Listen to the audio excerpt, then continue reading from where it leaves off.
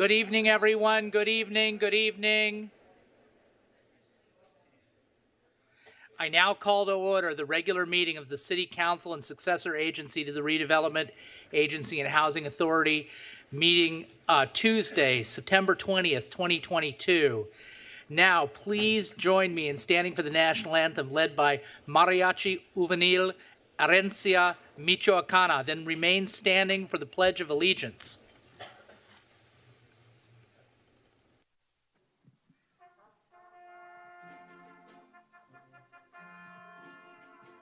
Oh, say, can you see by the dawn's early light what so proudly we hailed at the twilight's last gleaming, whose broad stripes and bright stars through the perilous fight for the ramparts we watched were so gallantly streaming, and the rocket's red glare, the bombs bursting in air, gave proof through the night that our flag was still there.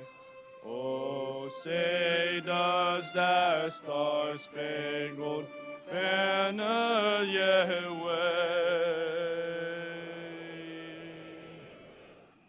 for the land and of the free and the home of the brave.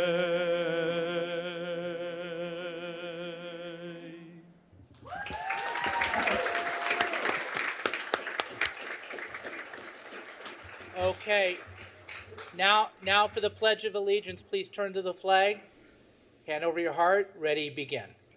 I pledge allegiance to the flag of the United States of America and to the republic for which it stands, one nation, under God, indivisible, with liberty and justice for all. All right, thank you very much.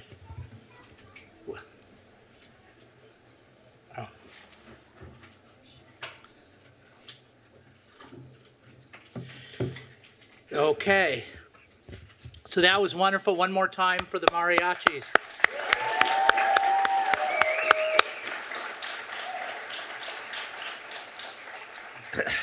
Okay, now we have our moment of solemn expression, and we're very pleased to have Father Okusi to do the moment of solemn expression for us tonight.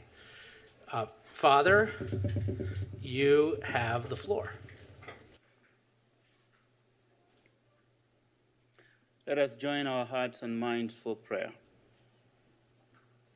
We come together this evening, the council and the community, to listen to each other and make good judgment on the way forward to improve the livelihood of our community. We come before God with gratitude and reverence. We thank you for being a God of love who is with us now in this very room. God who never leaves us or forsakes us, even during the times of COVID-19 pandemic. Your grace has brought us safe thus far, and your grace will lead us to satisfaction.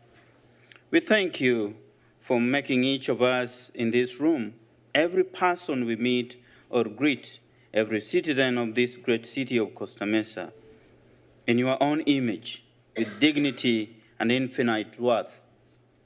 Make us good stewards of your creation, to love our neighbors as ourselves, and to work hard daily to improve lives in this great city. As we bring our agenda before you, O God, we thank you for your servants, our mayor, our city manager, our city staff, the police department, fire department, first responders, and everybody, and our city council members. We thank you for that they have done On behalf of all of us here, we all come to this room tonight as complex human beings, carrying burdens, carrying joy and hope, trusting that you alone can hold us together, O God, in your love and peace. Help us see the needs of the city, be it the security, homelessness, education, or the housing. We hope that the leadership and members of the community will work as a team to help accomplish the many programs we have in our midst. Help us, Lord, to trust you more and more. May we lean on your everlasting arms. Amen. Thank you, Father. So, Madam Clerk, would you please do the roll call? Thank you. Councilmember Reynolds? Here. Councilmember Harlan? Here. Councilmember Chavez? Here. Councilmember Harper? Here. Councilmember Gameros? Here. Mayor Pro Tem Mar? Here. Mayor Stevens? Here. Thank so you. We're all here. That's great. So, Madam City Attorney, do you have any closed session report? Thank you, Mr. Mayor. There was no reportable action taken in closed session. Direction was given. Excellent. Thank you. So we have 4 presentations tonight. And the first presentation is for Costa Mesa Pony 14U, the team that won the Super Regional Championship.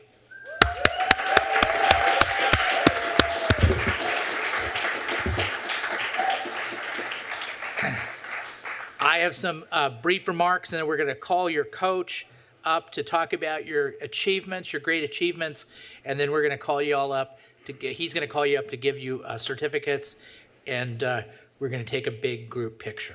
So tonight we're proud to recognize the Costa Mesa Pony Baseball 14U 2022 Super Regional Champions.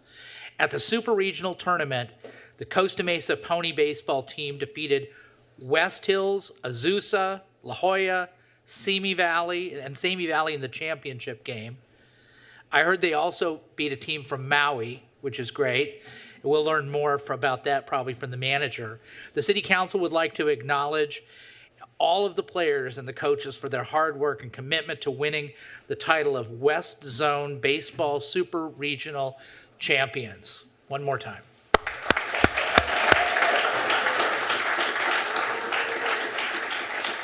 Now I'd like to invite up the manager, Ben Lauer, to the podium. You can go to that podium if it's better. And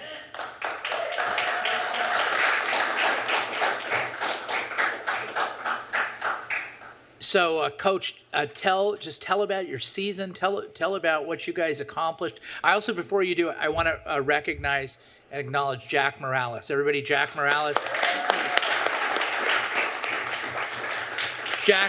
Jack is the president of the league and has been for many years, and he's really grown this league into something special. So thank you, Jack, for your community service. Now, Coach, you have the floor.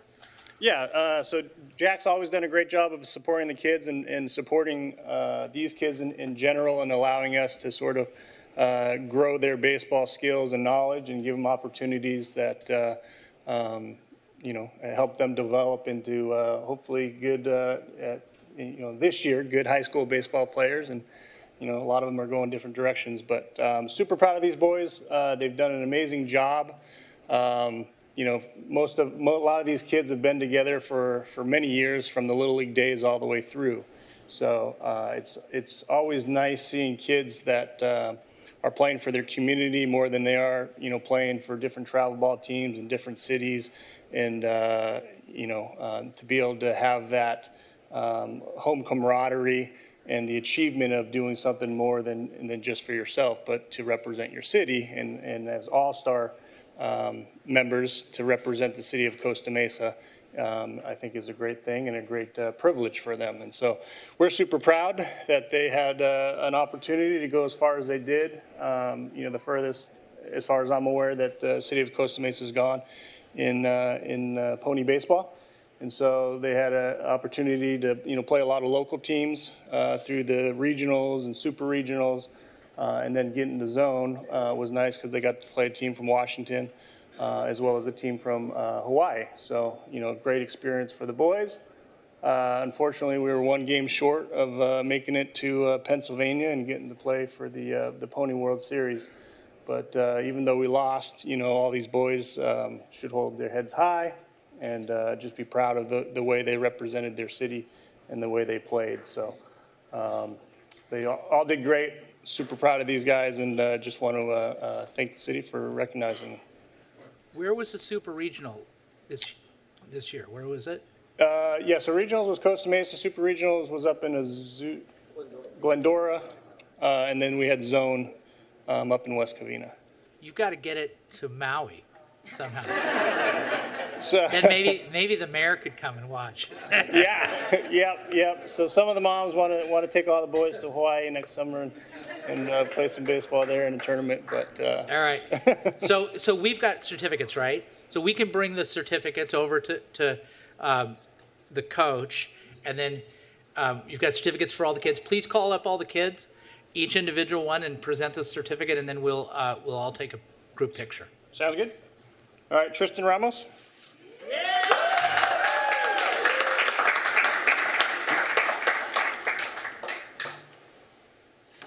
I'm just going to hand you one, and we can sort it all out later. Yeah, just stand right here.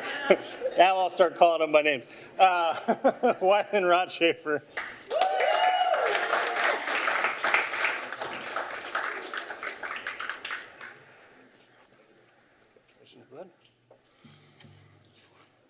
Will Morales.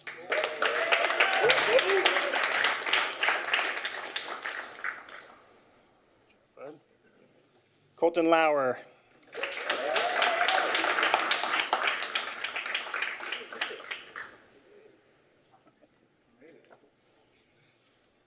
Dominic DiFrancesco.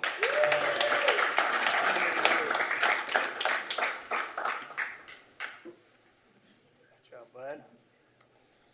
We got Cole Howard.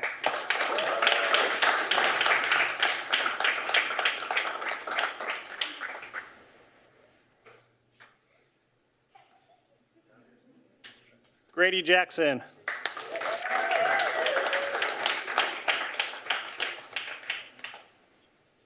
Got Colton Nicolaisen.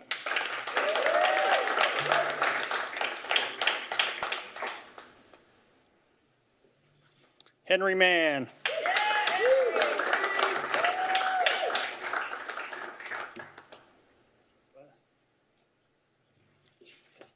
Ryan Lowry.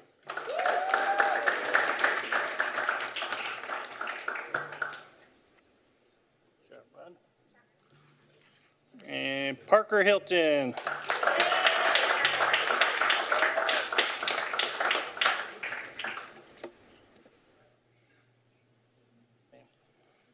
And then we got the coaches, Marty Morales.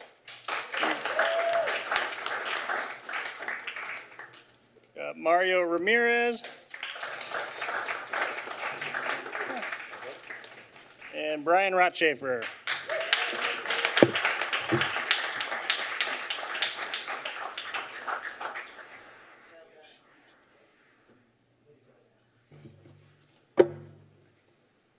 Need everyone to squeeze in.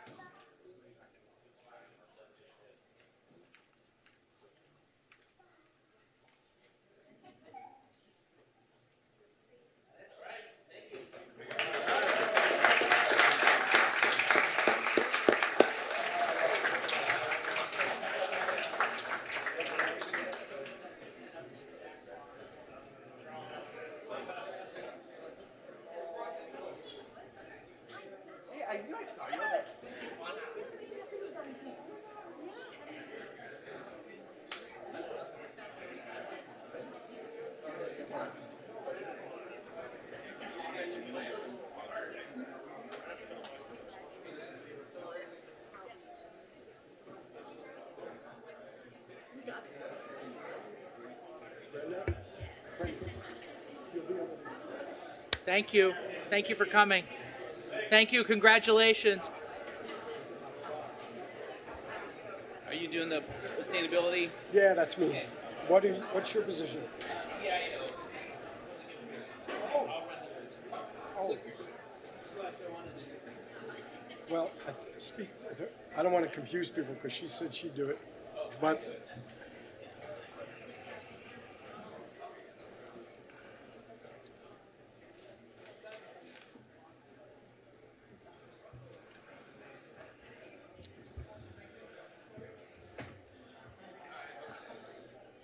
Okay, our next presentation is regarding the Orange County next one.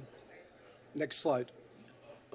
Sustainability Decathlon. that's the one It's to going to do. be quite an event. It's an international event. It's going to happen in Costa Mesa next October. There was was funded by the state of California through our Senator Dave Min. I'm sure that Professor Smoller is going to give all the details about that. But I just want to give the floor for some remarks about the Orange County Sustainability Decathlon. It's really quite something. You probably have some slides to show us. And Dr. Fred Smoller, sir, you Fred have the will floor. work. Fred will work. You have the floor. Thank you, Mayor. Thank you, Council, for letting me present. The fastest way to let you know what I'm about is to click on this little promo commercial, and I hope it plays. What did we have to do there? We have to hit some other browse YouTube. I know, that's why we try to work it out. Brenda, where is the other lady who is here?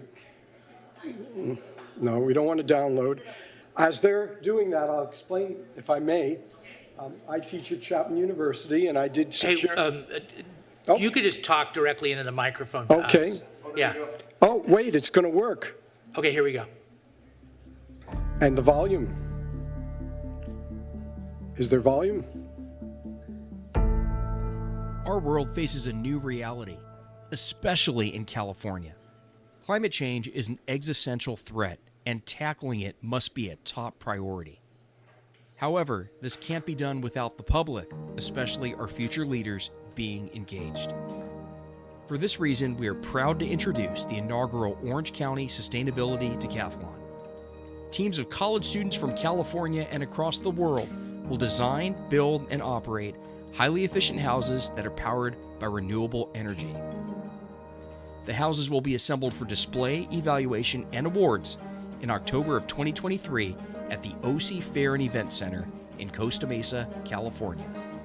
The event's goal is to motivate and empower California's best and brightest to lead the state's transition to 100% renewables. The 10 contests that are the foundation of our decathlon challenge students to design and build high-performance, low-carbon buildings that mitigate climate change and improve our quality of life through greater affordability, resilience, and energy efficiency. The winners are those teams that best blend architectural and engineering excellence with innovation.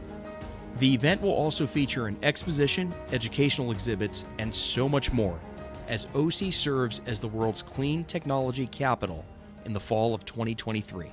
We're excited around how it's going to galvanize people in Orange County to actually take an interest in these environmental technologies that they can put in their home. I mean, it's tremendous leadership of the organizers of this, and I think it reflects really well on Orange County that they're leading this really exciting international convening.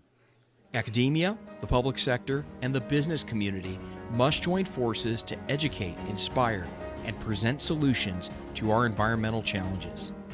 Let's keep the California dream alive. Okay. So join us for the Orange County Sustainability Decathlon, October 5th through 15th, 2023. Learn more by visiting ocsd23.com. Okay, thank you. If you could get it back onto the PowerPoint, I'll explain it. I did receive a $5 million grant from the state of California, courtesy of, next slide, please. Oh, there we go. One of the things we learned from the internet IT revolution is that those communities that get there first get there and win. And that's what Silicon Valley did. And my ultimate goal is to make Orange County, with Costa Mesa at the center, the sustainability capital of the entire world. I know that's a big, yeah, I know, my wife says the same thing. But, you know, if you know the history of Orange County, as I know you do, we went from agriculture to ranching to defense to entertainment to biotech to finance. And all of these things are chapters in our wonderful economic history that have made us the envy of the world. And I love them all. I go to Disneyland and they're great. But if we look forward, what's the next chapter? And I believe if you look at the actions of our legislature and the federal government and the needs of the planet, it is sustainability. We know it's obvious that we have a serious problem with heating. You've seen the fires. These are fires from Laguna Niguel, ocean rise over in Balboa Island, and at the same time we're getting tremendous problems with not having enough water, drought. This is the governor, and these are the erosion that's taking place along our coast.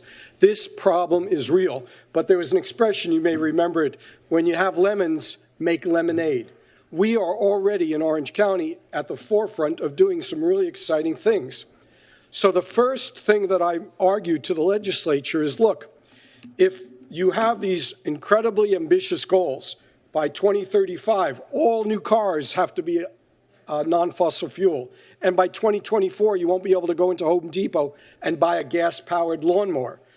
And by 2045, we know all electricity is supposed to be produced by renewable sources.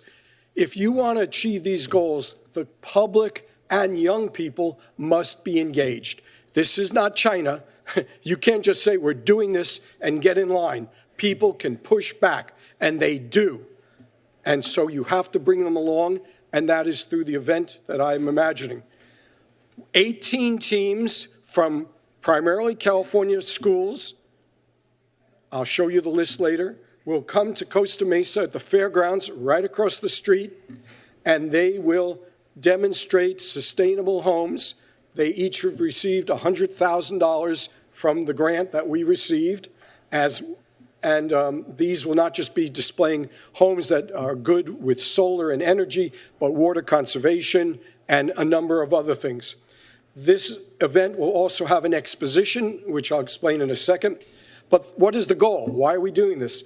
To help California reach its goal of 100% clean energy future and to make Orange County, with Costa Mesa at the center, the sustainability and clean technology capital of the world. Is it all going to happen by next 2023? No. This is a long-term 50-year project. These are some of the homes that have been displayed in solar decathlons around the world. That's I call this the IKEA home, the Stevens home from the 2015 event, the Israeli home, and the Barcelona. Some of you may have remembered the 2015 solar decathlon. Well, I brought it here in 2013 from Washington. I brought it to Irvine. Then to 2015, we kept it in Irvine. We could not go back to Irvine. There just wasn't enough space.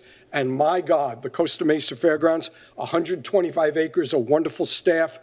And they can do this thing after they did 1 million people with the fair. This is meant to bookmark and bookend that type of event, a second event. One looks at our present and celebrates our past. Another event like ours says, what's the future going to be like? This is how we brought the community together, because it isn't just a bunch of academics leading the charge. This is the city council, and you recognize Pedro and Emil Haddad and some of the prominent people in our community. The solar decathlon, the DOE, isn't just taking place at the national level. It has been licensed and takes place in the Caribbean, in Africa and Morocco. They're on their 5th solar decathlon in Europe, and they're doing it in Dubai. I mean, quite frankly, the Middle East, do they have to worry about energy? Well, they think they do, but they are pouring tons into it. And I went, after we brought it here in 2015, I went to China, and I was flabbergasted at what the Chinese were doing. They brought schools from around the world, and that's a $20 million event, a permanent event center. They built the buildings. These are the houses. It was amazing. China I'm not a big fan of their government, but boy, on the issue of climate changes, we got a problem and we want to be there first. We want to be the high-tech capital in sustainability. So we're competing with them. That was in Dezhou. At our event, we want to have electric car ride and drives. We want to have motorcycle races. Who doesn't like motorcycle races, but electric motorcycle races? And who doesn't like, I love Bigfoot, but an electric Bigfoot. And instead of a fireworks display, we're going to have a drone show. And it's all going to take place across the street. And in addition, we will have the expo. I can go on at length, but the point is to have a jobs fair and to feature all the great things that are being done in our community regarding sustainability. There will be government agencies, cities and counties, and everyone is involved in some way. And oops, that's the musicians, excuse me, and that's the expo. But this is the part I want to show you. Other communities have made investments and they've had a tremendous return. Some of you may have heard of Comic-Con, San Diego, 4 days. The kids and everyone else dress up as comic book characters. God bless. You know, I have a sense of humor. 178 million economic impact. South by Southwest. I was actually around in Austin when they started developing that. It's a whole story. But now it brings in $196 million. Coachella, you may have heard of Rock and Roll Festival and Stagecoach, which is music in the Inland Empire, something I don't get to very often. 704 million. And I believe if we do the sustainability decathlon, we can make this investment in sustainability and that this will create jobs, this will create tax revenue, I guess you hear this all the time, and it will brand Orange County. And I think this is important. When you think of other places in the world, when you think of Silicon Valley, what do you think of? Apple Computer. And when you think of, I won't quiz you, but when you think of Nashville, it's country music. When you think of Orange County, well, the beach, Disneyland, Real Housewives of Orange County, take your pick. What if we were known throughout the world, throughout Europe and all over the world as the sustainability capital of the world? Boy, that would be something else. So it's coming here. This is going to be a World's Fair of Sustainability, and it's going to be at the fairgrounds. And these are the schools that are signed up. You can see some are not with us. I mean, they are from California. Irvine has 2 schools, Riverside, San Diego. San Diego is connected with China, Santa Cruz, Chattanooga, Long Beach, Fullerton, Brigham Young. I'm trying to get Vanguard. I've been lobbying them. But you can see we also have Orange Coast College right here. And so we think the opportunities are fantastic. Anyway, it's coming. We are going to the cities to help support this. This is what the state has said to me. I'll be very direct. To pull this off the way I want, I need a budget of around 10 million. I know you're not, I get it. But the state gave us 5. And they said, okay, Fred, we'll consider giving you more, but you better show local commitment. We're not doing this ourselves. So they want to see is Costa Mesa, is Irvine. We'll go to Anaheim, but Costa Mesa and Irvine right next to the park and the county. Are we going to take this risk together? And I think this is if you know SB 100, you know the legislation coming from both political parties in Sacramento. You know where the Biden administration is. You know where the world is going. I say let's get out in front of that wave. Let's get our, sorry for the analogy, but let's get our surfboard on top of this sustainability wave and get there first. Thank you. All right.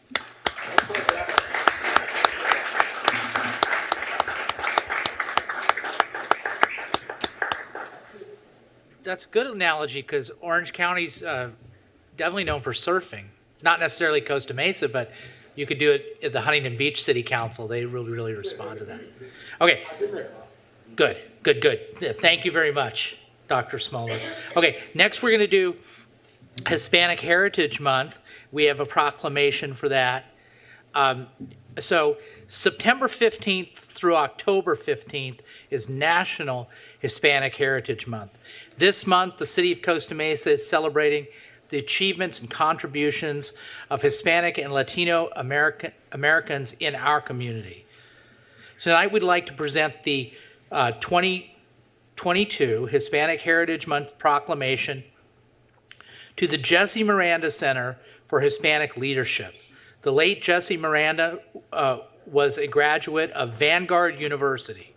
The center's founder, Jesse Miranda Jr., was a visionary who modeled and taught young Hispanic leaders the importance of being bilingual and bicultural. The Jesse Miranda Center for Hispanic Leadership at Vanguard is committed to educating and empowering Latinos through education, leadership development, and partnerships. Joining us tonight is the Executive Director of the Jesse Miranda Center for Hispanic Leadership at Vanguard, Dr. Nolan Hernandez. Also joining us tonight is the Executive Director of the Jesse Miranda Center for Hispanic Leadership at La Mirada, and the son of the late Jesse Miranda Jr., Pastor Jack Miranda.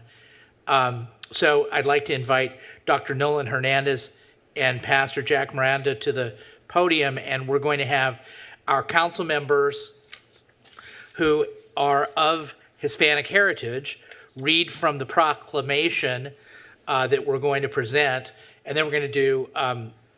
You can say a few words after that, and then we're going to do a group photo. So first up is Mayor Pro Tem Andrea Mar. Oh yeah, of course. Let's see. Yeah, you got it. Were you in?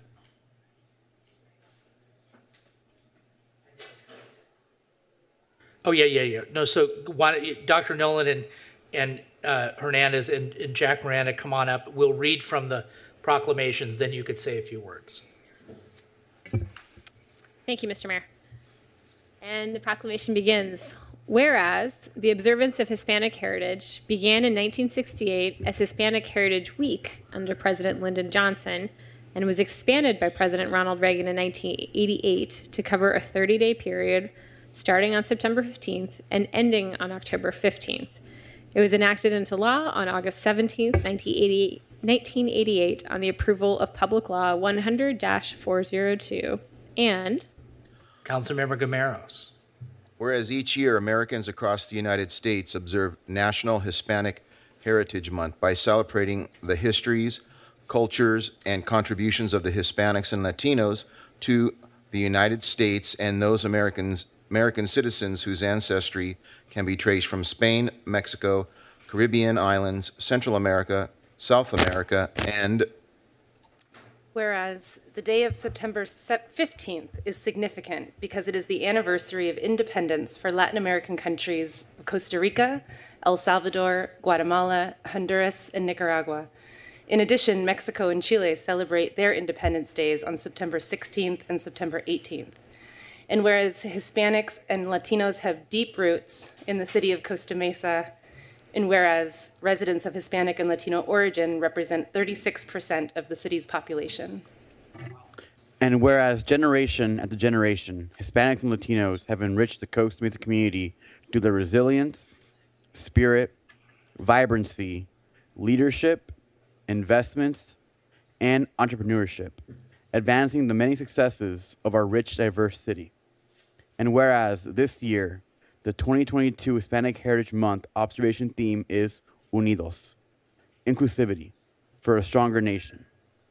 The theme encourages us to ensure that all voices are represented and welcomed to help build stronger communities and a stronger nation.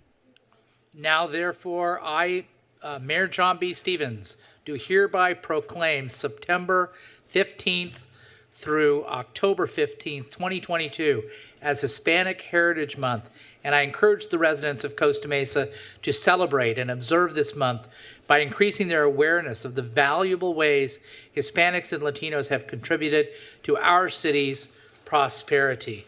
Now, Dr. Hernandez and Pastor Miranda, you have the floor to say a few words, and then we'll take a group photo. Yeah, well, I want to start by thanking you for bestowing this honor. It truly is a pleasure and a privilege to be here. But I wanted to make some remarks to, too bad that Dr. Fred is no longer here, because I don't know who he was lobbying. If he had lobbied the Jesse Miranda Center, we would have had the house already built. But we'll have that conversation later. As you mentioned, the center is named after such an amazing person, the late Dr. Jesse Miranda, and the fact that we're receiving this, that the center is receiving this, it's an indication of how the city, the community is seeing the center and Vanguard at large, and our commitment to serving our Latino students. And I'll give you one example of how we're doing this at Vanguard University. When Dr. Miranda was here, not even 10 years ago, Vanguard had a 5 to 10% Latino population. This last incoming class was 46, almost 47%. And as a whole, we're 49% Latino, Latina at Vanguard University. And we've created a program to help nurture this sense of identity, because for them, Hispanic doesn't mean just in Hispanic Heritage Month, it's the whole year. So we want to be intentional about nurturing a genuine sense of Latino identity along with leadership. So we're blending this and we're saying you as a Latina, you as a Latino can lead and should lead. And Vanguard as an institution is committed to being a Hispanic serving, Hispanic enrolling, Hispanic thriving, and Hispanic graduating institution, which means we want to make sure that these students, like Montserrat right there, are able to thrive, but also then be productive members of society. And this is where you come in as well. So thank you so much for this opportunity. Truly appreciate it. And thank you to the family and the friends and supporters who are also here supporting the Jesse Miranda Center.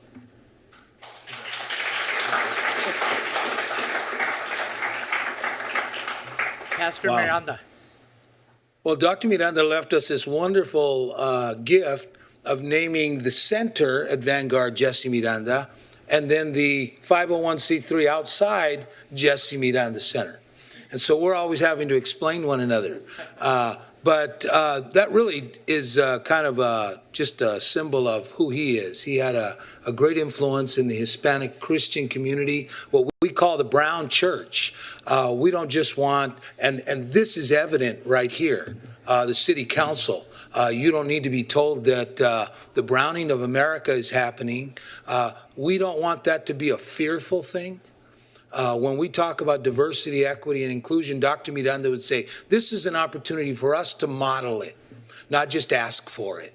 And so that's what he represented. He had a triangle picture of the church, the campus, and the community. And how could we blend those together and work to make a quality of life for all human beings? All colors. We like to say that white is a color. And so we want to represent and include everyone. And so I'm looking at city council. I don't know if Dr. Miranda was ever in a city council. But your local municipalities, you have a lot of power, a lot of responsibility. God bless you. There's a neighbor you have next door, Vanguard University. In fact, Councilwoman Arlis Reynolds is going to be our keynote speaker Friday morning at the Orange County Hispanic Heritage Month prayer breakfast. You're all welcome. You're all invited. We're going to have breakfast, 7:30. I don't know if you're early risers. We try to get you out of there early. Dr. Norland's right about the work ethic of the Latino people. Dr. Miranda was so emphatic about breaking that stereotype of the lazy Mexican. You've seen the picture of this Mexican with sombrero leaned up against a cactus. He said, no, he's not asleep. He's taking Sabbath from a hard day's work. He's not drunk. He's dreaming about what this people group will mean to this country. And so we'd like to spread that out. And thank you again for selecting the Jesse Miranda Center to receive this proclamation in representation of the Brown community. God bless you. Thank you. Thank you very much. So we're gonna take our photo. We've got a proclamation. We're gonna come. So all the whole entourage. Let's all get in the picture and let's make it a celebration. Very good. This is Dr. Miranda's family, his wife and children, and one of our biggest cheerleaders and our surrogate sister, Maria Elena Avila. Can I do a commercial? Avila's El Ranchito, open.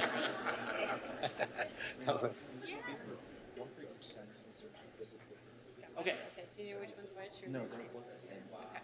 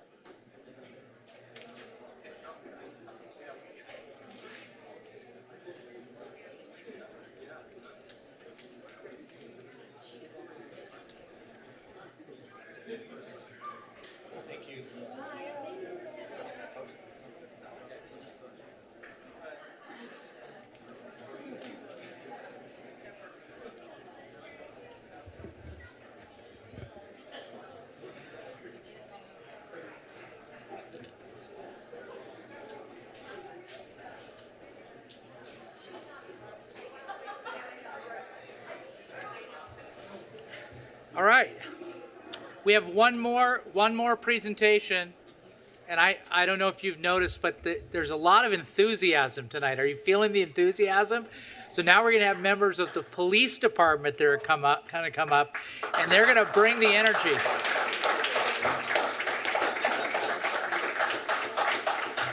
We have the most enthusiastic police department in all of Orange County. And we're going to talk about 2022 National Forensic Science Week. The City Council and the Costa Mesa Police Department are proud to recognize the hardworking men and women of the Costa Mesa Police Department Crime Scene Unit during the National Forensic Science Week, which takes place from September 18th to the 24th. This week aims to highlight the critical forensic science work taking place across the nation, including in the Costa Mesa Police Department Crime Scene Unit. The Costa Mesa Police Department Crime Scene Unit forensic specialists are responsible for collecting evidence, conducting detailed analyses, and communicating results in criminal court proceedings as expert witnesses. In 2021, the Costa Mesa Police Department crime scene specialists processed over 1,100 crime scenes and calls for service. And now we already have you here. I'm going to read a little excerpt from the proclamation that we're going to give, and you know what we're going to take a picture after, but I'm going to give you the floor. You could say a few words with great enthusiasm. So, forensic science, this is from the proclamation, is a vital part of public service involving scientific methods or expertise in the investigation of crimes and in the examination of evidence. The hardworking people that comprise our city's forensic science crime scene unit deserve our regard and appreciation for their commitment to proper scientific investigation for the cause of justice. Now, therefore, I, John B. Stevens, Mayor of the City of Costa Mesa, do hereby proclaim September 18th through 24th as 2022 as National Forensic Science Week in the City of Costa Mesa and invite all residents to celebrate and honor the dedicated work of those in forensic science. So we have CSI Supervisor Lindsay Olson and our Chief, Ron Lawrence, to say a few words, and then we're going to take our photo, as is our tradition. Thank you, Mayor, members of the council. As indicative of people who enjoy working behind the scenes, no one wanted to speak, so they asked me to get up here and say a few words. But it really is an honor for them that you recognize Forensic Science Week. We truly have hardworking professionals in the police department that you don't see. You see police officers or detectives maybe, but the people that work behind the scenes, like our crime scene investigators, really do tremendous work at helping us identify, locate, apprehend criminals, and bring justice to the victims of our communities. And I could not be more proud, and I want to personally thank them for their hard work. We have, as you mentioned, CSI Supervisor Lindsay Olson, as well as CSI Specialist Robert Ueda here, and Investigating Bureau Commander Lieutenant Ed Everett. And despite what you see on the movies and TVs, they don't use forensic evidence to solve crimes within a 55-minute period. But they do amazing work. They're tremendously trained, they're well experienced, and we couldn't do our job without them. So I want to personally thank them. Yeah, so do I. Let's hear it.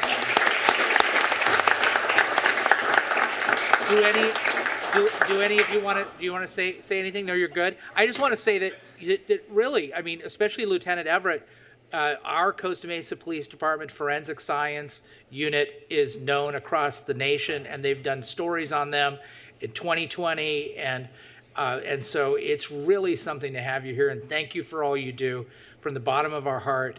The police department and your department in particular keeps us safe, and that's really what we're here to do.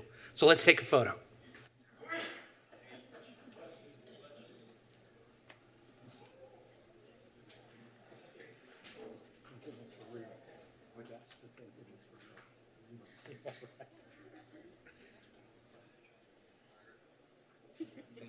Chief, this is for you.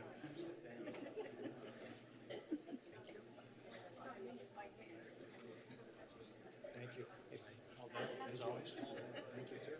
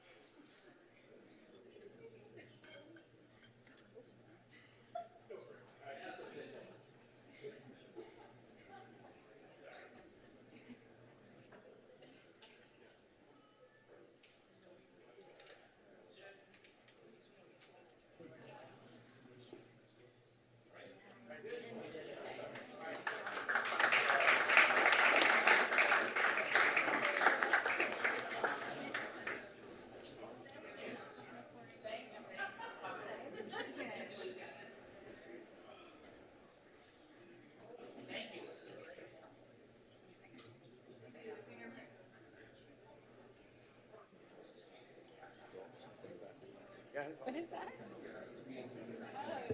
Get one. They're handing them out. Those in the jar.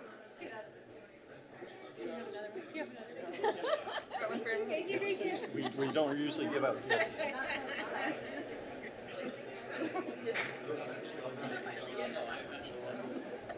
Appreciate it. And they will too. That's true. But that's why we like you.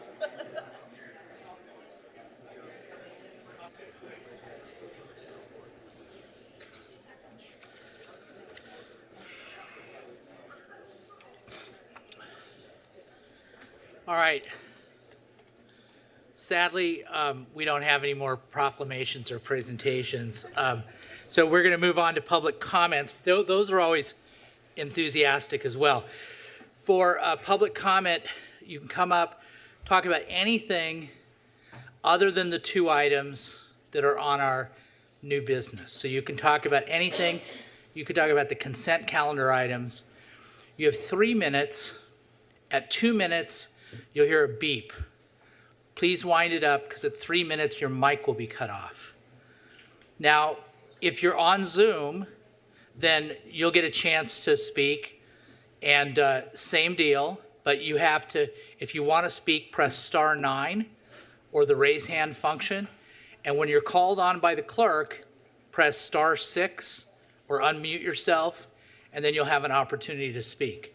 So it looks like, Ms. Martin, you're the leadoff hitter. You have the floor. I'm here to commemorate September the 16th, which is a very special day in my family's life. And I will be referring to a fireman's prayer. 18 years ago in April, my son collapsed on this basketball court near UCI with sudden cardiac death. There was a fire station a mile away, and the two paramedics who showed up at his side were able to resuscitate him. They called him the Miracle Man. I found these two men. On the left, Rich Koshaba, and on the right, Jimmy Owen. I brought them cookies, and they sent me this picture of them via email. 5 years later, my son, now a father of his own, visited with me at Station 4. Jimmy Owen was our family hero. His captain called him Jimmy Overtime. He was within weeks of retiring, but he had logged the equivalent of 29 years of overtime. My son and I attended the service, his memorial service, at Mariners Church. There were thousands of firefighters there, literally thousands. The sanctuary was filled. If according to your will I am to lose my life, please bless with your protecting hand my children and my wife. When I am called to duty, wherever flames may rage, give me the strength to save some life, whatever be its age. And just 3 months ago, firefighter paramedics rushed to my home, and they tried to save my husband's life the same way. They are our heroes. Thank you.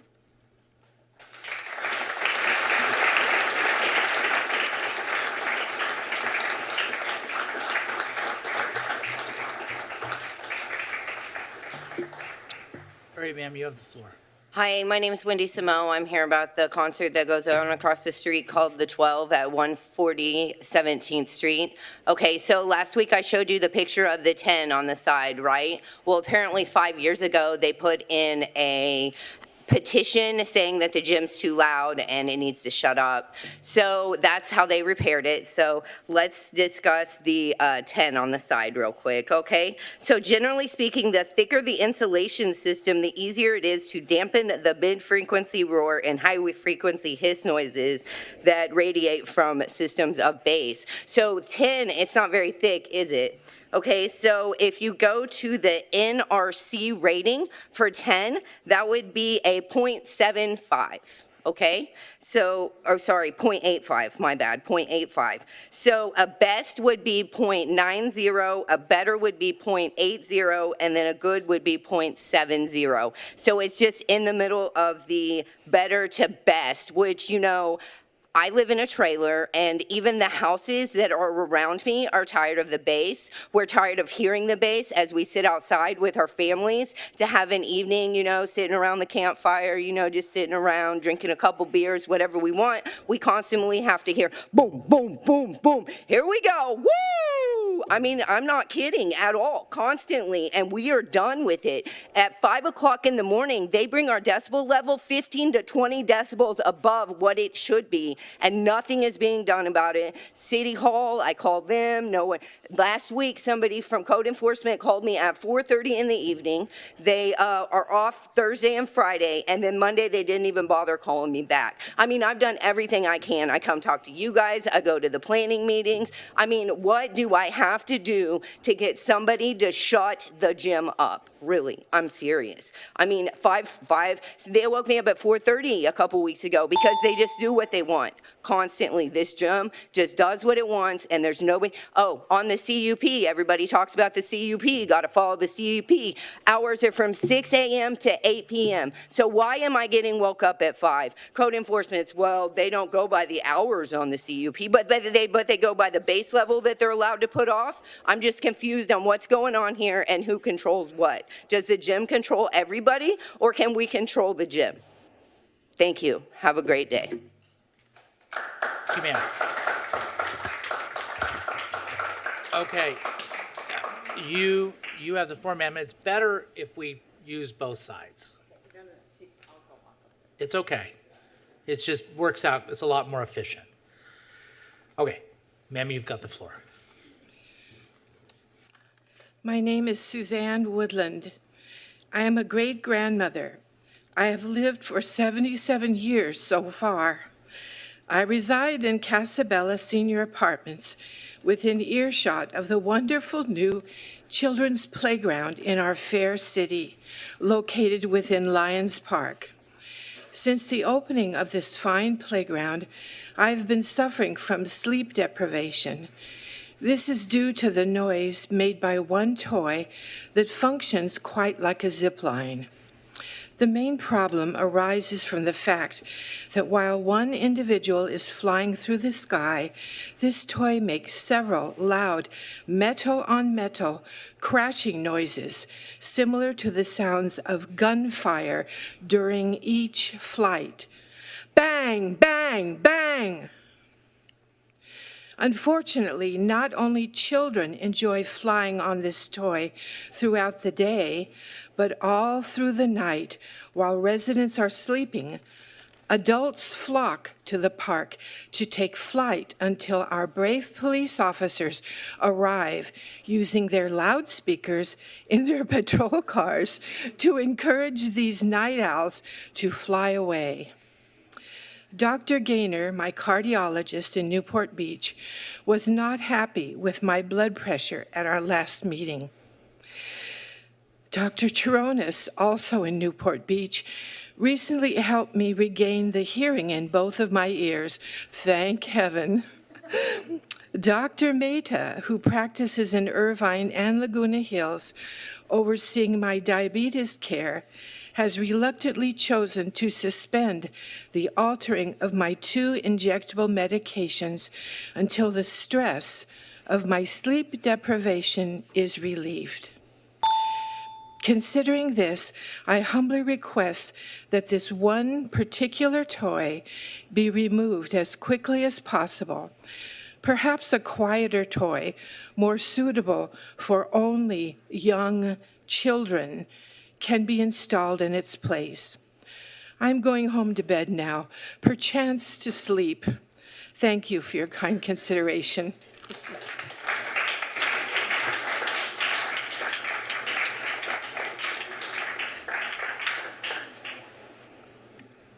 Ms. Parker, Is you have it the my floor. turn? Thank you. Mayor Stevens, Mayor Pro Tem Mar, and members of the council. I am Elizabeth Dorn Parker, better known as Liz in the community. I've been here for over 3 decades representing us on an elected county board of education. I currently am on the governing board of the Coast Community College District representing the community. I also am privileged to be vice chair of our PACS Commission. I am here to speak on behalf of Measure K as a yes. I was heavily involved in the support of the prior ballot measure to shut down our development called Measure Y. The majority of our city council back then was unresponsive to concerns about infrastructure, chaotic growth, and quite frankly, lack of respect for residents' concerns. We needed an emergency response to halt their mess before it became unbelievably horrific. But I also at the same time agreed that I would return once we elected a much better responsive city council member to be in a position that we could trust to fix this ballot measure. I have personally never agreed to doing policy or budget by ballot. That has never worked, but we were in triage, and now it's time to take the tourniquet off. I made this commitment knowing personally that I'm opposed to city planning by budgets by ballot box. And instead, we go back to a problem that was now created by Measure Y, which is stopping everything. And now we have a council I thoroughly trust, very happily was involved in electing them, but we cannot continue to do nothing. Our parks are suffering from lack of investments. Our infrastructure is going backwards and crumbling. Our core streets are a mess. Our shift from massive retail to needing comprehensive housing cannot be denied. I came here with my parents as a 2-year-old. My dad opened his pediatric practice, Dr. Dorn, at the corner of Fair and Harbor. And I have made a commitment when I returned after college, marrying my high school sweetheart and raising my family. I say it's time that I jumped in with my full volunteer force. And who are we to want Measure K to pass? We're local residents, we're local businesses, we're teachers, nurses, community members serving on various committees and councils. Yes, we're developers, property owners, you name it, it's everyone here that wants to see the city invigorated, reimagined, and looking toward the future. I have come here to make sure everyone knows I am in it to win it. And we all love Costa Mesa, but we must go forward. And I trust you all, once we move forward and allow innovation and planning, you will do the right thing. So thank you.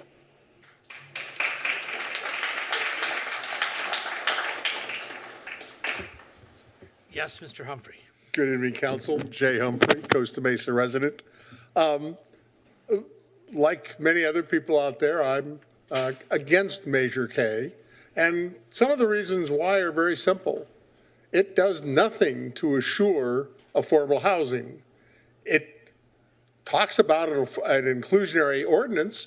Unfortunately, that doesn't exist right now. And per Mr. Aracala on the Planning Commission, he wants to set up a meeting with the council and the Planning Commission to, in fact, get a baseline at least set up on that.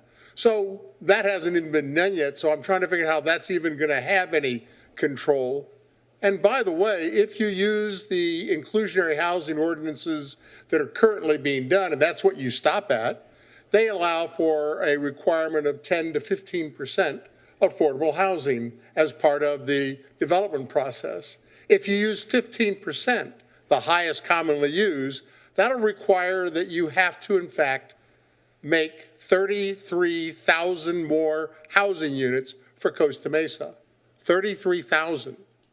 That means if you just use 2 people per house, don't use the 2.3, just 2, you wind up with 66,000 additional people, or more than half of the Costa Mesa population. And all this has to be accomplished, at least in function, within 8 years.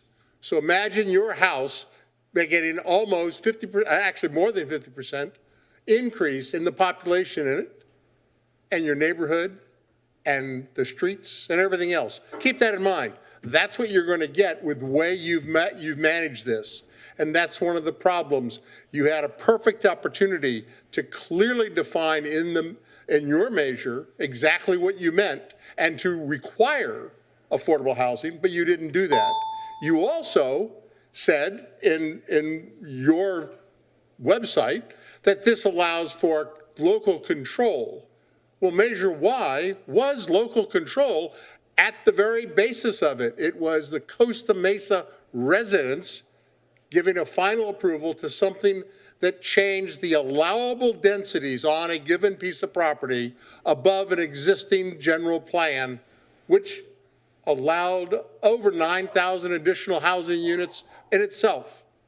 But that's been ignored, even though you've now got a RINA that says you need to put 11,000 housing units in the next 8 years, and that to accomplish your affordable housing goal is going to require 33,000 units additional. I appreciate your time. Thank you very much.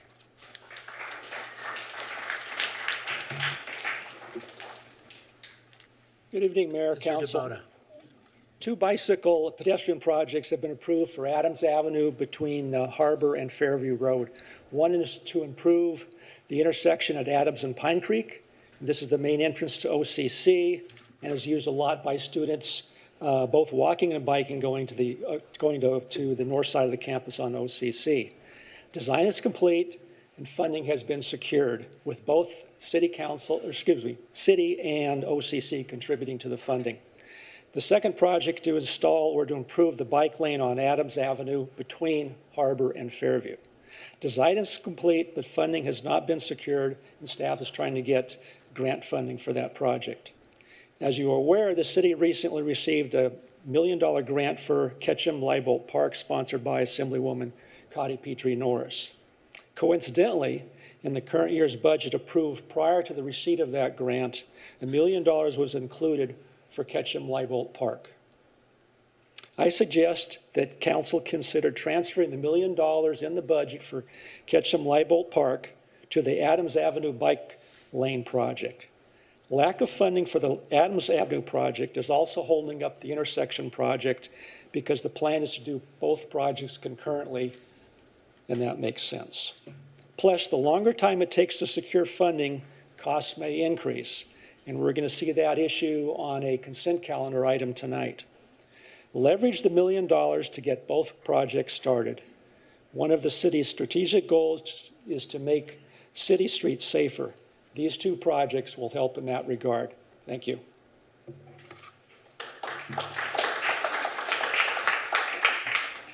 Ms. McDonald.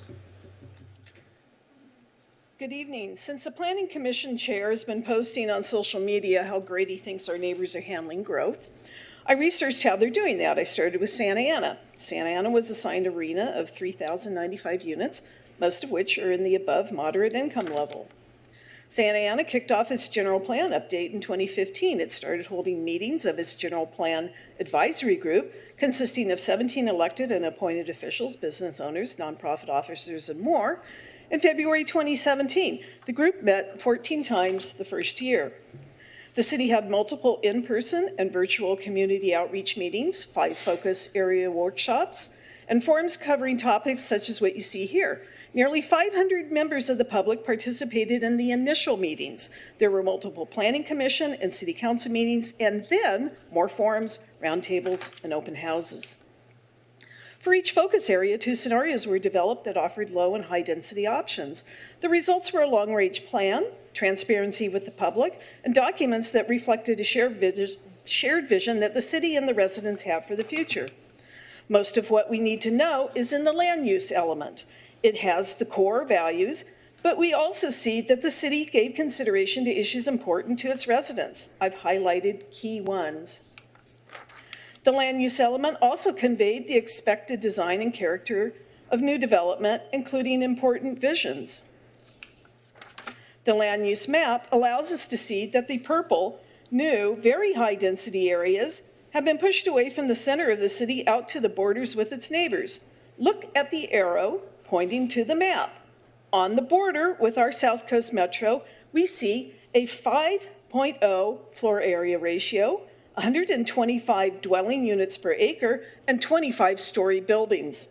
Our Planning Commission chair thinks this is what Costa Mesa should look like. Santa Ana should be applauded for starting its visioning early, creating an advisory group, and being transparent with the public while responding to its needs. It will have a general plan that serves well for a long time. It is clear as to the intent and expectations, but it isn't very nice by pushing impacts over its borders into neighboring cities. And then we have Costa Mesa. No vision, no advisory group. Measure K is not transparent. The massing of our corridors will impact our neighborhoods. Irvine and Tustin submitted lengthy comment letters opposing Santa Ana's plans for the impacts that would be felt by those cities. But Costa Mesa couldn't be bothered and didn't submit a letter. Another missed opportunity. Thank you. Ms. Spadoni, you have the floor.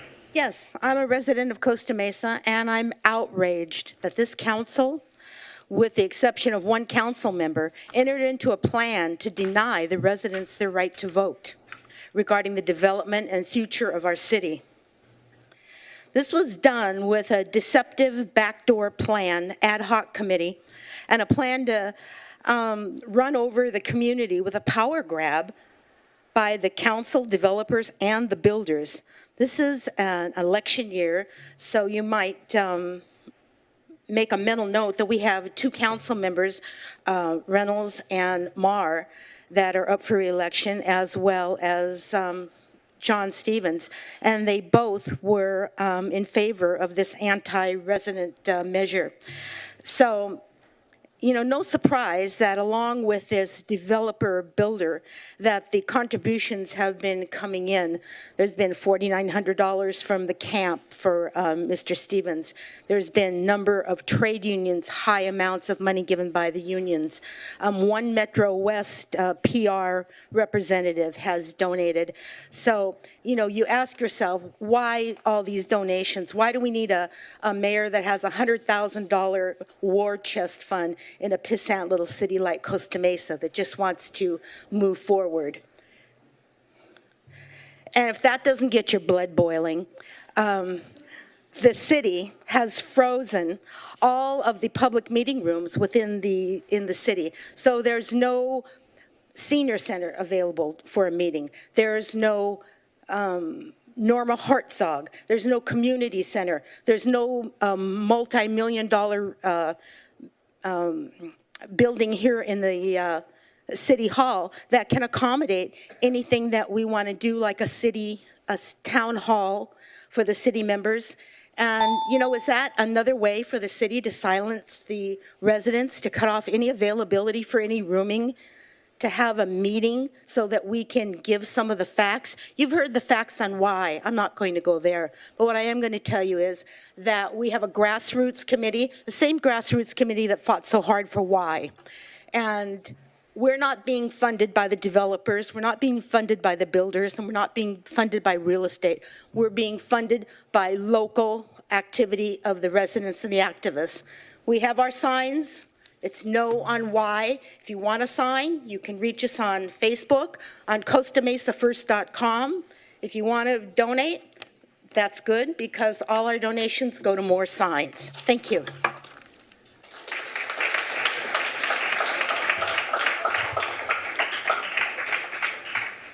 Sir, you have the floor. Hey, John. Chris Coram, 360 La Pearl Place. I think you know who I am. I'm the guy with the Rekindle Fire. Up until Thanksgiving, I was living the American dream. I bought a house in Costa Mesa. I paid it off, getting ready to retire. Then Dan Stefano's team of Costa Mesa Fire Department showed up the night before Thanksgiving, put out a fire. Didn't put it out completely. The neighboring home, my home, burned. So I'm still homeless, thanks to the Costa Mesa Fire Department. They're professionals. Dan told me they're all professionals. Just because you get paid to do something doesn't make you a professional. Professionalism is, California Edison showed up to my house, spent 3 hours with me, went over the fire report, told me, hey, if we have responsibility here, we're gonna take care of you. Dan, I offer you the same thing. You, Chris Coates, come to my home with the fire report that he says I'm never gonna see. You guys talk about transparency. Let's be transparent here. Come to my home and meet with me, and let's go over the fire. Tell me what caused my fire. With today's forensic fire codes, a house can burn to the ground, and you guys can go, it started in this one little electrical box. As I disassembled my deck, I took it apart. I know exactly what happened to my fire. I can explain to you, and you can prove me wrong. Come and meet with me. Be a man. Professionals make mistakes. These guys made a mistake. It cost me my home. I mean, my granddaughter lost everything. 13-year-old granddaughter. Every one of you have something in common with the 13-year-old. You've all been 13. Imagine losing everything you own. Everything, except for the clothes on your back. The night before this fire, my granddaughter and I walked in our house. We almost spent the night. And she goes, oh, should I take this? Should I take that? I go, no, we're fine. These guys, they put out the fire. I put trust in the Costa Mesa Fire Department. They're professionals. My friends are firemen. I have firemen that are chiefs that are as high as you that actually know you. They say that you know what happened here. Are you gaslighting these guys, telling them you don't know what happened? You're a professional. In my business, I'm a construction. I know when I make a mistake, and I've had to man up. It's cost me tens of thousands of dollars when my guys make mistakes. These guys made a mistake here. They're professionals. They made a mistake. It was Thanksgiving. You guys, you need to man up. You guys, I mean, come meet with me. You guys have my contact information. Meet with me. Prove to me, give me a reasonable explanation why I lost my home. I mean, I'm still homeless. I'm working my ass off till dark every night trying to get back into my home. And the permit process was horrible. I'm 2 months behind. I'd be in my home already if this permit process wasn't such a nightmare. I came for help from you, John. Zero help. I've got flyers being printed out. They'll be going up. If you guys don't come to me in the next 2 weeks, I've got flyers to be printed out.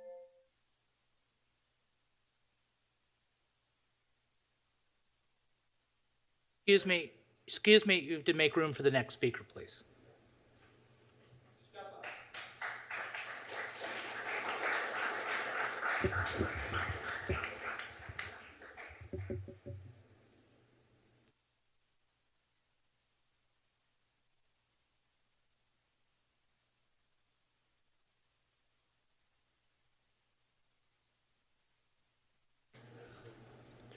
Good evening, everyone. My name is Mark Fuxovich, he, him.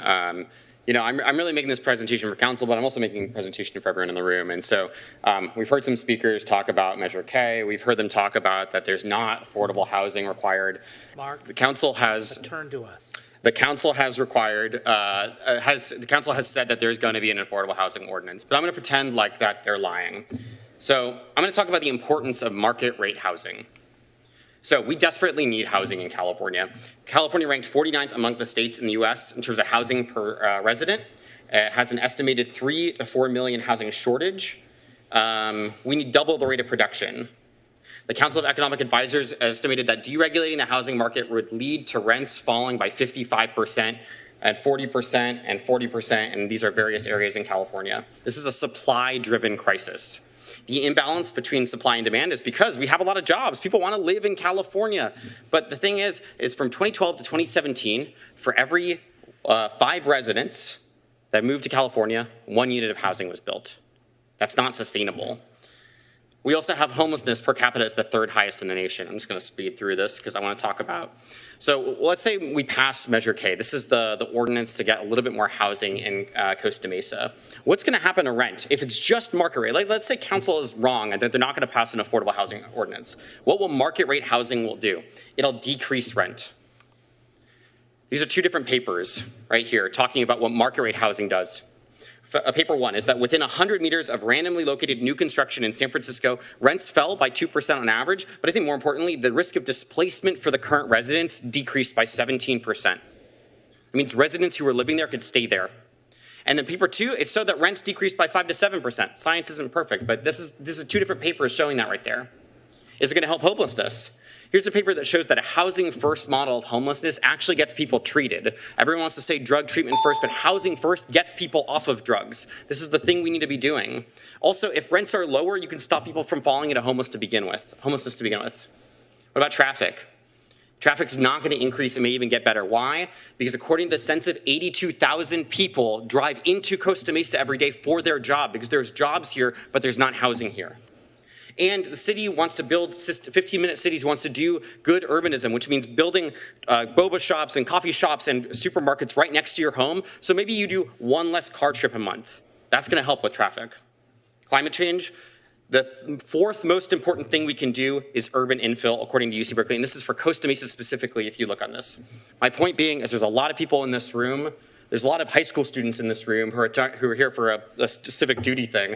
And please, vote for Measure K, because don't be like me. I came back from UC Santa Barbara and I came back to Costa Mesa and I realized I can't afford to live here and I don't want that to happen to you guys. Thank you so much. I appreciate it.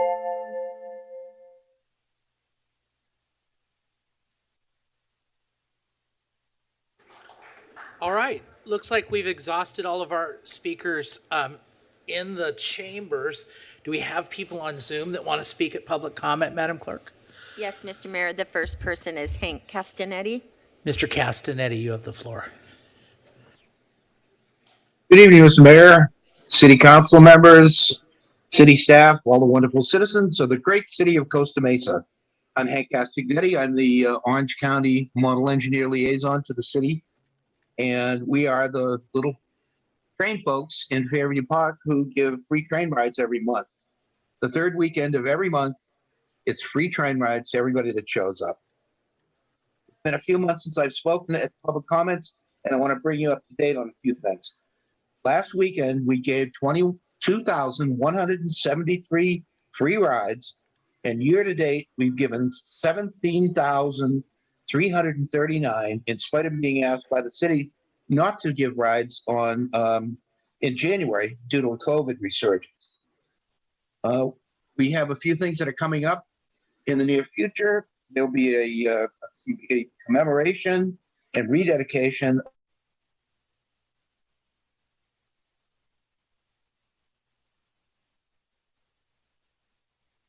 Did he get cut off? Hank, I'm sorry. Somehow I got muted again. you're back. Yeah, sorry about that.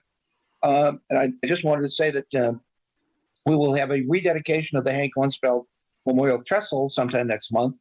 And I want to thank all the residents of Costa Mesa who helped raise $32,000 for us to rebuild the trestle. And also, I want to thank local vendors such as Canal Lumber, Harbor Fence, Newport Beach Exterminators, Baker Rentals for both cash and in-kind contributions to help us rebuild it. So stop by next month for to celebrate Spooky Days. It's going to be Halloween, and one of our members, Kathy Brookhausen, will be there with a pirate ship and pirate cannons and kids corner with kids activities.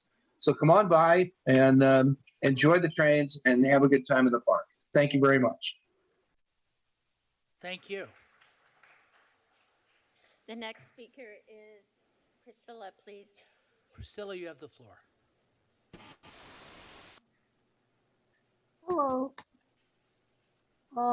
I've lived here 30 years. I've owned my home 30 years. And if you're an avid viewer of HGTV, you soon realize that even with blueprints, contracts, good communication, and oversight, builders can't be trusted. Never would you see a homeowner forgo the paperwork and give a blank check to a builder.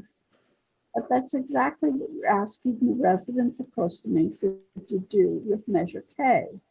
I expected better governance from you all, not this slapdash bit of fluff. Yes, we all want affordable housing, tree-lined streets, protected bike lanes, and parks, but there are no plans, codes, ordinances, or rules of any kind in Measure K to ensure these things will be done. All we have are your promises and threats that without Measure K, we will be out of compliance with the state. But Cynthia McDonald and others who were responsible for Measure Y have shown you that is not true. If past is prologue, residents will be asked to participate in city planning only to have their wishes ignored.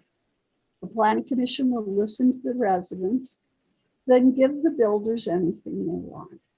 Evidence, the prison blocks across from Trader Joe's, the 5-story monolith that is Baker Block, the toadstools on the alley at the end of Ford Road, and the stack of shacks everywhere around the city.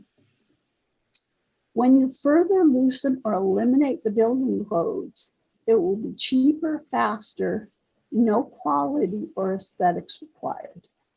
And as for equity, it would be part of Costa Mesa's it won't be part of Costa Mesa's new chapter without an inclusionary housing ordinance, which has been promised by the end of the year.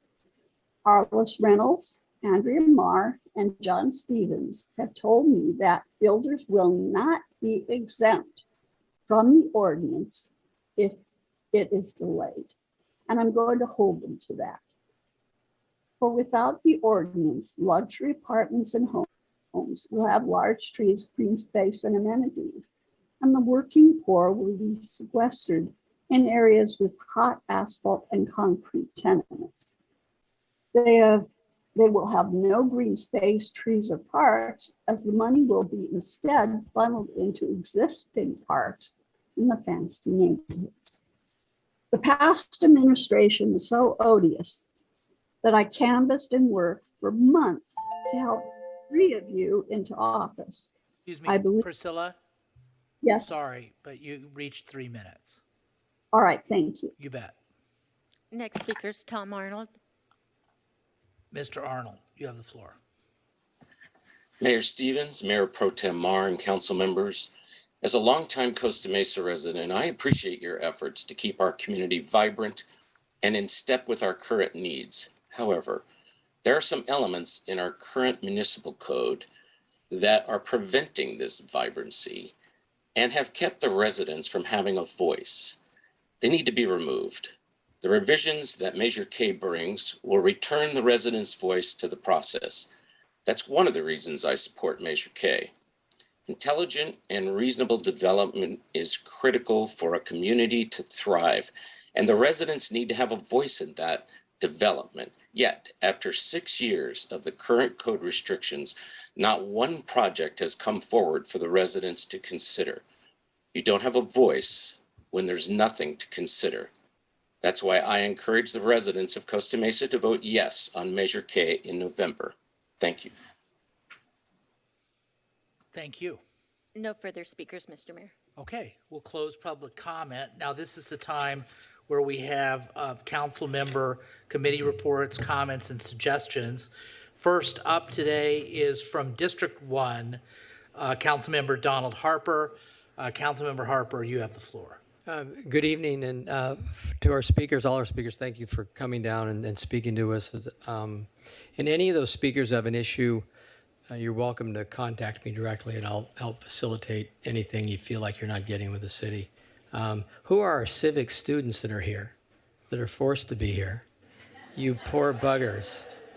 And who are our tennis players? Because, okay, so to the civic student guys, I'd rather be playing tennis, but I'm here because I love tennis and I want to be involved in the Mesa Center tennis proposal. As I look around here, I looked at the crowd before, which we never get these kind of, well, we don't often get these kinds of crowds. I noticed no one's got a mask on. You're sitting by each other. Later tonight, I may have to leave early to catch a flight. I'll be sitting on a plane with no mask. So where I'm going with this Chief Stefano, right? Or is it an acting assistant? I don't know. It's a city manager right now. But if you could maybe address how we get rid of the plastic boxes or install a backup to it, and then we could water in it and we can make a dunk tank out of them, because I'm so sick of looking at these. Maybe you can address that if you'd appreciate that. Anyway, that's all, Mayor Stevens. Thank you. All right, thank you very much. From District 5, Councilmember Reynolds. Great, thank you. Thank you, everyone, for being here. I have a few things I want to share in terms of resources we have at the city, and then events coming up that you might be interested in taking part of. We've heard a little bit of the discussion through public comments about housing. That's been a big topic for our city. 4 years ago, we worked really hard to establish a shelter for people experiencing homelessness in our city. It's been very successful, but anyone who's moving around the city understands that homelessness is still a challenge for us, and we're continuing to invest in that solution. Our homeless shelter does accept volunteers. We're open for volunteering again. So I know with Thanksgiving coming up, that's always something people are looking to do. So please look for volunteer opportunities at our shelter. Another thing we've been doing is recognizing there are people on the brink of homelessness in our city. And that challenge is getting tougher and tougher every day, especially for the 2/3 of our residents who rent. We're hearing that rent is increasing across the city. It is becoming untenable for young people, for families, for our seniors who are on fixed income. So if that is something that resonates with you, or if you know of a neighbor or a friend or yourself who may need some help with rent, We've got stacks of flyers. These are going to be in the main city hall, but we've got several flyers. Please take a look at these. They're rental assistance programs, rental assistance services, and then legal services, so you know your rights as tenants. These are services that we've invested in as a city because we recognize this is a huge problem for the majority of our residents in Costa Mesa. So much of the discussion you hear, I don't think much more tonight on our agenda, but is really about different ways we can tackle the challenges with housing in our community, because anyone who does not have a stable, affordable home understands that it's hard to do anything else if you don't have a stable, affordable home. So please share those resources and look into them. Okay, some fun stuff coming up. Tomorrow, there is, I think it's the last in the series of our police chiefs listening tours. This one is focused on District 5, but everyone's welcome. It is tomorrow, 6 p.m. at our Costa Mesa Senior Center. I saw our chief get on a skateboard at the last meeting, so we're going to have to beat that tomorrow. So please come to that event. If we finish at a reasonable hour, I'm going to invite people to take a walk with me down 19th Street, where we can talk about some of the road safety improvements we're working on in terms of 19th Street. This weekend, on Saturday, there's a really neat film screening called the Wild and Scenic Film Festival. This is put on by our Unitarian Universalist Church on Adams Avenue. It's the church behind Peacemakers. Really fun couple hours of films related to our natural world and the activists and advocates who work on different problems. Very inspiring series of films and very affordable. So that's Saturday evening. Oh, another fun thing that's been going on for any of you who enjoy bicycling or want to get back on your bike, there's a couple residents who have started a Swedish tradition called Lillordag. It means Little Saturday, and it's a midweek celebration. And so they're doing bike rides on Wednesday evenings. They meet at 6:30 at Airplane Park. I've been on their last 2 bike rides, and it's a really fun, accessible event. Lastly, I wanted to share another volunteering opportunity. Trellis, one of our local community organizations, has been really trying to create opportunities for neighbors to help neighbors. So they've created what they call the Labors for Love or Labors of Love organization. And what they're doing is creating community service projects every first Saturday of the month. So October 1st, there will be an opportunity to just show up, help with landscaping, help with painting. It's a nice way to help a neighbor in need. So if you're looking for volunteer hours or looking for a way to just get involved and help a neighbor, please look up Labors of Love. That's it. Thank you. Thank you. Now, District 4, Councilmember Manuel Chavez. Thank you, Mayor Stevens. Thank you, everyone, for joining us today. Happy Historic Heritage Month. And to the students, thank you for being here today. I know it may not be what you expected. Hopefully you find some joy or entertainment somewhere along the way. And to all those here for the item on the tennis courts, we eagerly wait to hear your comments and your opinions. So thank you all for being here as well. I come with 3 things today. Number 1, parklets. I've gotten a couple of calls from restaurants that have the outdoor dining. And, you know, as we know, we had these dinings due to COVID. And we've kept a few of them temporarily in Costa Mesa. But there's a few restaurants that want to make these permanent parts of their restaurants. So I'm not sure when, as a council, will be addressing this issue, make them permanent, not permanent, but hopefully sooner rather than later, because there's a lot of fervor from those in the restaurant community as they want to see their properties become more enjoyable for all of us. Secondly, last council meeting, I discussed Costa Mesa's outdated bike license system. I'm happy to report that as of this week, the state of California has actually removed the requirement to have bike licenses due to AB 1909. This does a lot of other great things as in the bike community, such as allowing access to e-bikes in certain trails and making it so bikes have right-of-ways in certain streets. So good to see that our state's moving forward on having these bike equities, but more importantly for residents in Costa Mesa who may not have access to a bike license, there's no longer going to be a penalty for not having one. So that's great news. And finally, our Costa Mesa firefighters had an amazing event this last Saturday. They had a hacky sack tournament. No. Cornhole. Sorry, wrong item there. Cornhole tournament. You know, I played twice, and I'm embarrassed, I forgot the exact name. But the point is, they had an amazing event. It was their first time doing it. They're doing it again next year. So please be on the lookout for these amazing events with our fire department. And with that, I look forward to hearing everyone's comments at the tennis item. Thank you. It's too bad we couldn't play. You know, it is, Mayor. We're always a good tag team, but I couldn't do the work this weekend. We wouldn't have lasted long anyway. Okay, so Councilmember Gameros from District 2. Thank you. Thank you, Mr. Mayor. Just a brief report. I want to thank Costa Mesa Pony. I know that those young children fought really hard, and the importance of having youth sports is such a great release for this community, and it's really fun to attend. So if anyone here has a chance to participate with youth sports, get involved, volunteer, it's really important for the community. It brings everybody together, and it's a chance to get to know your neighbors, and the kids will love you for it. So that's all I have this evening. Thank you. Great. From District 6, Councilmember Harlan. Thank you, Mr. Mayor, and good evening, Costa Mesa. I can't believe I'm the first one to talk about this tonight.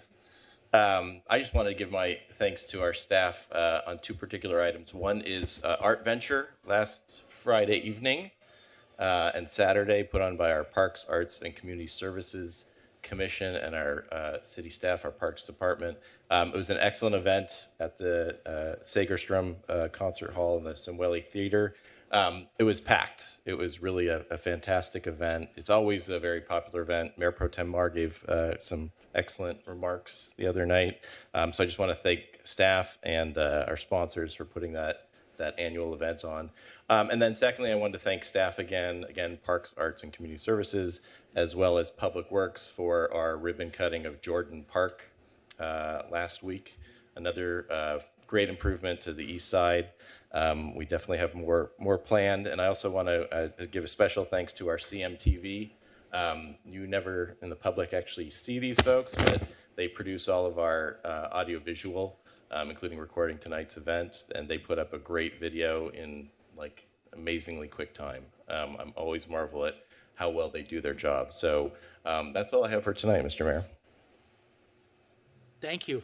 From District 3, our Mayor Pro Tem, Andrea Mar. Thank you, Mr. Mayor. Yep, I'm just going to pile on to the outdoor dining requests. I'm getting an increased sense of urgency from restaurants who have temporary use permits right now that expire at the end of the year. And so we need to come up with our plan for what we're doing there. Nobody followed up on Dr. Smoller, but the idea of being the sustainability capital of the world sounds pretty great to me. It very much dovetails with a lot of the efforts we've taken over the last couple of years to increase our environmental sustainability here in Costa Mesa. And I've got a couple of ideas for what we can do in 2023. So really looking forward to capitalizing on that. If you have thoughts or ideas, I'd love to hear them. Regarding Art Venture, yeah, big thanks to Monique Villasenor, Ashley Thomas, Laurette Garner. I'm sure I'm missing a bunch of folks, but wanted to call you out by name. It was an excellent event.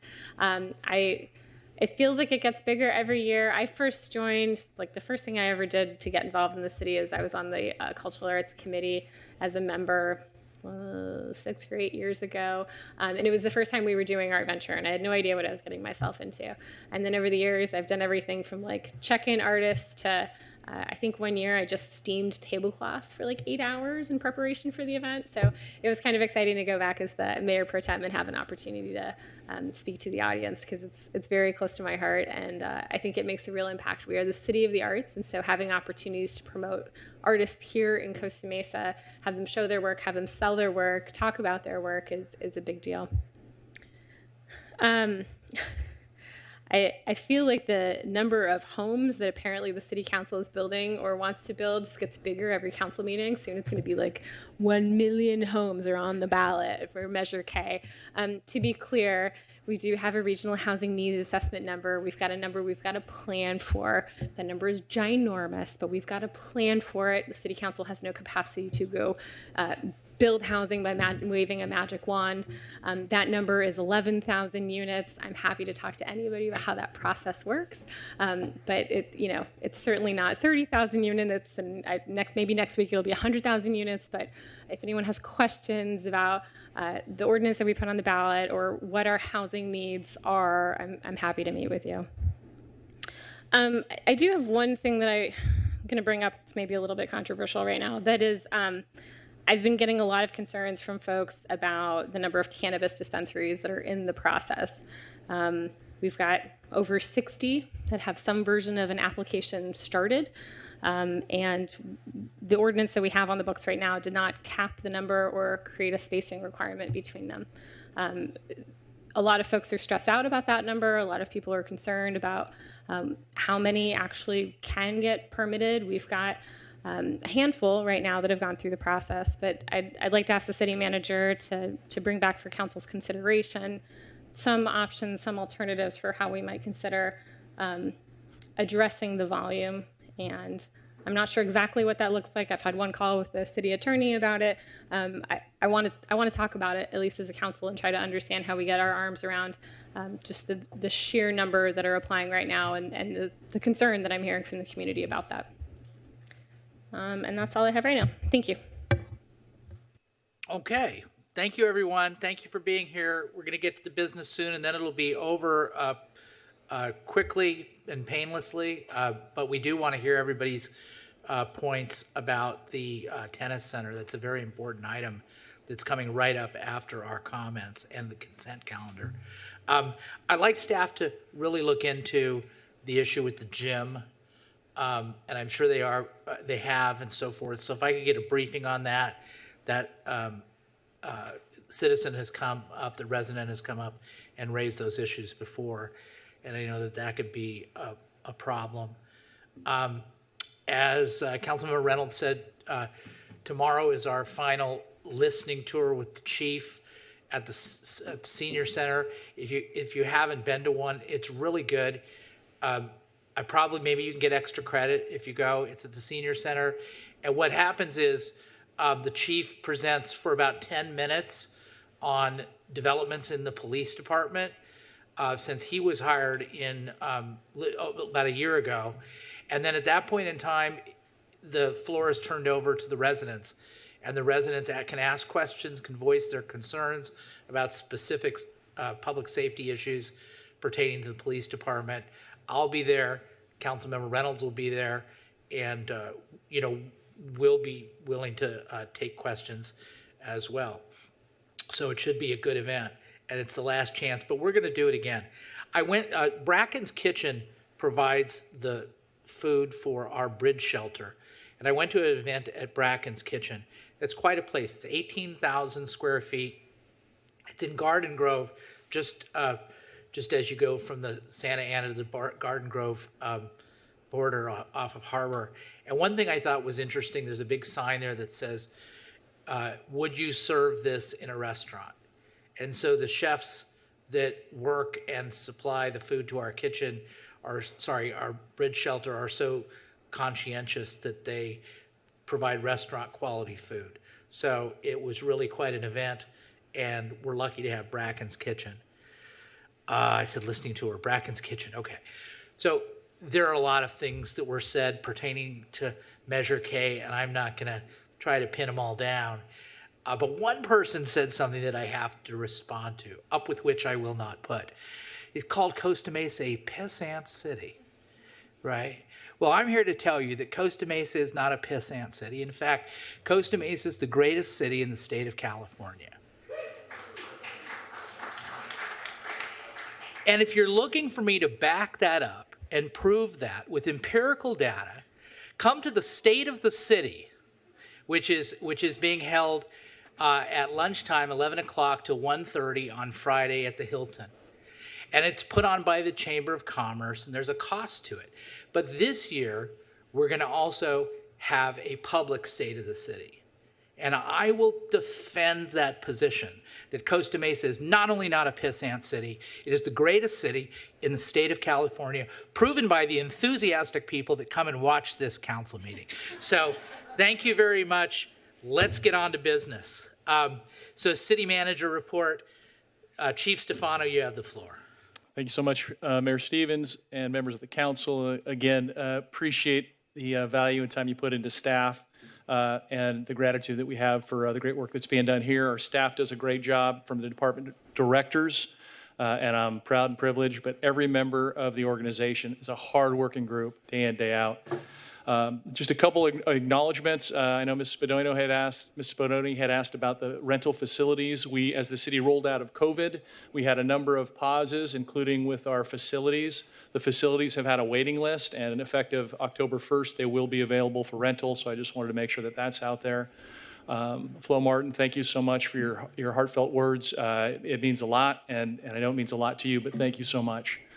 As far as some of the council member requests, we did have one that had come up last council, and it came up again this council, so I wanted to just offer up regarding the outdoor dining ordinance. I know that's something that's important to all of our partners in the community, and so what I'd like to do is have Ms. Jennifer Lee just provide a brief update where we are. We have been thinking about it, we have been working on it, and we've wanted to be very thoughtful in terms of our approach. But with that, Ms. Lee, you want to provide a brief update on that?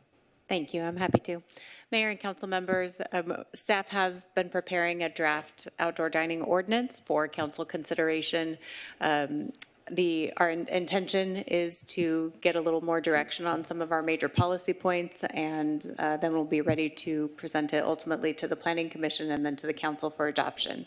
While we're going through that process, our intention is to bring you an extension request for the temporary permits, and that has always been our intention, to make sure that the temporary permits sort of transition very seamlessly into our permanent policy direction. So thank you. Thank you for that update, and we will continue to keep the council posted. Other comments that came up were related to COVID and some of the transitions out. Councilmember Harper, you brought that up, so we are continuing as a staff, continuing to look at the next steps for us. So we will certainly, again, work through the next steps. We just want to be extremely thoughtful as we work through that process. So thank you. And as far as the cannabis goes, Mayor Pro Tem, I'll be speaking with the city manager, Farrell Harrison, about that, and we'll make sure that's something that's addressed. So thank you for those comments, and to the public, thank you so much for the comments that we receive. Again, the city manager's office is open to any questions or comments that you want to send our way. And with that, just a couple final comments as we move through. We're in National Preparedness Month. Likely many of you have heard that a 7.6 earthquake hit western Mexico on Monday along the country's Pacific coast, including fatalities, damaging buildings, knocking out power, and sending residents of Mexico scrambling outside for safety. Power was knocked out in parts of Roma and Mexico City, and the national power utility said outages hit 1.2 million users. I emphasize this and share this as a reminder. This is an excellent time for us, as that September is National Preparedness Month, and we want to urge everyone to take precautions as we prepare to always be prepared for any emergency, whether at home, work, or at play or at school. Here's a 5-step plan. Know your hazards. Check out your local hazard mitigation plan on the city website for more information, and by that is on the city website, and we're soliciting public input on the hazard mitigation plan, so we ask that you jump into that at costamesa.ca.gov. Step 2, have a plan.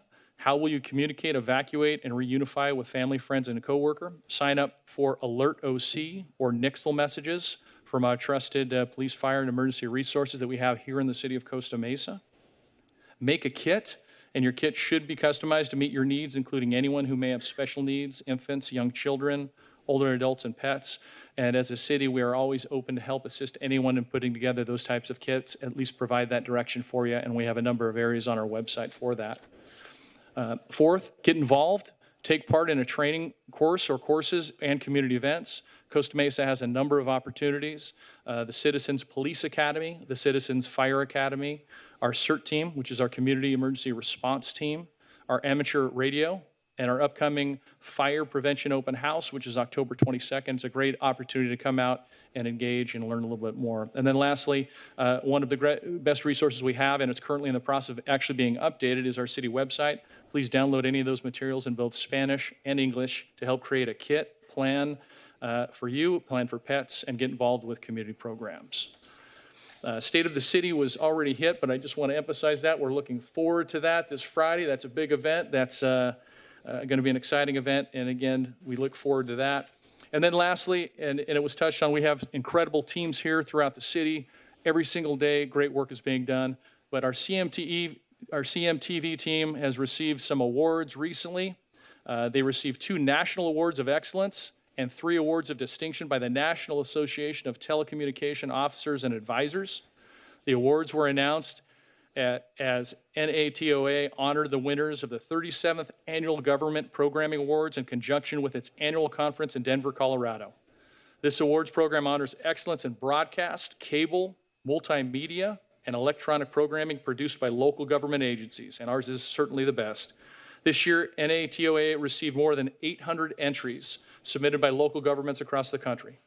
In addition to broadcasting all of our Costa Mesa City Council, Planning Commission, and Parks and Community Services meetings, CMTV produces programming about the people, the places, and events happening in the city of Costa Mesa.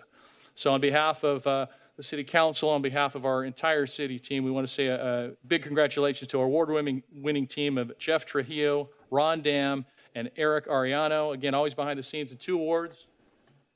Bring up, just to show you the magic's there. So again, congratulations. And that concludes my comments, Mr. Mayor. You finished on a high, bringing home the hardware. Okay, top that, City Attorney. Oh, I can't even begin to top that. But I do want to say that 32 years ago, the population of my household doubled overnight when I had twins. And I wanted to say that one of the products of one of those twins will be a year old in 9 days. And I want to wish her a happy Hispanic Heritage Month, my little Latina granddaughter, who is the most amazing creature that ever lived. And I'm sure that she will be proud to be part of the heritage of Costa Mesa someday. Thank you. All right, well done. Okay, so now we're moving on to the consent calendar. For our consent calendar, unless items get pulled, we vote on them all at one time because they're all relatively routine items. Madam Clerk, has anybody, and they can be, items can be pulled by the public or the City Council or the staff. Has anybody pulled any consent calendar items? Mr. Mayor, I had no requests. Okay, that's good. So I'm going to entertain a motion, but I'm going to note a recusal on number 3 and number 8 because I've received campaign contributions from the Buckhalter firm.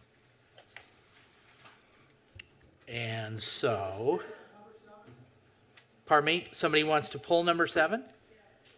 Okay, then somebody wants to pull number 7. We were about ready to vote on the consent calendar.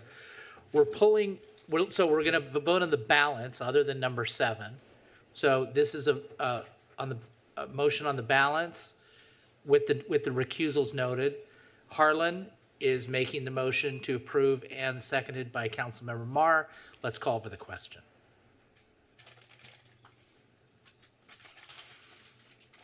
Councilmember Harper?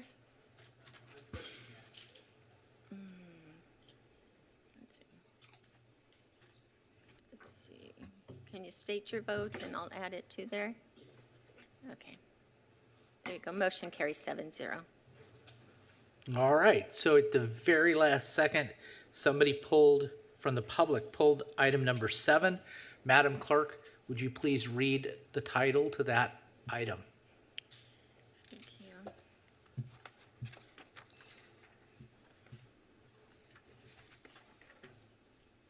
Item number 7 is reject all bids, West 19th Street bicycle improvements and striping project, city project number 22-06. Okay, good.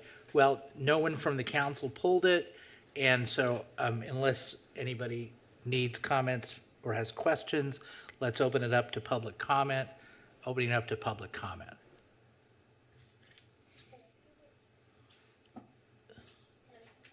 You can do whatever you want to do. Hold on one second before we do. Do you have questions? Go ahead. Yeah, I'll just make some comments because I did, maybe this will preempt some of the comments or questions. So Director Seth Rahman and I have had some good conversations on this topic. Certainly when I saw the item, I was alarmed and I wanted to make sure this project is going forward. West 19th Street is officially a pedestrian priority area in the city of Costa Mesa. When we look at data on injuries and collisions, we know it's an area that needs improvements. When we talk to anyone who lives or works or travels along West 19th, we know it's an area, as are many areas of the city, area where people really want to see cars slow down and really feel safer when we're walking and biking and moving on that street. So I'll just want to clarify my understanding with this project. The item before us is to reject some bids that the prices came in very high on. Staff's plan is to sort of strategically break up the project into a couple different pieces that allows us to get more competitive, cost-effective bids. It's going to be a couple months delay on one component of the project, but work has already started on some CIP projects, including Placentia Avenue, and I've seen the cutouts on the sidewalk where we're adding some trees. So my understanding is the West 19th project we're talking about tonight is, the expectation is to sort of break up the scope, rebid in rebid in October, and hopefully start construction in January. What we did talk about was intermediate opportunities for traffic calming on West 19th. Our staff are going to put out a speeding message board just to get some physical infrastructure, but also remind people to slow down when they're traveling on West 19th. We're going to add some signage and notifications to the residents to let them know of multiple traffic calming projects that we are implementing over the next 6 months.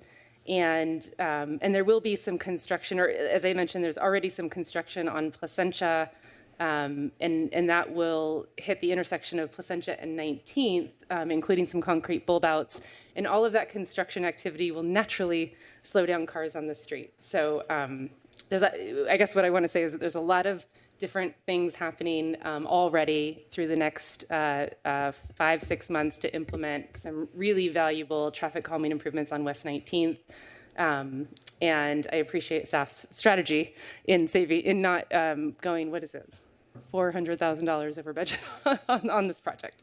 So I don't know if I answered any of your questions, but I wanted to share that information for anyone who was concerned that this project might not move forward. Thanks. Mr. Sethuraman, is that a good summary, or do you have anything to add or clarify? Mr. Mayor, Councilmember Reynolds gave a good summary, so nothing more other than if there are any questions, I can answer them. Excellent. Okay, and no other questions from council? Okay, now let's open it up for public comment. Mr. DeBoda, you have the floor. Your comments. I emailed staff on this because I noticed that the staff report, numbers in the staff report and in the budget weren't reconciling, and I appreciate staff's response back to me. And this is kind of cut and dry. Reject the bids that came in higher than anticipated. In that, the narrow viewpoint, rejecting bids, that has no cost impact. The fact is, though, this project will experience a cost impact. Not today because you're rejecting bids, but when that's rebid, the project's going to need additional funding. What that exact dollar is, nobody knows at this point in time. But that money will come from another existing bike project that's been approved by council. That project would include work on Placentia and Del Mar Avenue. Now, this is per the emails back to me from staff. So all I'm asking for, and what I've said repeatedly, is I'm just looking for transparency. I think you guys up on the dais need all the information you can have before you make your decisions. Is the decision going to change? No, you're going to vote to approve this. That makes sense. But in the context of that, I think you should be informed that sometime in the next couple of months, staff's going to come back and ask for more money on this project. Yes, work is going on in Placentia, but Placentia is going to be de-scoped because they're taking money from the Placentia project, at least that's what I was told, to help fund this. And Del Mar, now maybe that's changed in the last 8 hours, I don't know. But some of this additional information, all the information may not be known, all the exact dollars and all the exact impacts may not be known, but at least you should be told more than, cancel the bids, no cost impact, period. No, you deserve, and the public back here in the cheap seats deserve more information than that. That's all I'm asking from staff on these staff reports. And I made comments similar to 2 weeks ago about similar situation where I believe staff reports should include more information for council before you make your decisions. That's all I'm asking for. Thank you.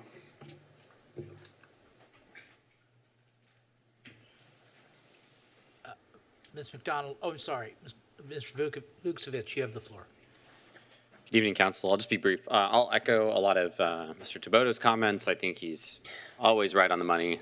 That's his job. But I also want to say, I also do want to recognize staff for doing the prudent fiscal decision at a time when materials are high, and this came in way over budget. Everyone knows me and the whole Costa Mesa Alliance for Better Streets. We're big fans of biking and walking and really safety for our community. So it is a bummer to see this project delayed, but you know, we appreciate prudent prudent decision making. And that's all I want to say. Thank you. Ms. McDonald. Good evening again. You know, Ralph mentioned earlier that the Active Transportation Committee has seen some projects come and stall out, and some of them dropped off the budget. By breaking apart the bids, I hope that nothing gets lost. This is a very important project that provides a needed connection and would address safety problems on a street where there are many cycling and pedestrian incidents. And when Ralph was talking about the transparency of the committee, it brought to mind that when I was on the committee always received a CIP project list at each meeting, and that the public actually wasn't being provided that. I found out when I got off the committee. And I've requested that I receive it. I didn't get it the last meeting. I guess it's going to be posted on the website. Haven't seen it quite yet, but. And then seeing Mark, I thought about one more thing. You know, San Francisco has rent control, has a bond pass-through. Rents this year were allowed to increase by 2.3%, which is the largest increase I've ever seen. And I did property management for San Francisco for 18 years. Thank you. All right, Ms. Martin. I've been on the Active Transportation Committee, previously known as Bike and Walkability, ever since its inception. About a year or two into that committee's work, 19th Street project came into the works, and somehow it got dropped. I don't remember what the specifics were, but the 19th Street project disappeared. When I read the agenda for this council meeting and saw that 19th Street project was being dropped again, my mind blew up. I would like to see the city council and staff dig deep and find the funding to continue 19th Street. 19th Street is a major thoroughfare for cyclists and pedestrians. There are crashes and injuries there all the time. We need to make 19th Street a major priority. Thank you. Thank you, ma'am. Anybody on Zoom that wishes to? Yes, one speaker, Priscilla. I'm not sure you want to speak on this project or your hand is still raised from before.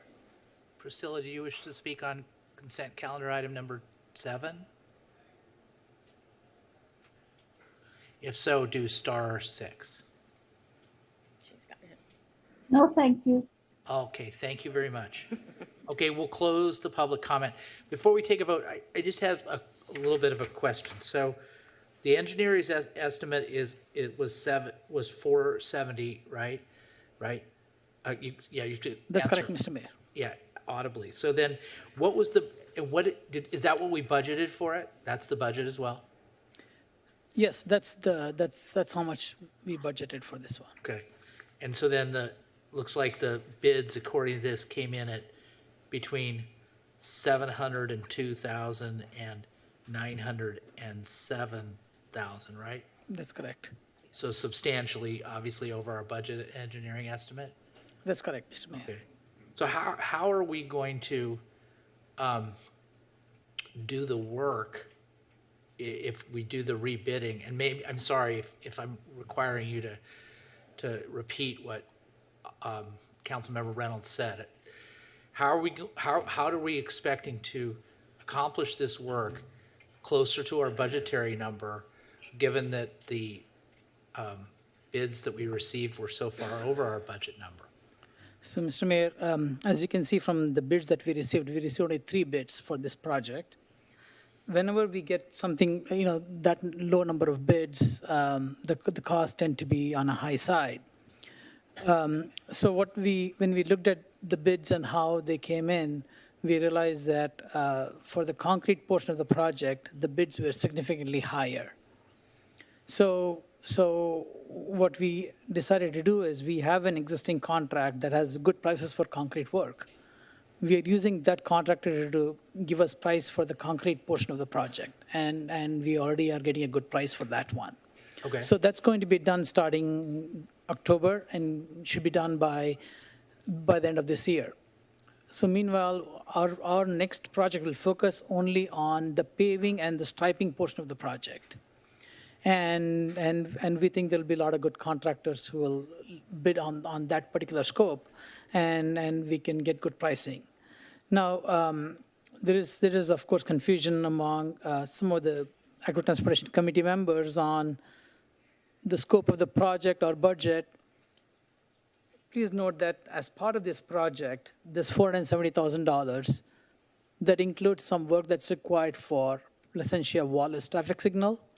It includes roadway rehabilitation work that is required irrespective of whether we do the bike project or not. So it's combining 3 different elements into one project.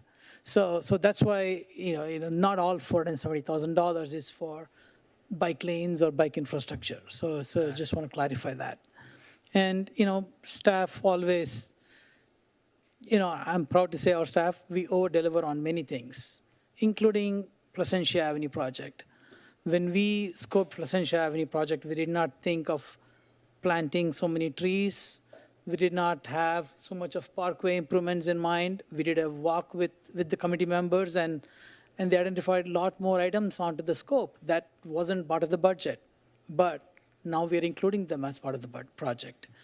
Same thing with other projects, like when we did Bay Street, we added bike lanes. That wasn't part of that project. When we did Bristol Street project recently, we added those, bike facility on Bristol Street, and that wasn't part of that original project. So we have always been doing a lot more than what we had in the plans and advancing active transportation. So, and we'll continue to do that. All right, good explanation, thank you. Where's the crowd clapping for that explanation? That was All right, thanks, Mr. Sethuraman. Let's call for the question. There you go. Oh, sorry, so we got to make a motion first. Motion by Councilmember Reynolds and seconded by Councilmember Chavez. Now, let's call for the question. Motion carries 7-0. All right, we made it through the consent calendar. You want everybody power through? Power through. That's what I need a break. 2 people need a break? Okay, let's do a break. Let's get back. Let's do it. Let's come back. Let's come. That's all right. Everybody relax. Let's come back at 8:20. That's a 12-minute break.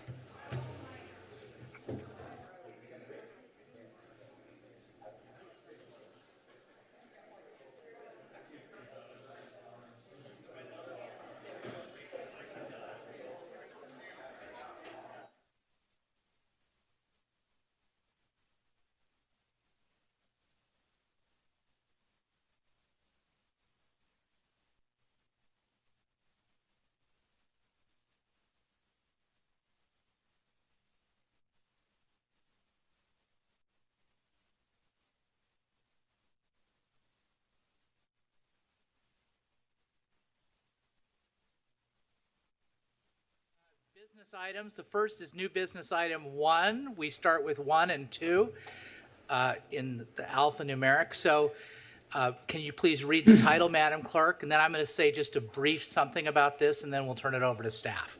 Go ahead. Thank you. This is the Costa Mesa Tennis Center scope of services, and staff presentation will be provided by Mr. Jason Minter, Director of Parks and Recreation Services. Okay. So before we turn it over to staff, just for the benefit of the public, thank you for being here. You'll hear from staff, and what we're going to do today, we're just trying to understand the contours of the request for proposal. So I want everybody to have an opportunity. You'll have your 3 minutes to speak on that topic. We're not talking about any particular applicants or any applicants that might apply and put in a proposal. If you're here to talk about that, you can do it. I'm not going to, basically clip your wings or inhibit your First Amendment right, but that's not on the topic today.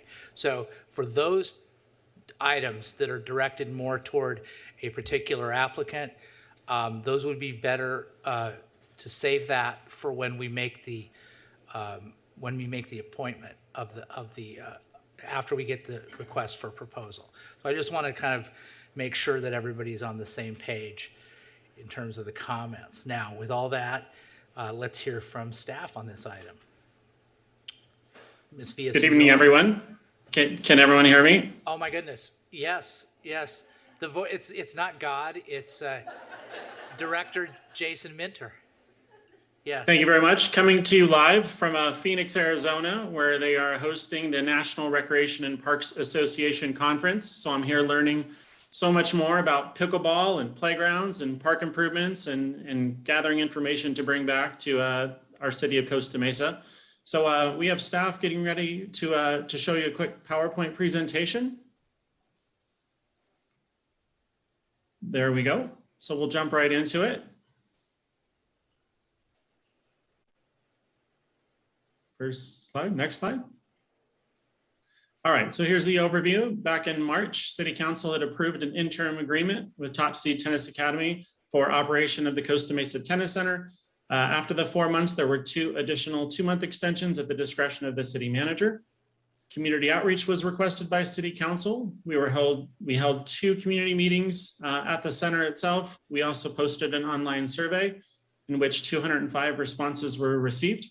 We also had a discussion at our Parks, Arts, and Community Services Commission, where we gathered a lot of feedback from the public as well. Staff have done additional research and analysis, looking at different cities that have similar agreements. You see them listed: Fountain Valley, Fullerton, Huntington Beach, and Newport Beach. The proposed scope of services was based on what had previously been in existence at Costa Mesa, and then gathering information from all these different cities. Next slide. Here's an overview of the tennis center. It's about a 2-acre facility with 12 lighted courts, the pro shop, a courtyard, 55 parking spaces, and you see basic hours of operation and current programs that are in operation for the community right now. Next. Brief analysis. This is kind of a timeline of what got us to this point. We'll just kind of skim through it. I highlighted basically what that entailed. So we'll go to the next slide.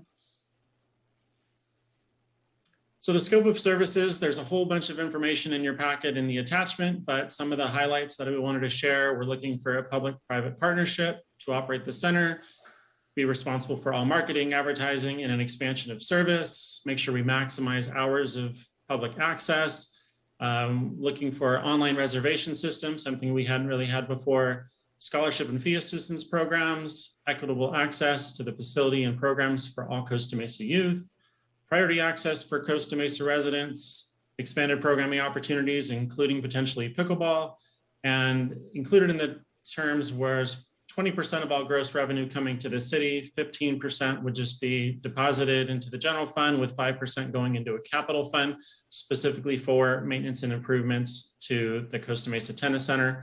I just wanted to point out on that note, these are all things that are subject to negotiation. We are looking forward to starting the RFP process, which is why we're asking for a council approval of the scope. We'll go to the next slide. Here's the tentative request for proposal timeline. You can see if it gets approved tonight, either as it is or with changes, We would be releasing the RFP as soon as tomorrow. There would be a mandatory pre-proposal meeting that would be held at the Costa Mesa Tennis Center. Anyone wishing to submit a proposal would be required to be at that meeting. We'd be sharing information, taking questions from all proposed applicants. And then, that would kickstart us on the process to getting those proposals back in. Our estimated date for receiving the proposals with that timeline would be September 30th. No, that's the deadline. I'm sorry. It's hard to see on this little screen. We would give about a month for applicants to actually submit their proposals. You see that as the October 10th date. And then we'd have interviews with the qualifying proposed agencies shortly after that. We'd be coming back to council in November of 2022 to hopefully award a contract that we would anticipate would begin January 1st of 2023. Next slide.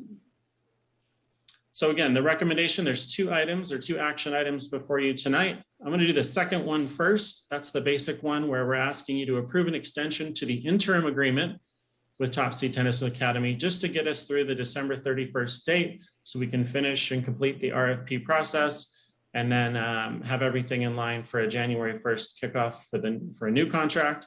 And then the second one, or the first one, if you will, is to approve the proposed scope of services and then have staff to go ahead and launch the RFP.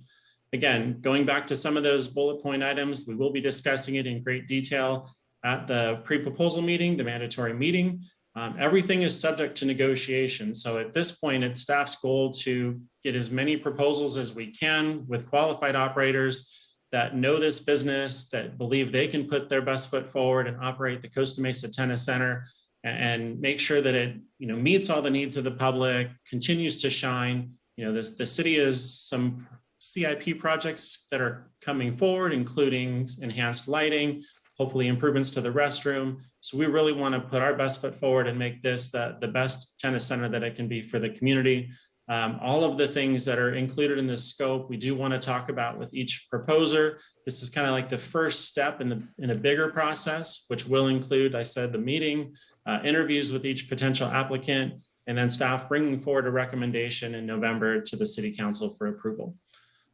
With that, that's all of our presentation. Our Recreation Manager, Monique Villasenor, is also there live in the audience, and we're both here to answer any questions you have.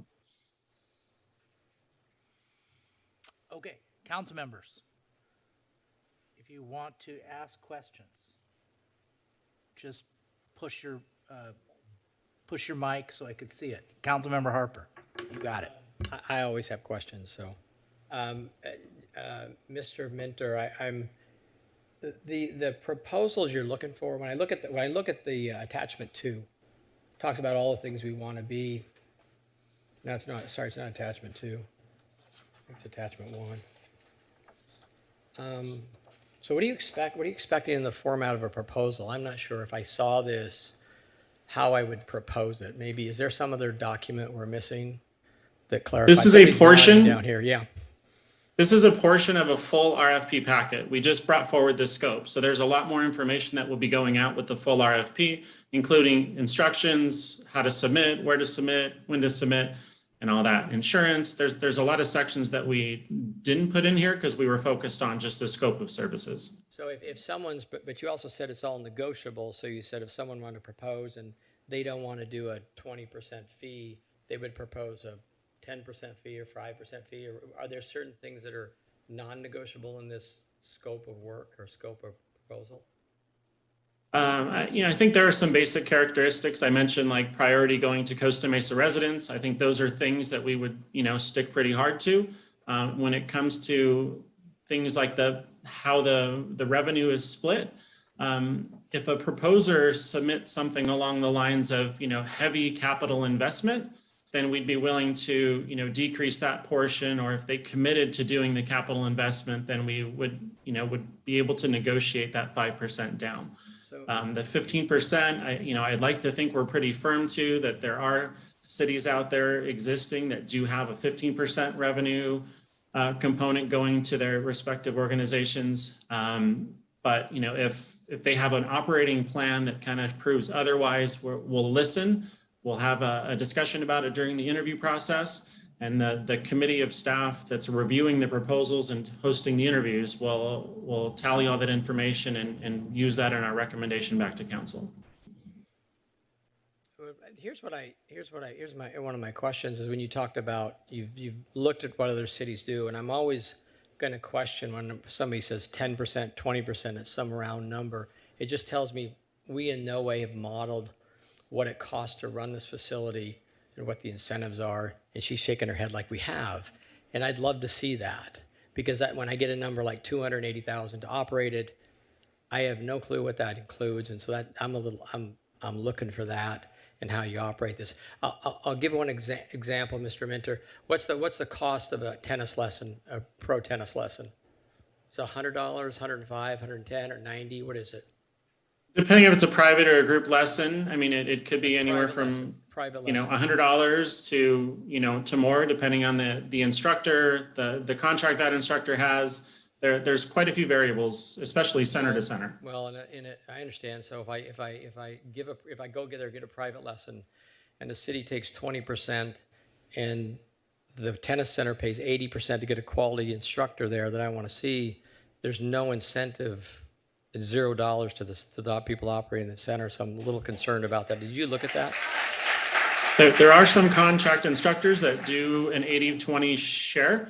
There are also contract instructors that don't. They'll do a 75-25, a 70-30. So we are looking at that at each individual proposal to say what's the experience level of the instructors they're bringing to the table, and that will help dictate what the rate would be. Those instructors will change based on who takes over the center, won't they? That's not going to be. They absolutely could. They don't have to, but they could for sure. Well, they don't. So we're going to dictate what instructors stay. The city's going to dictate that? Not at all, no. No, so they could change by virtue of whoever runs it can put in anybody they want, any level they want. Because frankly, if I was running it, my point is, I know it's a question, but I'm trying to address what my question is if I take over the tennis center and the city takes 20%, I'm going to probably be incentivized to either pay a lot less for my instructors, or I'll do more group lessons or higher revenue, higher dollar things. Because giving a good quality tennis pro, and I play a lot of tennis, not very well, but I play a lot of tennis, and I know what good guys get paid, and we talk about in our proposal having a premier tennis center, and that's why I'm concerned about. And I just wonder did you look at the revenue structure and the sources of revenue from when Hank Lloyd ran it and and this group that's running it now, and take a look at where it's coming from? And did you, this lady down, what's your name? Monique. Monique is nodding for you. She's a very big supporter of yours. So I'd love to see how you looked at that, because if I was going to bid on this, like some people are, and I don't have the numbers, and I want to make sure this is a fair process. I want anybody that hasn't been operating it to know what the court time is, which we must know the court time, right? How much court usage, do we know that? Is there all that information can be discovered, and we can discuss it at the pre-proposal meeting. Those questions are welcome from any potential applicant. I appreciate that, but I think this council wanted to see an RFP and understand how, and I'm looking at it like I'm a guy trying to buy a business. If I'm going to go in there and I'm going to take some risk, because all the things I have to do maintenance-wise, I'm going to take risk on. And when I propose it, I got to know the numbers, and I want to make sure this is fair. And I think what I'm seeing to me is so vague. I don't know that I can make a fair proposal. And so that's kind of what I'm asking. I hope that makes sense to you. You asked about what we considered, and lessons are a big part of that, of the business plan. I don't mind the clapping. It's just when you're clapping and he's responding, then we can't hear what he's saying. So go ahead. You were saying something. Go ahead, Jason.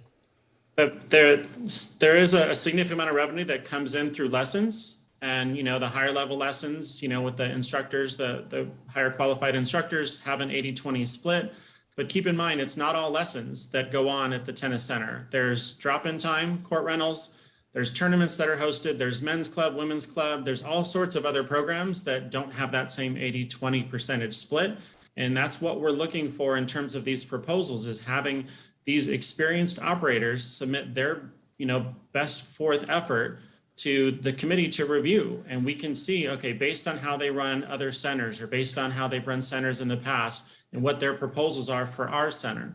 In the comparative analysis we've did, there's centers with 4 courts or 8 courts or 20 courts. And so they're not apples to apples. So what we're trying to do is really extract the best proposal from the experts that do this every single day. And while I appreciate, the council's interest in this, we do look forward to bringing back the best possible proposal for the council to review. And then, our summaries of the other proposals as well. So if the council wants to take it in a different direction from what staff recommend in 2 months, then, that's well within your right. But we really want to flesh out these proposals and just make it an even playing field for everyone that's interested in running this center. So I'm sorry, I didn't mean to interrupt. I understand what you're saying, but I still want you to, I don't think you've addressed, at a 20% rate, there becomes an incentive not to offer pro lessons or it's individual lessons or private individual lessons. And that's my point. And you can look at all you want to look at, but it's still the nature of how something's structured. So, and again, to my other point, I want to know if you plan to share the economics to the other people bidding on this so they can see what the current landscape is. I know they're professionals and they know what they're doing if they've operated tennis clinics, but if I was an operator and I didn't have the data on what the court time was, what the mix of revenue streams are, it's really hard for me to give a fair bid or an intelligent bid. So I just want to say we can definitely provide that to you, is the extensive history of the previous operator. There are, we have years past of, we break it down into, court time, pro shop sales, what they made, their revenue history, so we can definitely provide that to you. Right, and I think that's fair to offer to the people that are bidding it. So we want to be a premier, do we have premier courts, a premier tennis center now, or do we need upgrades to make it what we'd call a premier? Because that's what we say, our objective is do we, what upgrades do we need and how much do they cost? One of the bigger projects that that we have received a commitment of funding from Senator Minn's office is to improve our lighting to LED sports lighting for all of 12 tennis courts. That's probably going to be about a $500,000 improvement. It'll provide not only energy saving opportunities to keep in line with the council's sustainability goals, but it'll also, save on energy costs for the operator, for the city or both of us. In addition, it'll make it easier to turn on and off lights, and it definitely a huge upgrade to all users of the facility. Other things could be improvements to the pro shop, the restrooms, the showers, all of the things that were discussed during the community meetings and our PAX Commission meeting. Trying to set aside funding, and that's what the 5% was all about, was really focused on channeling it into improvements to the center. Because I think we have great programming, there are great instructors out there, that it is a really good facility, but I think there are some things we can do to elevate it. Right, so again, my question was, what's the cost to do that? I mean, what's the total revenue you're expecting, total gross revenue from an operator of this facility? Looking at some of the most recent numbers in 2021, when the center was operated by Hank Lloyd, their total gross revenue was $940,000 for that year. And we believe that we can easily achieve $1 million in a single year. So we've got 5%, which is 50 grand that will accumulate. And then I guess I still need that same question, is what's that cost? I don't want to be dead by the time this tennis center is redone. And I really do have an objective to make it as good as where I play. I really think it's a jewel of a property, and I'd really love to see it done. And I'm concerned that may take years and years at 50 grand a year if everything goes well. Because I think there's a bigger number that needs to be spent out there, and I think the community would appreciate it, and the taxpayers would appreciate it. So I'm a little concerned tying a percentage to a revenue number and making it hard for the operator to really do well. And I want them to do well, and I want everybody to be happy with it. So there are a couple other questions. I'm just curious, is there a defined, in this RFP, a defined court priority schedule? Like what comes first, what comes second? Is it private lessons, leagues? Is all that set in stone within the city's requirement? Youth nonprofit organizations and Costa Mesa residents would have priority. And what we would ask of each operator coming in is that they evaluate what's currently going on, just like Top C did when they came in and took over the interim agreement, was to not kick any youth programs out or kick any existing programs out while they analyzed it and got a feel of the needs of the community. So is there a schedule? If I'm bidding on this project, is there a schedule of what is my required court priority? So I know when I have to give up courts for certain things, whether it's the high schools or the USTA, is there a priority that we require in the RFP? Because that isn't something I would want the operator to tell me what to do. I want to dictate that. So is that going to be in our requirements? It's something we can definitely add, and we were planning to provide that along with the previous operators like schedule and expenses at the pre-proposal meeting and during that part of the RFP process. Okay. Other question, you talk about scholarship programs and low income, I say this the right way, or low income lessons or whatever you want to call them well, it'd probably be free, but is the city going to dictate how many of those they have to have? And then I would hope that we're not having kids show up and ask them for their tax returns to see if you qualify for low income. I'm not sure how you do that, to be honest. So I'm curious when it's written in here that that's one of our requirements. Can you speak to that? Sure. There's a variety of ways that we would look to incorporate that. Some of it is working with some of our local youth nonprofit organizations. One example could be like our Save Our Youth Center. If they have instructors that are willing to go over and do lessons at the Soy Center or have special programming time where the Soy kids can come over to the tennis center and get like a free lesson or a discounted lesson.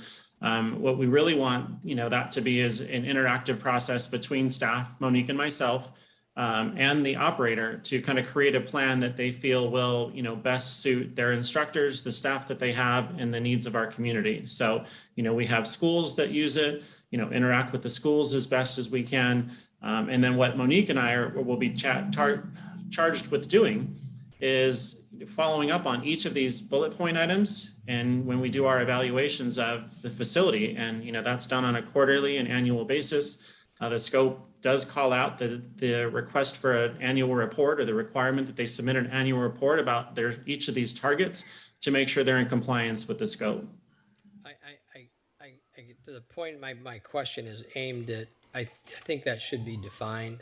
And when an operator comes in, and I'd like the operator, frankly, I'd like quality lessons given, and just to have a baseline where they have to offer so many classes. And obviously, it's an honor system. You're not going to ask for their W-2 and tax returns. But I think we should incorporate that and set a requirement. And so it's not vague. That's a difficult thing to manage.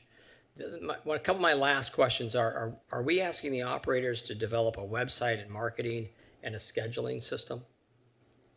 That is part of it, yes. So if we get an operator in and they have a scheduling system and it's fabulous, and then they quit after 3 years, don't we have to redo the scheduling system? Should the city consider owning the scheduling system, even if they pay the operator, build it, and own it? Did we consider if it's on their computer system and and it's at their cost, then no, we would not take it over. It's not a permanent improvement to the facility. Well, again, my question is, did we consider doing that? Because I conceptually, everything about the tennis center, the city owns and the citizens own. And if we want a premier facility, we should build it out. And part of that is a scheduling process. And if I switch operators, I don't lose that continuity with scheduling, so we own it. And that's kind of my question is, did we consider doing it? And I guess I'm asking you to please consider it in the proposal process. So I think each vendor would have their own preference as to what software they might use. And at this point, no, it's not dictated in the RFP. I understand it's not, and I'm sure they would, but maybe they won't. I don't know. I think I'm just trying to build something or have something be that we has continuity to it. We don't go through what we just went through in losing an operator.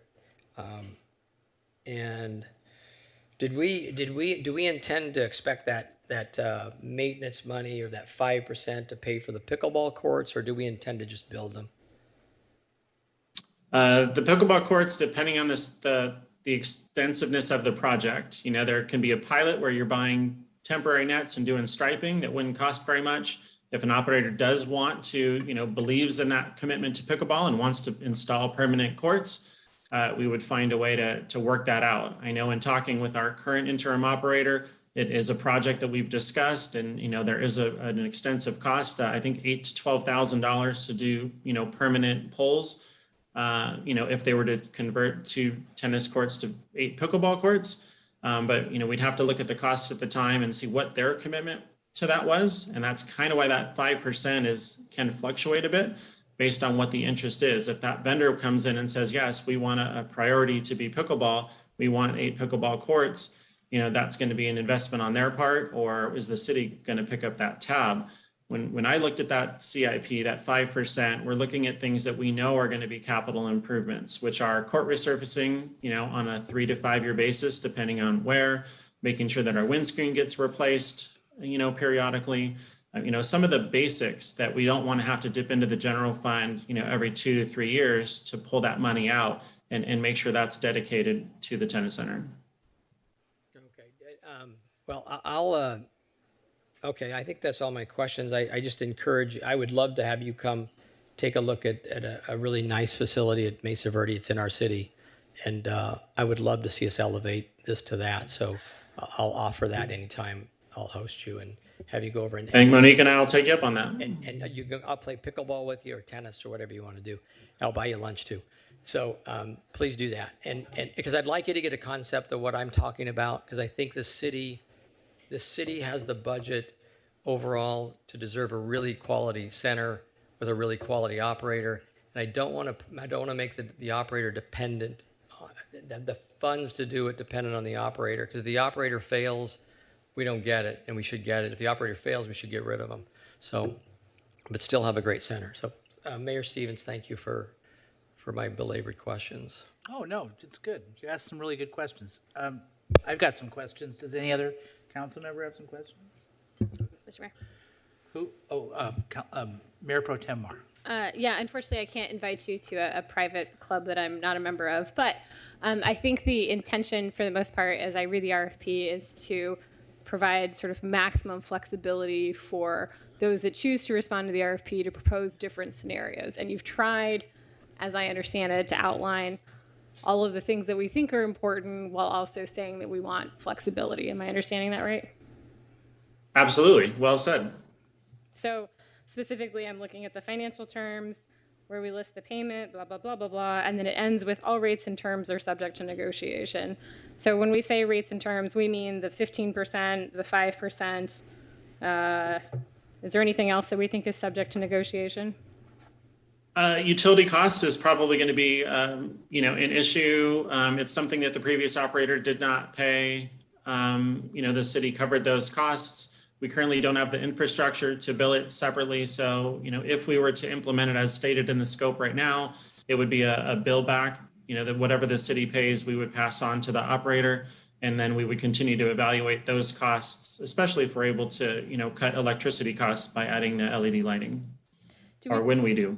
Do we think that, there's a ramp-up period time that may be appropriate? So given that there's an interim operator right now, assuming someone new takes over, is there 6 months or a year where potentially we might consider a different structure to allow them to get on board and up to speed and roll out the new systems, all of which cost money? I think that's definitely something that I've incorporated into previous RFPs, throughout my career. Especially if there's heavy capital investment. But if you look at, just software costs and some of those things, we can definitely discuss that during the negotiation period. And if a decreased rent or a cut rate was offered for the first 3 months, 6 months, a year, as they adjusted to it, I think we'd be definitely open to it and would include that in our recommendation to council. Okay. And then you've listed capital improvements, including court resurfacing, replacement of nets, center straps. But that's in the capital budget. And then later in section E, we speak specifically about the maintenance fund. It seems like some of those things, replacements of nets, et cetera, might be considered in the maintenance fund rather than true capital improvements. But given that we're not mandating either and both are subject to flexibility, is there logic or a thought behind why we categorize one as capital improvements versus maintenance? Capital, I would usually default to what the cost of that improvement is. Some of the maintenance costs, if there's cracks that need to be filled or, fencing that needs to be replaced or gate hardware and things like that is more maintenance, as opposed to something like a court resurfacing. I know over the last, 5 years, the costs for court resurfacing have gone up, and it's, may have been an operating expense before, but it seems like it's more along the lines of a CIP now. But again, it's, subject to discussion with the operator and do they have a schedule for how often they want to replace the courts or how often they want to resurface the courts. And then last question, as I understand it, we're leaving it up to the operator to decide whether or not pickleball will be a good and compatible fit with the existing usage. We're not mandating in any way as a city that we want pickleball courts there. Is that right? At the community meetings, there was mixed reviews. Some people demanded pickleball and others were reluctant to it. So we do want the new operator to come in with the mindset of, this is an opportunity, one, to maximize courts, two, to offer additional programming to people that may not currently use the center. So it's really about maximization of the facility, maximization of the courts, and talking to different operators. It's possible. It's been implemented at facilities, throughout Southern California. And so we do think that there's a likelihood that we would incorporate pickleball, unless we got strong negative reaction from the public about, taking over a couple tennis courts. From the public and from the assigned operator, right? Once this contract is executed, ultimately it'd be their call since they're operating the facility? Yes. Okay, thank you. Okay. For my part, anybody else? Oh, Councilman, I'm sorry. I can't see your light. I know. Councilmember Chavez is in the way. So go ahead and ask whatever questions you choose. I just have one question. I actually share some of Councilmember Harper's concerns, and I probably have more comments that I'd like to make after I hear from the public. But my one question, Mr. Minter, is about the term. So at the moment, it appears to be 5 years with 2 one-year options to renew. And I'd like to know if you think that's actually long enough for a potential vendor to want to put in any capital improvements. So a clarification on that. Thank you for bringing that up.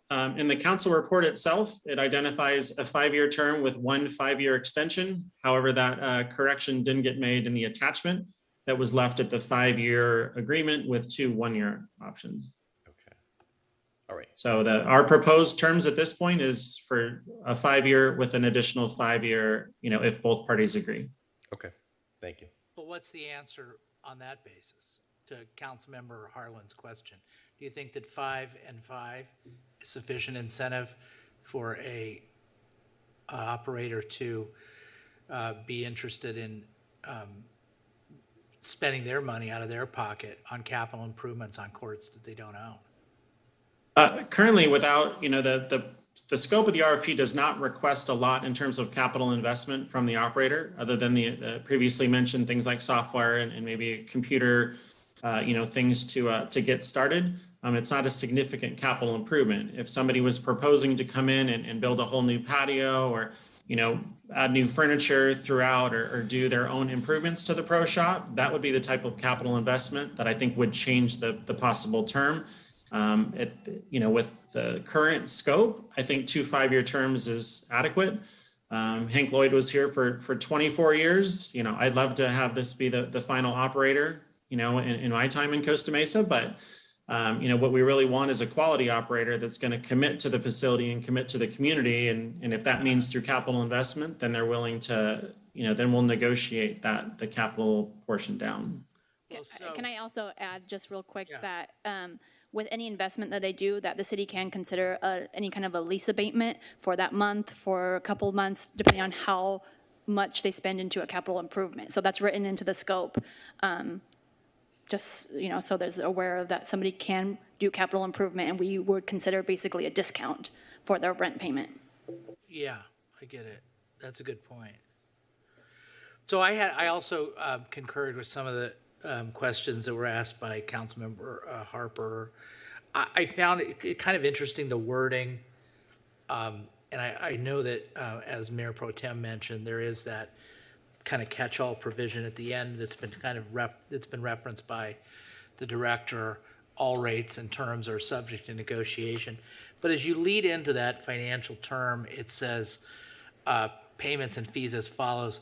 Operators shall pay the city. It uses that term shall, must, whatever.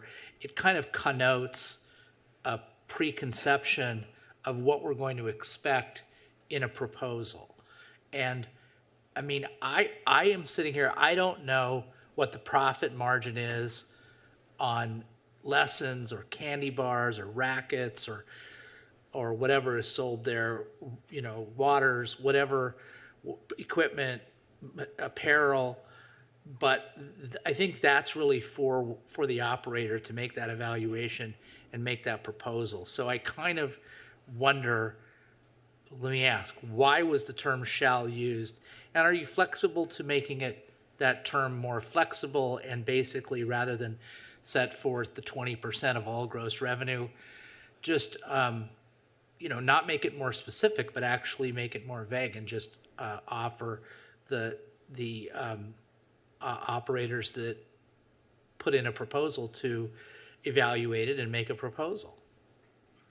We can definitely do that. I mean, it's council's direction, how they want us to proceed, which is one of the reasons why I think council asked for us to bring it back for your body to review. If you don't think that 20% is accurate and you don't want to stick to a hard number, just for a little bit more reference, the deal that's currently in place, the interim agreement, which was a continuation of the agreement with Hank Lloyd, it was 10% of gross revenue from the tennis facility and 5% of gross revenue from the pro shop. So that was kind of a rough estimate of where the 15% came from. I know pro shop sales don't come close to tennis use, so that's about where our 15% came from. So we felt it was in line with what had been currently in operation at the facility. All right, I just want to be clear that it's not, for me, it's not about accuracy. It's about creating a proposal that we eventually can award a contract where the city and the residents and the operator are rowing in the same direction in terms of their various financial incentives. And from my perspective, and I'm just one person up here, I'm looking at this, and it's the same thing with the term of the contract. No one is going to invest. No one who's a responsible business owner is going to invest any money in our property on a 5-year term with a 5-year renewal and a where they could get kicked out at any time if they're not performing. It's not going to happen. So what I see is, I see the tennis center as one person. I see the tennis center as more of a service to the community than a revenue generating facility. I think there's a very low ceiling. Hold on. There's a very low ceiling on the revenue that we can generate from this. And so on the revenue we can generate it, there's a higher ceiling on the amount of enjoyment that the community can get out of it and the service that we can provide. And again, for my part, what I'm going to look at when I look at the proposals and make a decision on the award is, yes, does it pencil out financially? But more importantly, is this an operator that can deliver the services to the community that are, I think, whatever Councilmember Harper said, the premier services or whatever. And I do think that the city has to put their money where their mouth is and make some capital improvement, because we're not going to fund the capital improvement from the revenue, and we're never going to get an operator to put money out of their own pocket to improve our tennis center. That's not realistic. So that's for our budgeting years from now. But that's just that. I don't think that this contract is the solution to capital improvements. I do believe that they need to be made, but like $500,000 for the LED lights. Where's that coming from out of this revenue and the profit? That was coming from Senator Grant's money? No, I understand. It's coming from the grant, but what I'm saying is that's how much it costs. Yeah. So assume we didn't get the grant, and we said we want to fund the LED lights, the $500,000 improvement from the revenue of the tennis center. I just don't see it realistic. I mean, we would be running the tennis center for 15 years before we had $500,000 worth of free money. I mean, so I think we have to, as a council and as a city, decide what are we going to do here? Are we going to make a commitment to having a good facility, and that's going to take money? And it, like anything else, it's trade-offs. So anyway, I appreciate the work. Those are my comments, which I went beyond. I should only ask questions. Those are my comments and my few questions. Other council members? Yeah, Mayor Stevens, I just have one more question. Yeah, if of you don't course. mind, and I appreciate it, and I concur with your comments. Is the 5 years a mutual renewal, or is it the option of the operator? I mean, the option of both. I mean, if mutually agreed upon, an extension could be made for 5. So I just want to be a clear answer. It's you have to be mutually agree to extend 5 years? Yes. Okay, did you consider in this just and simplify the bid process, did you consider just what Mayor Stevens pointed to, which I try and do through questions to be fair, but I agree with him. Did you consider just doing a bid a flat dollar amount, the city will take care of the improvements, and maybe bid your term that you want to take it for, the risk you want to take, and that's probably good for the city and good for the operator. If the city never comes through on improving that facility and making it a premier facility, they have an option to get out. And we as council, consider us our role to pressure the city and make room in the budget to make those improvements. And Andrea Marr, you can come to my tennis club anytime too. So I just want to make that point. So that's all I had. Thank you. Okay, so we're good? Open it up to the public? I have one question. Oh, yes, of course. I feel like I should speak and say I'm also not part of a tennis club, so maybe I can get an invite too. Okay. I just wanted to share that Mayor Stevens' comment really resonated. I think you phrased it really well. I appreciate the desire to build flexibility in the RFP. I'm always interested in sort of different creative ways to achieve an end goal. What I'm not sure is whether we're clear on what the goal is. It wasn't clear to me whether we're trying to shape this to maximize revenue generation, or I think, as you've said, maximize sort of community service. And I would certainly lean towards the latter. So I'm curious, in the comments that are coming, I really want to get feedback from especially operators who are thinking about bidding on this. What is not clear? What needs to be clarified for you to feel like you can have good signals for what we're going to be looking for when we're evaluating bids? So I just wanted to share that. Thank you. Thank you. Okay, let's open it up to the public.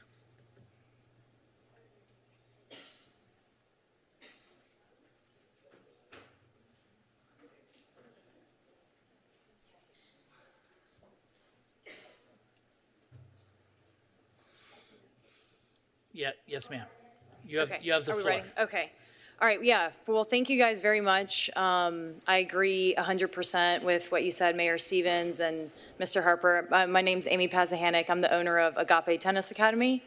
So I was just making notes as you guys were talking, because I think there's a lot here. I obviously read the scope of work, and that's all that was posted, was just that little part, that scope of work. So we manage courts in the city of Atlanta. We manage courts here in Orange County at Fountain Valley, and then we manage courts in Ventura County as well. So Currently, we have 3 government contracts, so very aware of obviously what we're doing. And then on top of that, we're constantly looking at contracts throughout the United States. So definitely the 20% of gross revenues is extremely high and totally unrealistic, in my opinion, based on everything that we do. So there's, yeah, like as Jason was mentioning, there's a lot of different buckets where that money comes from, but as a whole, most businesses are not going to be operating at, 30% profit margin, so we're not left with a whole lot. So that's a huge thing. It could certainly be, there's different ways to work that, but also being very unclear about how to negotiate. And to your point as well, Mr. Stevens, when you talk about, capital improvements and investments, and there's no, like, I could put a billion things in there about what we're proposing and doing, but it doesn't, are we going to be held accountable to actually doing those things? So I could say all kinds of things in the proposal, and then, you know what I mean? But how realistic is that going to be? So for us, again, I think that needs to be fair and balanced, and, we're definitely willing to pay a fair rate and then be able to provide those quality programs that you want. I know at other centers like Fountain Valley, we put in 8 pickleball courts ourselves. We spent the money there. We bought all of those nets, all of the things that it takes. So no matter what, there's going to be an investment when you're starting a new venture. There's going to already be a lot of capital improvements that we have to make, hiring, it's all the things that it takes. We already have extensive operating systems that we use, the software that we use, but so that's already going to be a big part of it. And we do want to invest to some degree to create new programs like pickleball and things of that nature, to be able to hire really good coaches. We don't want to have to pay, nominal fees to these people. So that, to me, everything else in the scope was good. It's just the 20% of gross is, I think, off the mark. So I appreciate the comments. And hopefully we can get that changed now rather than later, because that would be very difficult to bid on it in the current form. Thank you, guys. Yes. Good evening, Mayor and Council. I'm Joanne Kopp. I live at 883 Presidio Drive. I have been a member of this community since 1961. I have lived in my house since 1968. I watched those courts go from 6 courts and nothing but dirt around to 12 courts. We were told when the extra 6 courts were put in that they would be tennis courts. I expect them for my community to stay tennis courts. I have learned to play tennis on those courts. My children learned to play tennis on those courts. My grandchildren have played on those courts. They haven't always been the best, but they've always been there for us. I've been there when there's just been a couple of people running something and we weren't offered much. When Hank and Maureen were there, we started to have all kinds of wonderful things. I was in a league. I played at night. We had some of the schools come over and have their students during times when people were at work or at school. The courts are used a lot more than you think. And I just know that this young couple, this family, the Balls, and the other people that are involved with them have tried really hard to upgrade it and keep the standards that the Lloyds had for us for 24 years. And I think if we work with people like that, then we can have them for as long as Mr. Harper is going to be around or some of the others are going to be around. And it will sure be a whole lot longer than I'm going to be around. But it's a great facility. And like I said, I live right behind, in front of it, so I'm there. I've seen it from the very beginning. And I was talking to a council person way, way back then, and we were promised it would be a good tennis facility for all of us in the community. And I have one little story to share. Last Sunday, 3 of my friends, one who was here, went and played tennis. We met on those courts 40 years ago, and we were playing on them on Sundays. So we want to see that continue. And the only thing I do want to see is you need to put the extra fence in between the 2 courts, like 1 and 2. They need something between them, otherwise you're chasing balls all the time. Other than that, it's great. Thank you.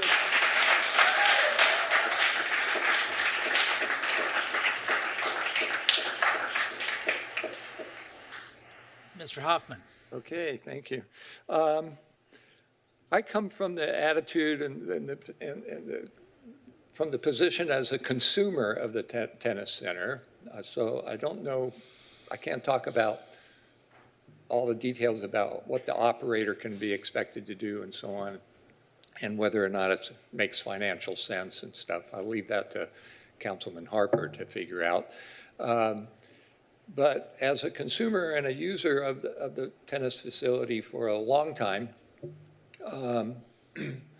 I'm concerned about keeping the cost to the citizens to use the center as low as possible, especially the young families with kids who put their children into the programs over there.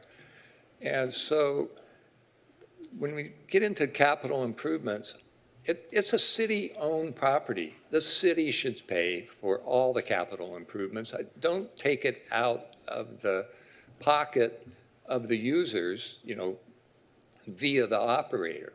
So I'm really with Mayor Stevens on that point.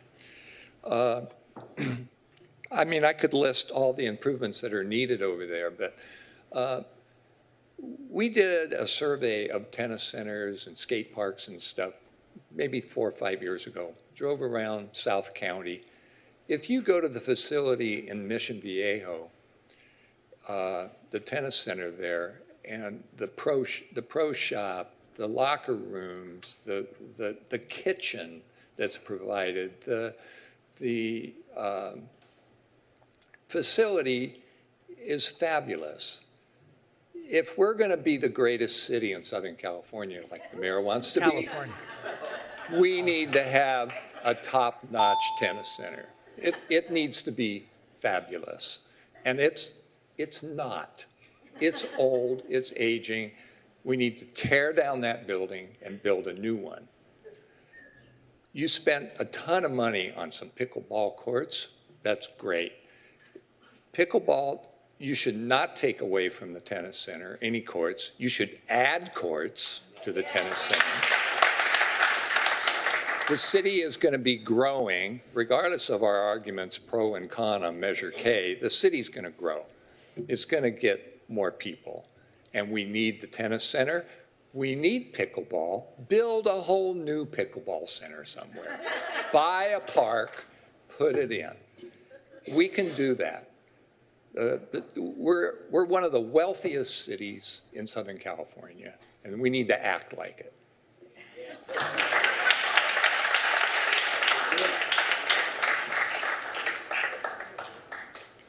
Good evening again. I also come from the point of view of the consumer because I have a 2.5-year-old grandson, and I plan in 6 months to get him out on the court and start hitting the ball. Good training for baseball later on, I figure. There needs to be a benefit to the community, and building a better premier tennis center has been something that the residents have wanted for a long time. I'm glad that we're finally getting around to issuing the RFP. I am concerned, though, that the resurfacing of the courts is being made the responsibility of the operator. That is a huge capital improvement, and the outlay of funds by the operator is a tremendous expense. It doesn't happen every 3 to 5 years. You have to grind the courts and then you resurface them. It's a big operation. So by abating the rent, it means the operator has to absorb the cost for months before it recovers the cost of the capital improvement from which the city benefits. So you're asking the operator to be your banker, which is going to be a non-starter for a lot of them. I'm also concerned that the operator would be tempted to tempted to take a lowball bid that would produce a less than desirable or dangerous product. The city needs to be responsible for resurfacing, grinding and resurfacing, and I'm glad that the lights are finally going to be done. I have been out on that court and have the lights just disappear. They needed to be done 10 years ago. I don't know what the problem has been. 5% into a fund for capital improvements, it's going to be way less than what's needed. Please do something about the condition of the tennis center. You know, it's not premiered. The bathrooms are gross. Thank you. Thank you. Mr. Mayor. Hello, Mayor and Council. It's a pleasure to be here. I'm Steve McAvoy, President of Top Seed Tennis Academy. We are presently at Costa Mesa Tennis Center, Calabasas Tennis and Swim Center. I've been there since '94 with the city. We also manage Lindero tennis courts for the city of Agoura Hills, and I own a private club called the Paseo Club in Valencia. It's been a pleasure since March 1st working with Cameron, Karsten, Sid Ball, and Christian Ball, Eduardo Reyes, and Patrick Keys, all the front desk staff. They're doing great. Cameron and Karsten are out there 12 hours a day. They're blowing courts at 6:45, and it's just an amazing thing. We've become more and more friends. I've known the Ball family for 30 years. It truly is a local family operation. All four of them are working there, and the additional Eduardo is doing a great job with team tennis and everything that Patrick's doing. And we hired Hank Lloyd back. He came out of retirement, and I agree with the person from that spoke earlier on the 20%. That's our margin in tennis is very small. If we're paying a pro 80%, which is a good number for in that range. At 20%, there's no margin. Then you got balls, insurance, all the other costs.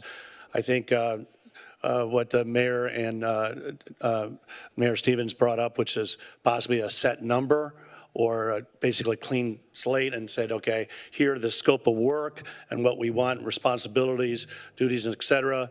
And then the proposal comes from us, private business, and say, okay, based on prior years, et cetera, this is what we can afford to do to give a great product and service to the city of Costa Mesa players, et cetera. So in my opinion, that and the terms, if there's monies to be put in, I agree also 5 years and we could be out, be difficult to get those monies. The ROI would be very difficult to make sense. So we want to continue. I know there's going to be other bids, which is fine.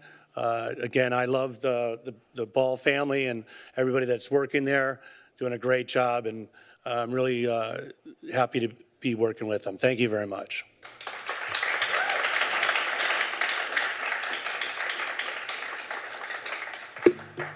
I agree with him. I am Kim Schattinger. I guess I would be called a consumer then for the tennis courts. I play there probably 4 days a week. I'm on 4 different leagues, 2 Hill and Canyon leagues, a USTA tri-level league, and another USTA 3.5 league. So needless to say, they see me a lot, and they have been working very hard turning that place into the best that they can. And I agree with all these other people with the capital improvements. If the city wants to be proud of the land that they own, I really do believe that it shouldn't come off the backs of these hard-working guys who are out there 12 hours a day, blowing the courts, cleaning them, making them sure that when we have country clubs come and play against us, that they're proud and they're happy. We're proud of the facility and they're happy to be there. We get lots of compliments, not basically on the facility, but how we are such a family. Costa Mesa Tennis Center is a lot of us. It's our happy place. That's where we de-stress. It's such a good thing for the community. You see, young kids there. I see people, 70, 75 there still playing tennis. And I do believe that the city needs to put their money where their mouth is, and they need to be able to do the capital program, all the improvements. I don't think it should have to come off of their backs. And I will say something about the lights, because those lights went for 3 years going back and forth for bidding processes. And when we saw those guys come out all the time and try to figure out what they needed to do, they did 1 court. We have 12. They did 1 court and they put in the wrong lights and they never came back. So again, when you have Parks and Rec, and I suggest that all of you guys go take a little tour of the center and look for yourself and see what we have. Thank you.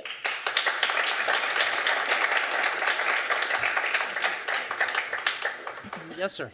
Mayor, council members, city manager, my name is Dick Good, and I've played at Costa Mesa Tennis Center for many, many years.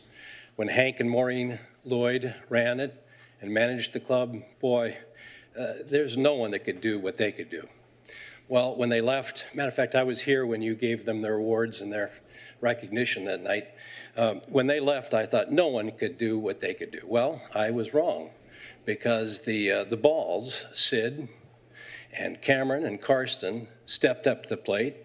And I don't want to get personal about these guys, how great they are, but I will say they stepped up to the plate and really have a truly professional organization there. I've been in sales management, sporting goods, and tennis for many years, and I've always said it's not about the product, it's about the brand story. It's about the brand. So in this case, the tennis courts, the lessons, all that, that's the product. Good, we have a great center. But the brand story is something that these three guys have nurtured. And when you walk into that club and you see the customer service, the friendly, everyone's greeting you. And the pros, when they walk by, they talk to you, they ask, how is your tennis? They actually are engaging.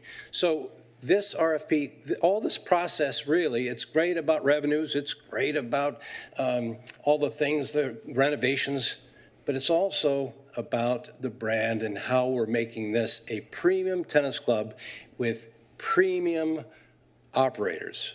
And we have some right now. Thank you.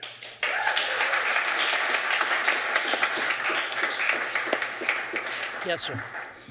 Good evening, council members. My name's Ken Struss. I'm a resident of Costa Mesa, and I am a consumer of Costa Mesa Tennis Center currently and have been for the last 3 years. My wife and daughter are also consumers. My 12-year-old plays there twice a week. My wife plays there once a week, and I'm good for 3 to 4 times a week. And I can tell you that through COVID, it's been the absolute shining light in my family's life at a time that we needed that sort of recreation that the city provided. I also want to concur that there is nothing in the RFP that quantitatively outlines the quality of the brand, as was said earlier. And I want to speak to that because the quality of the organization is always about the people. It was about Hank and Maureen, and now it's about the Ball family and the experience that they provide for all of us every day of the week. I've been there at 8 a.m. and I've been there at 9 p.m. And I see them there from the time I get there in the morning on the days I go early to the times that I leave there late at night. And the people are, something that doesn't seem to be outlined in the RFP, and I just would like to encourage recommendation for the quality of the product, which is based on the people, and the way that it's currently going now is a tremendous example to the community of what it looks like to be a premier tennis center. Thank you.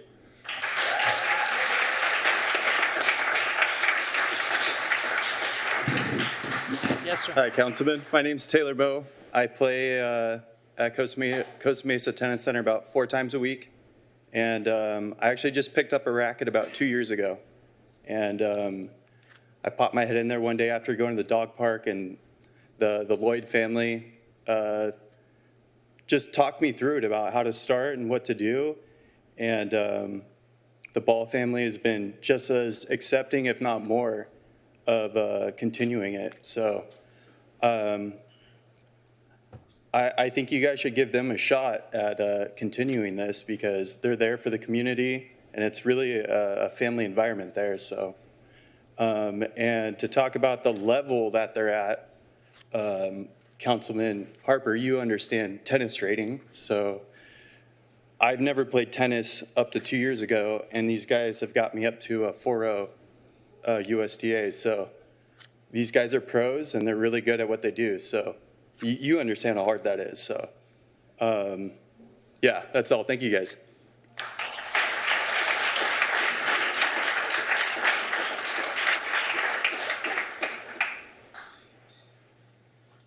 If you're interested in speaking, come on up to the mics. You go ahead. Okay. Excuse me. My name's Donna McKinnon, and my son has been I'm speaking really on behalf of my son, who is a junior this year at Arizona State University, and he plays D1 college tennis. And he was named co-captain last year, and if it wasn't for Karsten Ball and the hours that those two put in together, he wouldn't be where he is today. And we're so proud of him.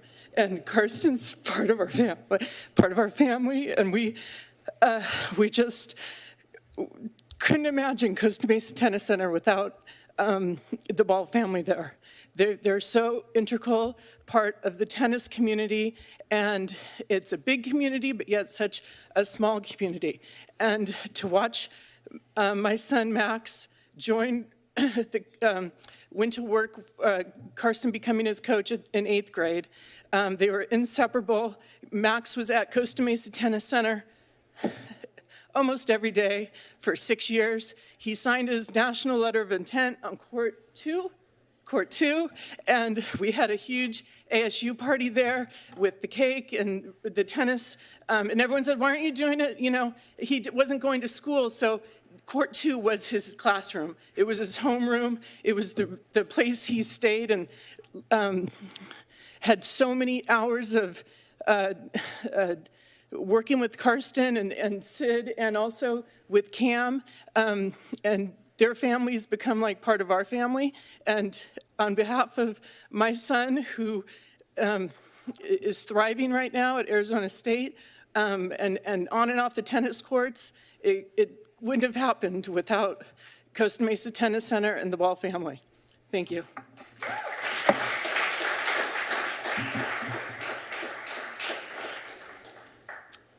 Yes, sir.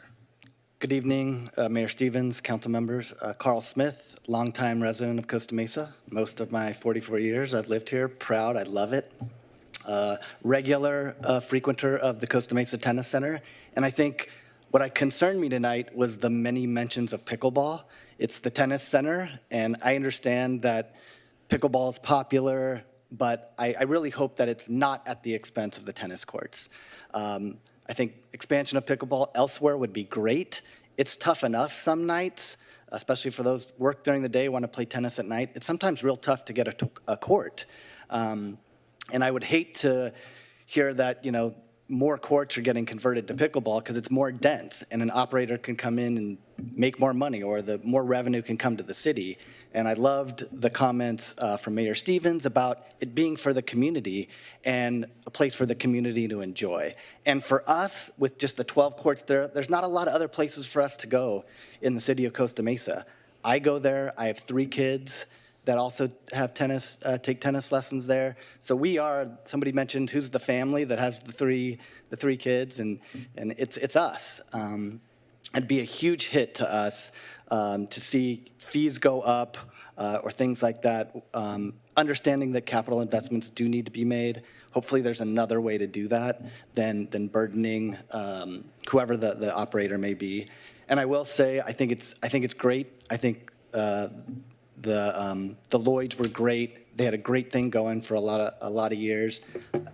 The Balls currently, it's been great. And I just hope for the council, I plead with you, 2 things. Please, don't take up tennis courts for pickleball. Find another solution somewhere else. And let's just not try to, let's do what we can to keep this great community thing going. So I appreciate it. Thank you.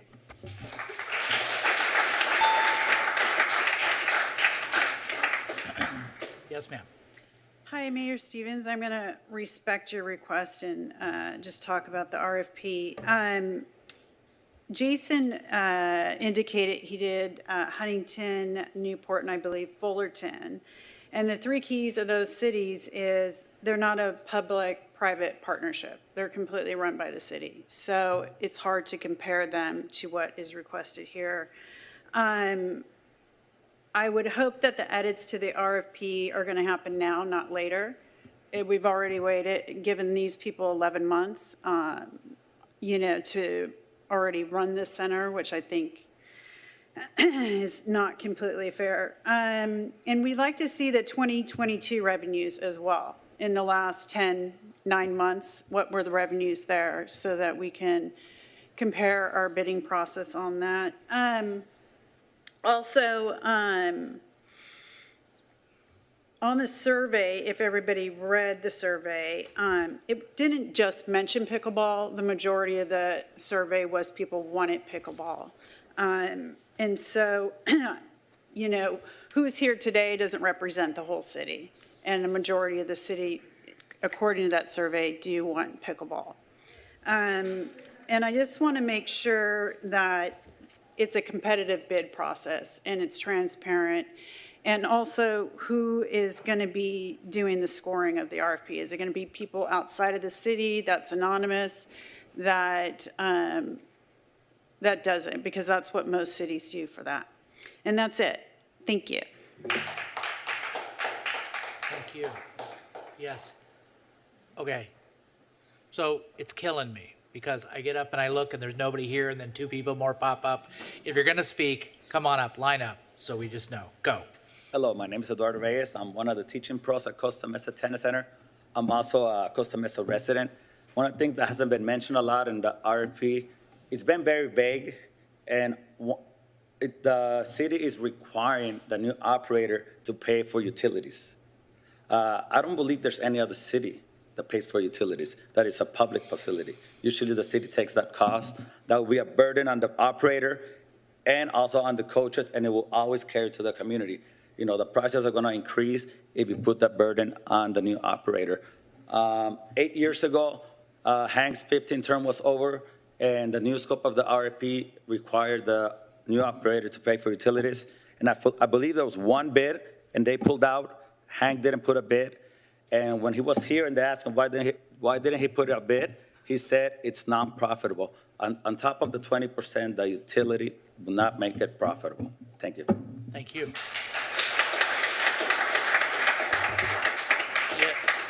Yes, ma'am. Yes, thank you, Mayor, and thank you, council members. Appreciate the opportunity. I am a local community tennis player, play at the Fountain Valley Center, and just wanted to mention what a great job Agape has done.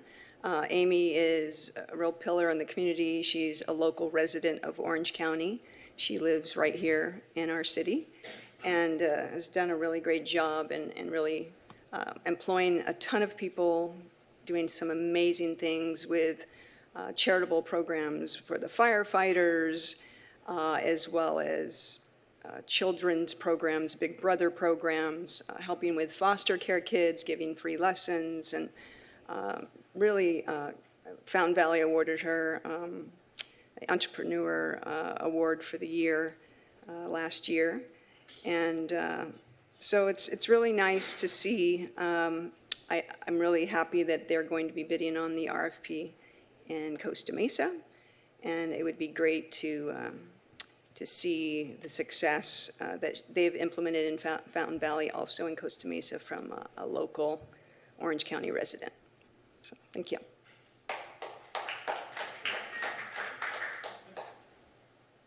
Okay, looks like we're done for people in the chambers. Anybody on Zoom, Madam Clerk? Mr. Mayor, no. Wonderful. We will, not that I don't enjoy these comments. Let's close public comment. And then I'm actually, you want to make a motion, Councilmember Harper? You thought that was enough? I'm just trying to, Yeah, it's all right. trying to get to the thing. Go ahead. Why don't you take a crack at it? I'll give it a shot. Don't applaud because no one ever applauds for me, so just keep it quiet.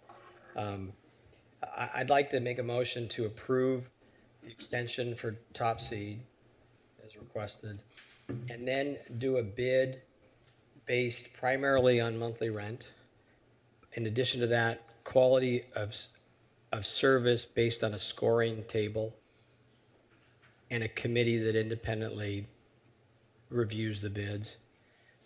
In addition to that, request flat monthly rent, city to pay for CIP, nets, and court resurfacing, city to pay for utilities and basic repairs, city to set standards with regard to programs for the community. That includes scholarship programs or free clinics.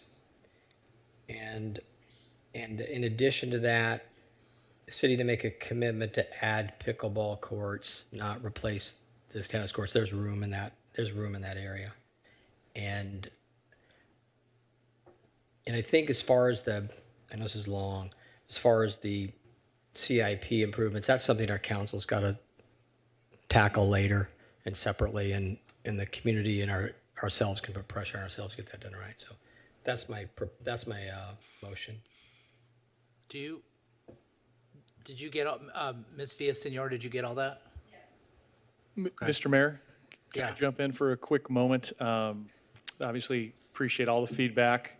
The staff did a lot of good time in putting this together, and staff's role is to provide recommendations, and I want to make sure that the council has all the information at hand. So I want to if we could, let Jason briefly speak, and Raja a real touch on the CIP piece, because that is one component. The intent was not for the individual submitting proposals to take on that burden of the CIPs, but to have skin in the game. So I just want to make sure that's articulated. The city does have funds as it relates to a CIP. So I want to make sure that that's on the table, just for clarity, before we move through this process. I think that's an important piece. At the end of the day, the recommendation, the intent was, as we worked through the staff piece of it, was to provide as much flexibility as this is just the RFP process. Obviously, there was some clarity that needed to take place, and that's been extremely helpful from hearing from the public and the council. But that was the intent of putting this out there, in terms of creating flexibility for individuals to make those proposals coming forward. That was really what the intent was. I think some of the different items that are coming out of what want to be handled, those can be handled once we get past the scope process, and that's dependent on council. But everything in here is, the terms, conditions are all negotiable, and that was the intent. But real briefly, if we could let Jason briefly speak to it, and then Raja, just as it relates to the CIP piece, just so the council has full clarity on what we have and what's on the table. Jason, do you want to start? Sure, just briefly, and then I'll turn it over to Raja, the CIP master. There is currently about $300,000 of CIP funding that's dedicated to the tennis center. So, whatever that's used for, I don't believe it's been, appropriated to a specific project, but Raja, do you want to comment on that? Yes, Mr. Mayor. So when we went through the budget process last year, or this year, we allocated $300,000 for CIP. And at that point, we wrote that it's for interior and exterior improvements, and that includes pro shop renovation, lighting, and resurfacing of tennis courts.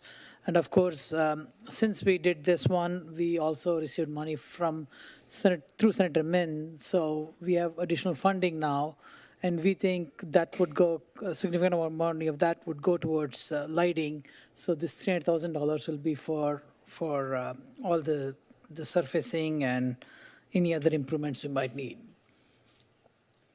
Okay, so, but we have a motion on the table. So what I want to do is ask the staff, do you understand what the motion is? I'm going to have Councilmember Harper read it again slowly, okay?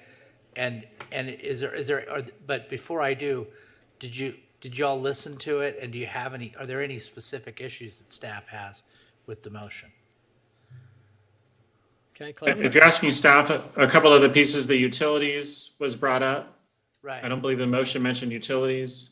It did. And as, speaking on behalf of the department, if the council is directing us to collect less money to make sure that the fees and all that stay where they are currently, I'm more than ecstatic to do that. So we're definitely here for your direction, and the changes that you want to see to the proposed scope, we'll implement and get it out to the streets as soon as possible. Can I clarify one thing? Of course. And I apologize. I want to make that motion, and then I want what they come up with to come back to council and look at it again. Make sure we're on the same page. And I think we've got time to do that. So I want to make the motion to make these changes to the RFP and have them returned to council in 2 weeks or 3 weeks, whatever it is. So what does staff think about that? Do you think that the motion that is on the table is so kind of radically different than what was proposed that you would need to write it up, bring it back, and have us look at it? Mr. Mayor, could you ask him to say it again? I missed the first part. Yeah, let's just go slowly through each part of it, super slow.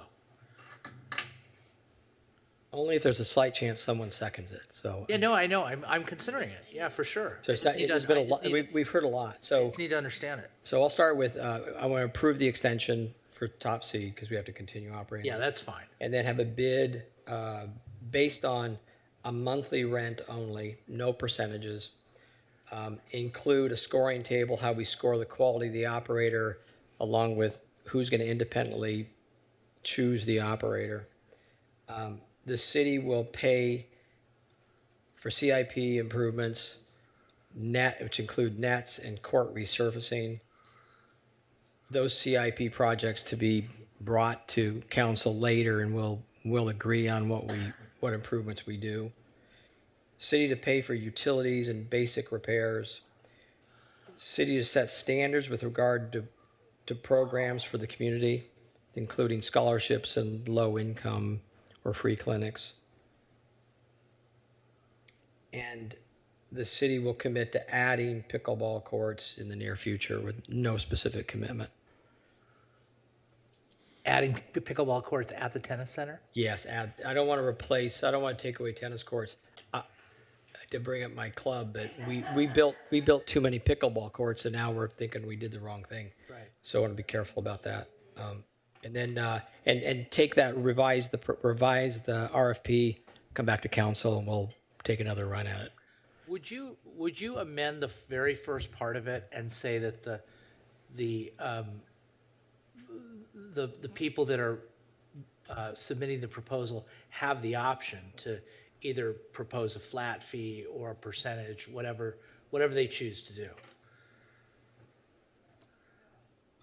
I really wouldn't want to change that because I think it gets convoluted as to fairness, John. I just I have a hard time. And then I've got an operator in there, and yeah, I'd rather just have a monthly fee and have them produce a really quality product. If they make a lot of money, it's okay. I don't want a percentage of it. I'm sort of with the person that came up and said, it's a city-owned facility. We're trying to offer the community something at a reasonable and fair price, and that's where I'm kind of going. I'm always afraid. It's sort of like when I start tack a percentage on top of gross revenue, it feels like a tax. And when we built pickleballs at Tanager, we don't charge those people a percentage to use them, and we didn't charge a percentage of the park users before we put the pickleball courts in. So that's kind of where I'm coming from. Well, you don't like that analogy. We also don't have an operator at Tanager. Yeah. True. But that's so yeah. So it's that's kind of where I'm coming from. I guess I'd entertain it, but that's my thought process, John.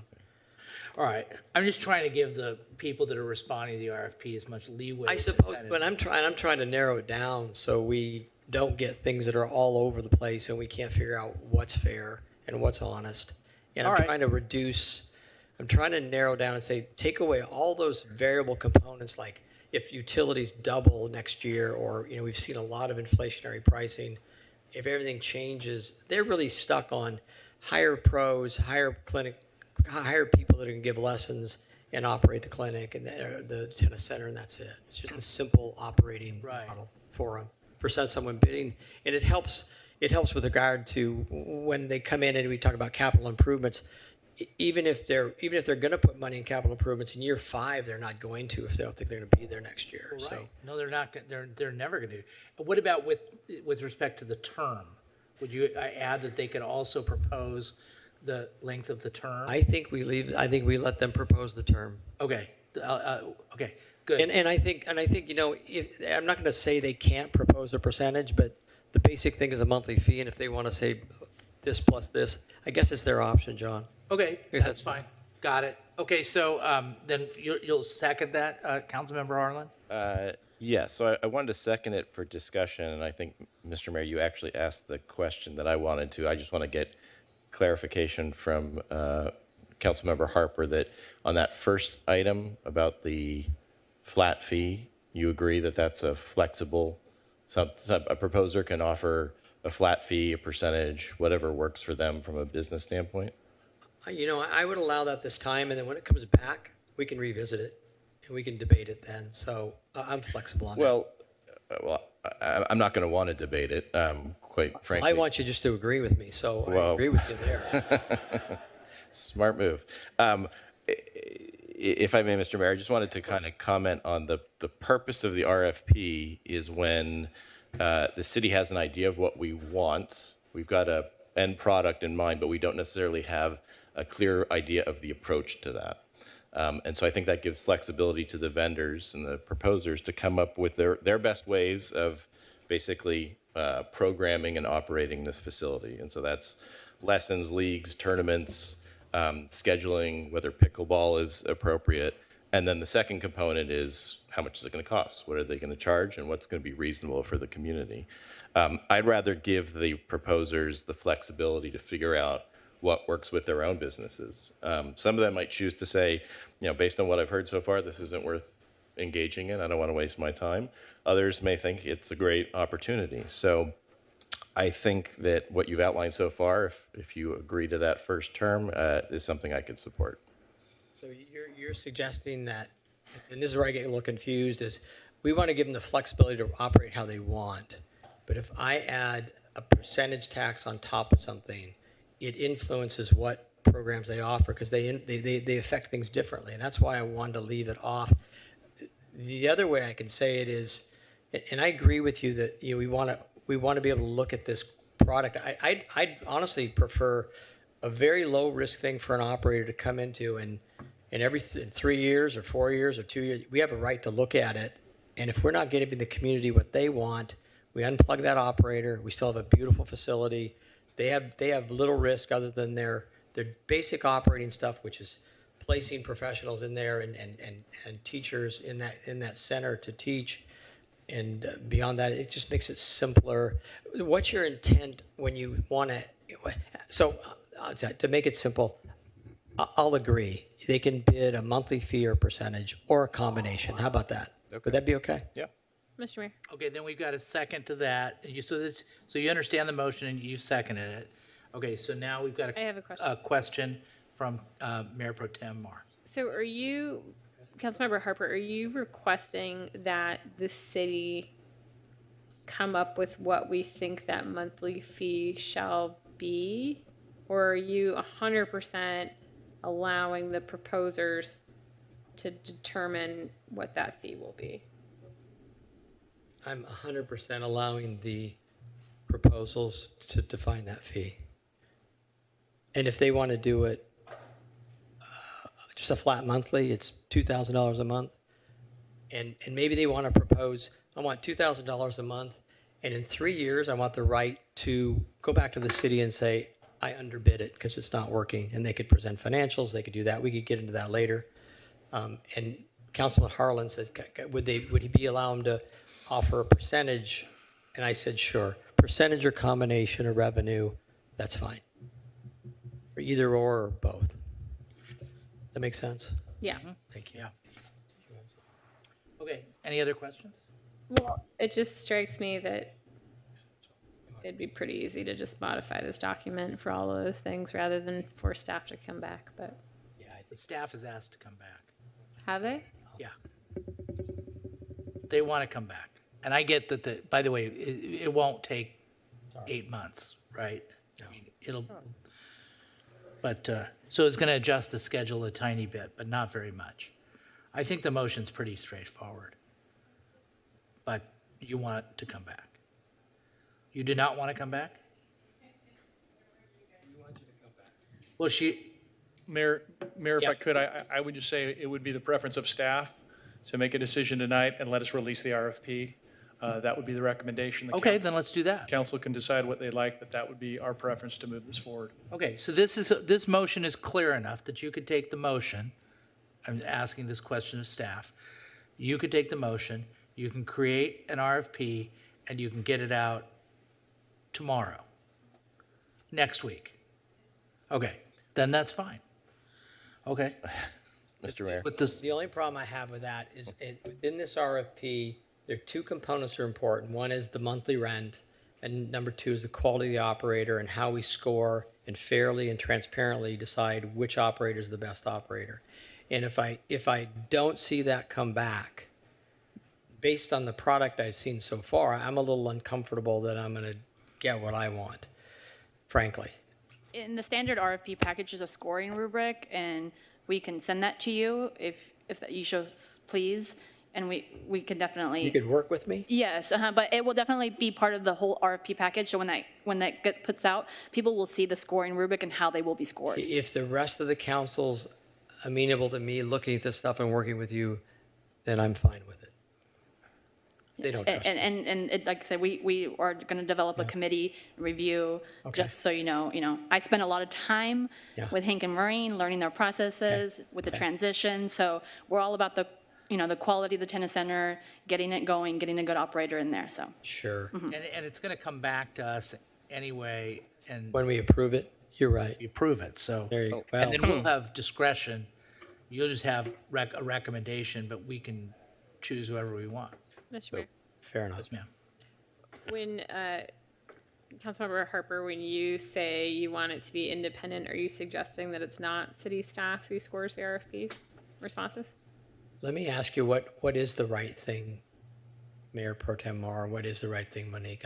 I'm open. I'm not an expert at this. Well, I think standard operating procedure in the city would be a committee of staff members who are paid by the city of Costa Mesa who evaluate RFPs received by the city of Costa Mesa. But you seem to be hinting that you wanted it to be something else, so I wanted to understand. I heard an alluded. Someone of the public said that there is a normal process to have it outside the city. I don't know if that's true or not. And maybe you could tell us who would be that group and how that works.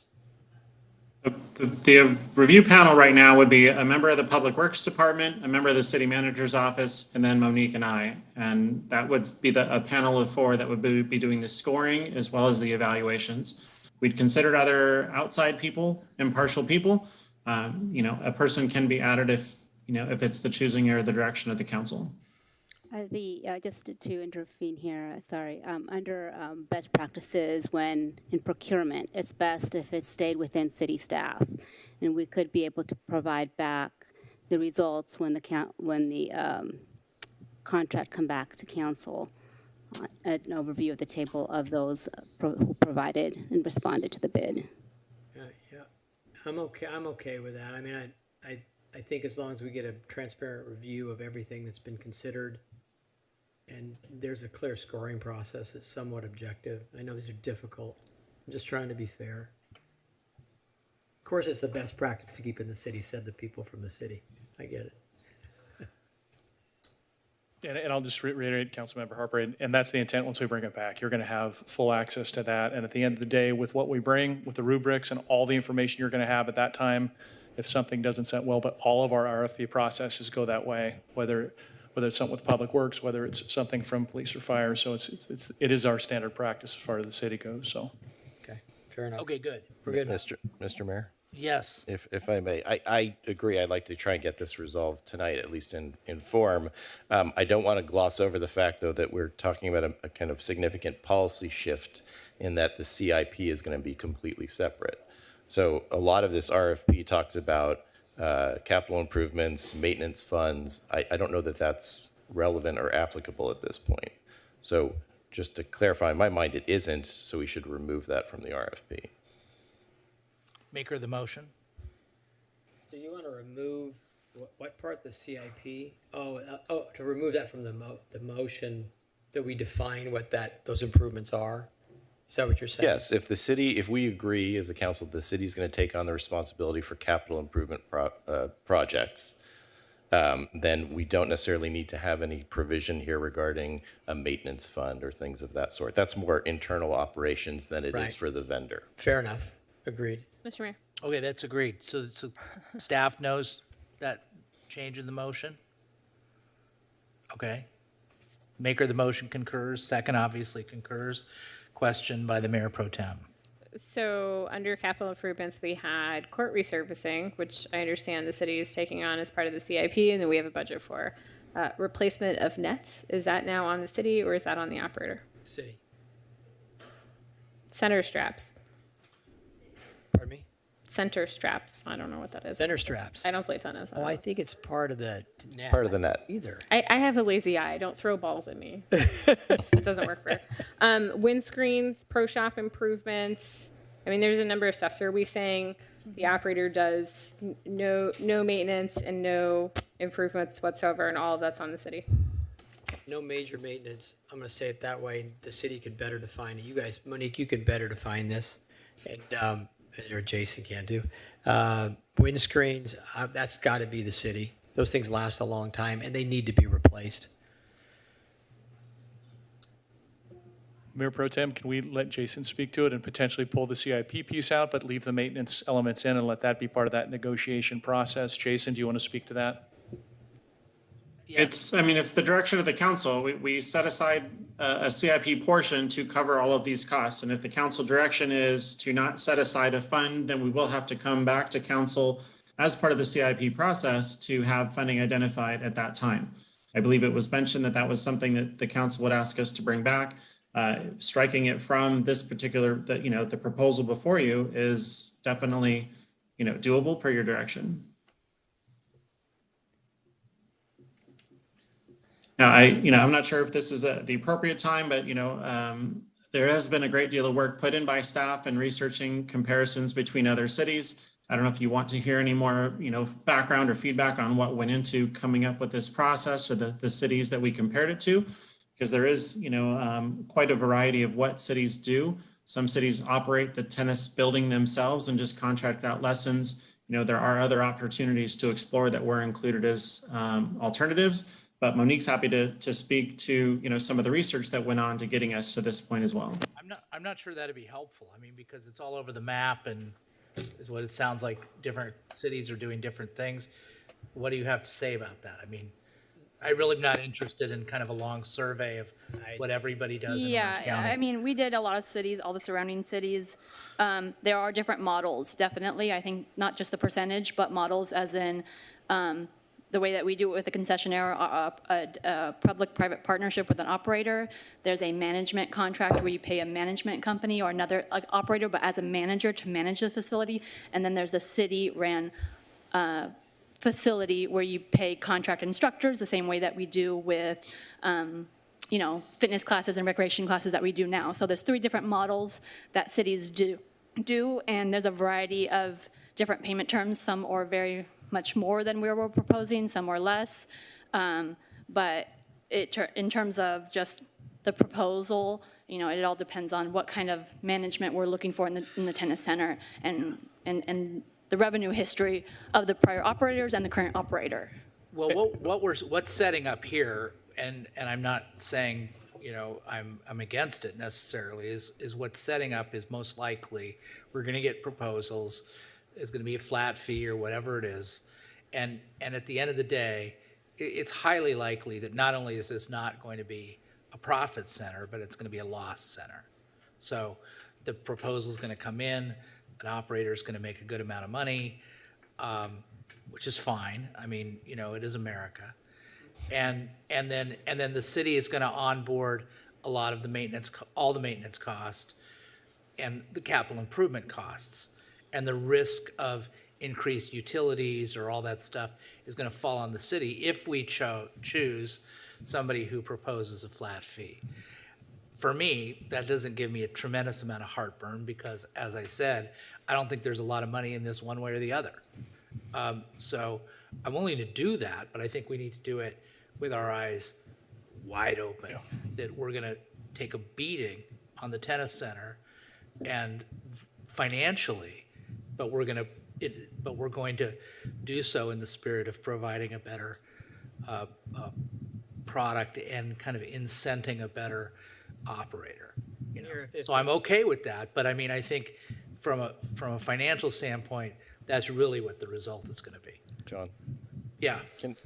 Maybe I can give a little clarity. Maybe we can run through a quick hypothetical just with real numbers here. So based on the $3,500 a month gross monthly fee at 15%, and then you add the 5% for maintenance, net back of the napkin, $5,000 a month is what we would get for revenue. So that's $60,000 a year. Is that enough? Sir, I don't believe that. The $3,500 is a minimum, right? And assuming a month like November, December, January, where there's a ton of rain, right? If the courts are shut down for, 3 weeks, the generation of revenue is not going to be anywhere close to what it would be during a dry month. So there is a minimum there for those months. But, in a month like June or July, that $3,500 is way below what even 10% of gross revenue would be. Okay, well, I'm just playing with some numbers here. So my question is, would $60,000 a year cover the maintenance costs for the tennis center? Maybe Raja could speak to that because, the maintenance is subjective to what is actually maintenance and what's not, janitorial, custodial, just general maintenance, blowing of the courts, what falls under our purview and what doesn't, it's subjective, so that number is hard. What did you have in your $280,000 budget that you built? That was basic maintenance, so that would be included, addition to like our Brightview contract, who would come in and empty the trash cans, blow the courts, do the landscaping, and then a custodial for the pro shop. So those were, general numbers for just a janitorial and a custodial. Or maintenance, the court. Oh, I'm confused now. As well as the staffing to run it, for all the staffing. So we hours, did the a 7 staffing. hours. We did a potential staffing plan. What I'm pointing to, you had a $280,000 budget to operate this facility. You did not have maintenance in it. You had some basic maintenance. So just general city overview of running the facility just out as it is now.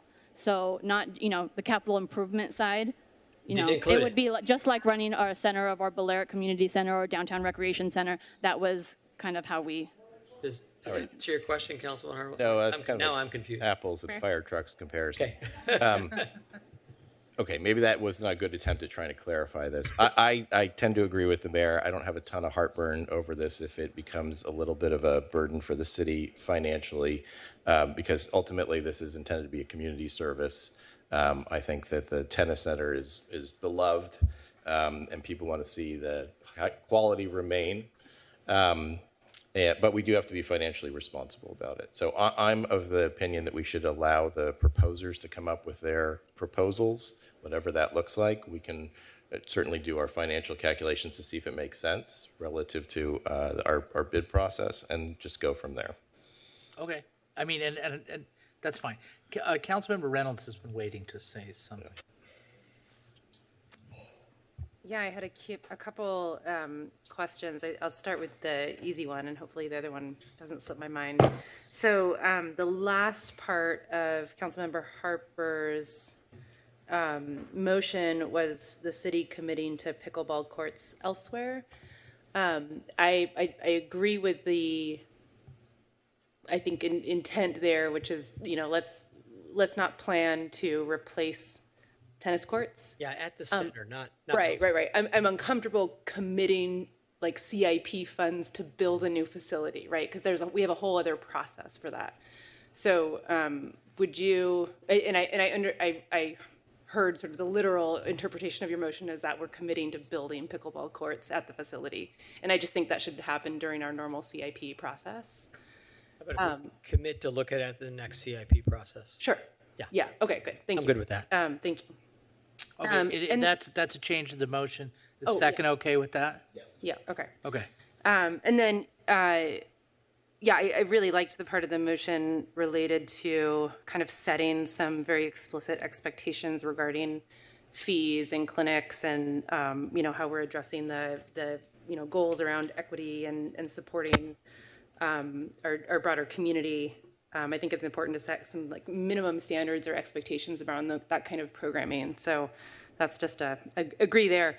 On this maintenance CIP cost thing, I think it's really important to have an annual maintenance cost sort of built into this contractor's work. Separate CIP, fine, but annual maintenance of the facility, I think, should be handled by the contractor and not our staff, right? Our staff are focused on many other things. I think it would slow down operations at the facility. I don't know. I prefer to see an annual maintenance, a dollar amount, right? Or annual maintenance responsibility as part of the contractor's contract. Of course, maybe there's an annual proposal of CIP projects that are put on a list that we address as part of our normal CIP process. But I don't want this contractor, I think it's going to be very difficult and clumsy and inefficient for the contractor to be calling our staff to do basic maintenance upgrades, right? It's going to slow down everything. For your clarification and mine, truly, when I say annual maintenance, Monique, tell us what that means. Can you tell us what the heck we're talking about here? Mr. Mayor, if I can, Yes. there should be some level of basic maintenance that we should expect from the operator. I mean, we shouldn't be called for example, if there are leaves on the court, somebody has to sweep the leaves or keep the courts to be operational in the morning, right? So, I mean, that should be expected. I mean, at the same thing with if there's a broken light or something like that in the restroom, or if there's a clogged toilet, it's like, you can't expect the maintenance to be called for every small item like that.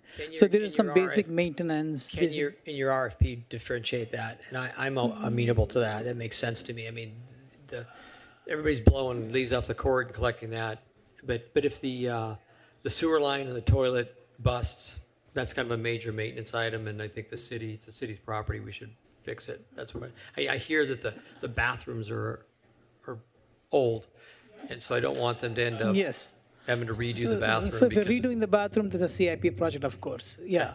But if it's something smaller than that, if it's a leak or something that needs to be taken care of, that's a different thing. I'll agree with that. Yeah. All right. Anyway, I don't think, whatever. That's all going to work out. I don't think we need to micromanage that from the council level, especially at this stage, if ever. So has everybody expressed themselves? Can we call for the question? Yes. I have not yet. Yes. I've been very, very, a lot of fun following everyone's comments and perspectives. Overall, I agree a lot with these suggestions. At the end of the day, this tennis court is a public commodity. The city owns it. It is ours to maintain. And the only thing I will say is I want us to have the same exact energy and perspective when we talk about the downtown rec center in District 5. We have folks that aren't able to attend classes in that rec center because they can't afford to. And I've always found it interesting that we're having not as much assistance in that part of town. So overall, I'm very content with this. I think it's a good measure. I think it's going to be good for the tennis center. I just want us to have the same mindset when we look at the downtown rec center as well. Because at the end of the day, that is a city facility that I feel is not being properly utilized because we're not actively investing in it and actually making sure that our residents have access to those services. Thank you. All right. Let's call for the question. Motion carries 7-0. All right, way to go. Nice job, everybody. Good collaboration. Great comments from the public and good collaboration on council. That was a really nice item. Okay, so now we have our last item, which is new business item number 2, which is we'll have the everybody's going to kind of clear out and stuff like that. But when everybody, as you're leaving, just kind of leave and you could talk outside. Can you do the title, please? Thank you, Mr. Mayor. This is a... All right. Just go ahead. Hold on one second. We need some crowd control. People, go, and then close the door so we can get on to the next item. Thank you, Mr. Mayor. This is appointments to the Arts Commission and various city committees. And I will be handling that item. All right. First, we would like to thank all the applicants who have applied. We want to note that we really appreciate their support and expertise that they are willing to provide to our community. So with that, I'd like to just start on the first, we'll do these items one by one. Okay. And we'll do separate votes on each one to keep it more clear. Got it. All right, so the first one, we have a new Arts Commission. And so there are 7 vacancies on that. And because we do our commissions with staggered terms, we'll have 4 appointments to fill vacancies with a term expiration of January 2024, and 3 to fill vacancies with a term expiration of January 2026. So, and that the terms can coincide with the current council members' terms. And so I believe it's the preference of, it's been indicated the mayor will make the first appointment, and then we'll draw numbers. The council members will draw numbers for the rest of the appointments. My pick is Deborah Wondercheck. Okay. And then so. Now we start the lottery. Yes. Back to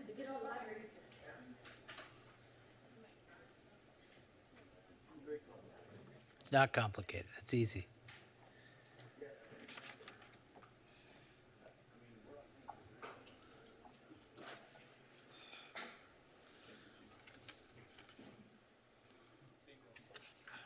Oh, excuse me, I'm sorry. Public comments. Oh, public comments? Oh, I'm sorry. Yeah, we need to open it up to public comments. Is a mayor appointing for 4-year term or 2-year term? All right. Forget what I said. Open up to public comment. get Does anybody want to speak on this? I don't see anybody. How about, oh, you want to speak? Okay.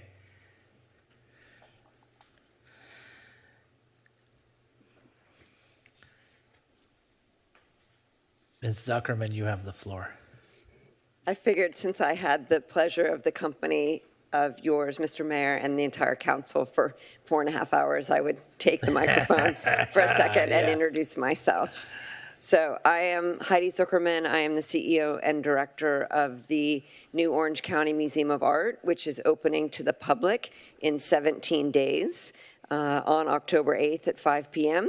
And everyone is welcome to join us. Through the generosity of Lugano Diamonds, we have free general admission for the first 10 years. And anyone and everyone is welcome to come to the 24-hour opening without a RSVP or anything else. So I am new to Costa Mesa. I've been here about 19 months. I work in the city.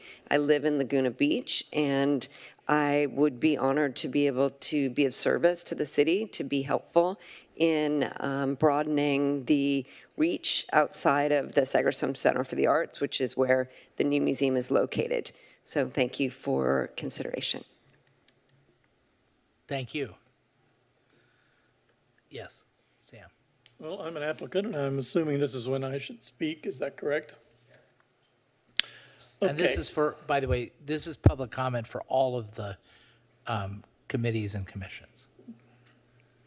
Okay, I will just excerpt from my application. I'll make these comments. I have attended numerous art committee meetings over the years. I have found the people there to be a wonderful group of dedicated, civic-minded individuals striving to support local artists and the whole spectrum of arts in the city. I would like to be a part of that effort and that of the cities. I am now retired. I'm an artist and an author of numerous poetry books, self-published, creator of many art pieces. In addition, in numerous ways, I am continuing my political activism in the community. I have 3 university degrees in political science, economics, political philosophy, public affairs management. In addition, aside from a highly diverse early life in small business operations and management, I have held various positions in local and state government in Indiana, local and managed local and political campaigns and congressional campaigns as well. Aside from advancing the Commission's general plan, I would like to see the city and community provide more opportunities for local artists to advance their art careers and practices, including more opportunities to display their art. I would like to see advancement of a program for local artists who make use of the computer in composing art as well. I would like to see the advancement of city and community support for performance opportunities for numerous avocational type local performing artists. In addition, I would like to see more advancement of the city's profile as a city of arts, which is doing fairly well at that already, especially by involving local, regional, and state interested parties, both private and public. I have a lifelong interest in all of the arts. Aside from my foregoing explanations, I support the Art Commission's general plan, which I have in this folder. I would only add that I would like to assist with raising the visibility of the art in the city, as well as providing opportunities for business for local communities. One of the wonderful aspects of the city of Costa Mesa, it is the very model of success through diversity. I appreciate you considering my application. I would be most honored to serve on the commission. Thank you. Thank you. Yes, ma'am. Hi, I'm Elisa Ochoa. I'm a resident of Costa Mesa. I'm also a professional artist, an arts profession, and a parent of Woodland Elementary School. I I'm also worked with private clients to build and grow their art collections. I'm also have worked with, I'm a member of a nonprofit network of artist-run spaces across the country that help support underrepresented artists. And I'm just a passionate arts advocate, so I'd be honored to serve alongside some of these wonderful applicants, and I'm ready to dig deeply and serve our community. Thank you. Thank you.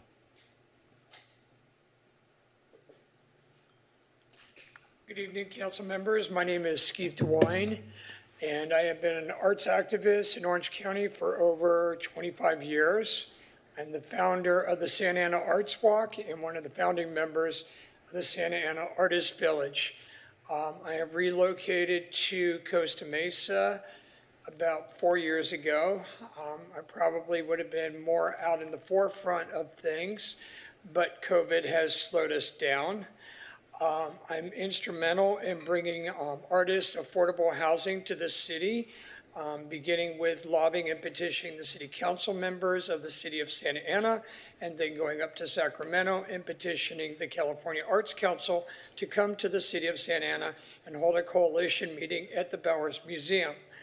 I have taught and educated my entire art career, either with workshops out of my art studio, or have taught in the juvenile prison systems, art and sciences. I have created my own art startup company called the Leonardo da Vinci Institute of Discovery. And that company is primarily to get people out, study nature, and utilize their studies of nature to build and design new technologies, basically biomimicry.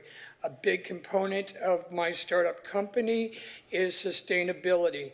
I also do a lot of studies in environmental architecture, sustainable technologies, and I guess that would be about it for now. So I would be honored to be on the Costa Mesa Arts Council. I took, just recently I did the Art Venture. I placed first in the representational thing, so I am making my presence known to the city and setting the role model to the other artists in leadership position. I also, just real quick before I disappear, I think there needs to be a newer generation of arts activists. I have been an arts activist. I have fought behind the scenes very quietly for a lot of decades. I've helped a lot of people, and someone has to be able to show what they've done and then pass the torch on to the new and next generations. And I think I can be one of those people. Thank you. Thank you, Keith. Anyone else? No? Anyone on Zoom? Yes, Mr. Mayor. Allie Ray, please. Ms. Ray, you have the Hi. floor. Yes. Hi. Thank you. My name is Allison Mann, and I'm sorry I was at the meeting for the whole time, but my daughter kept texting me that she wasn't feeling well, so I had to leave because the tennis thing went too long.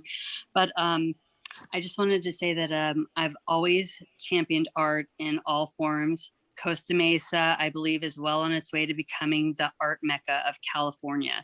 I'm from Los Angeles. I was born and raised in a theater. My parents had a 49-seat theater called the Met Theater in LA, and then it moved over into like more East Hollywood later on, and I ran that. I think that Costa Mesa is this amazing artistic area, like as far as Sobeka and the Segerstrom Centers for the Arts. And I live on the west side of Costa Mesa, and there is just so much art brimming over here, just overflowing. I wanted to also say that I was, with all the forms of art that we have going on here, I was really impressed today at the meeting with the guy talking about the building, the sustainability decathlon. That to me is art. Watching people build things like that, sustainability, the digital arts. My daughter, when she plays Minecraft, I know it's or something, she's building things. She's working in all these worlds to build these different things. And it's like this new age of design and modeling and with computers. The mariachi band performing the Star Spangled Banner, that was so exciting to me because it was new. I've never heard that before like that. And it touched a place deep in my heart. And that is what I believe art is, a place that touches you deep in your heart and it's forever. I have a lot of experience building up theaters from the ground up. I am big on using inclusion instead of exclusivity to foster a theater company that gave voice to new playwrights. I brought back voices from the past in the form of an older playwright while sometimes using a new perspective and a vision to tell a tale. And I believe that all art is about a story. It's about telling a story. The father at the very beginning of the meeting, he said, you know, we are to be good stewards of God's creations. And I believe that there's so much artistic creation here and that we do need to be good stewards and take care of it and make more. And whether it be theater, music, fine art, fashion, new art mediums, digital art, murals, graphic design, home decor, crafting, and architecture, art in general can be found everywhere and is for everyone. And my favorite medium is through theater, but I love music. I love watching Costa Mesa thrive as an art center. And we currently, I mean, I'm amazed. We have Broadway shows coming through Costa Mesa. You just got to 3 minutes. I'm sorry, I have No, so it's much. all right. Okay, I will just end it where I would really love to be a part of this and inventing the wheel of the Arts Commission with everyone. So thank you. Okay, thank you. The next speaker is Charlene Ashendorf, please. Ms. Ashendorf. Thank you very much. Good evening, Mayor and Mayor Pro Tem and members of the councils. Thank you for the opportunity to speak on the appointment of the inaugural Arts Commission. This is really an exciting night.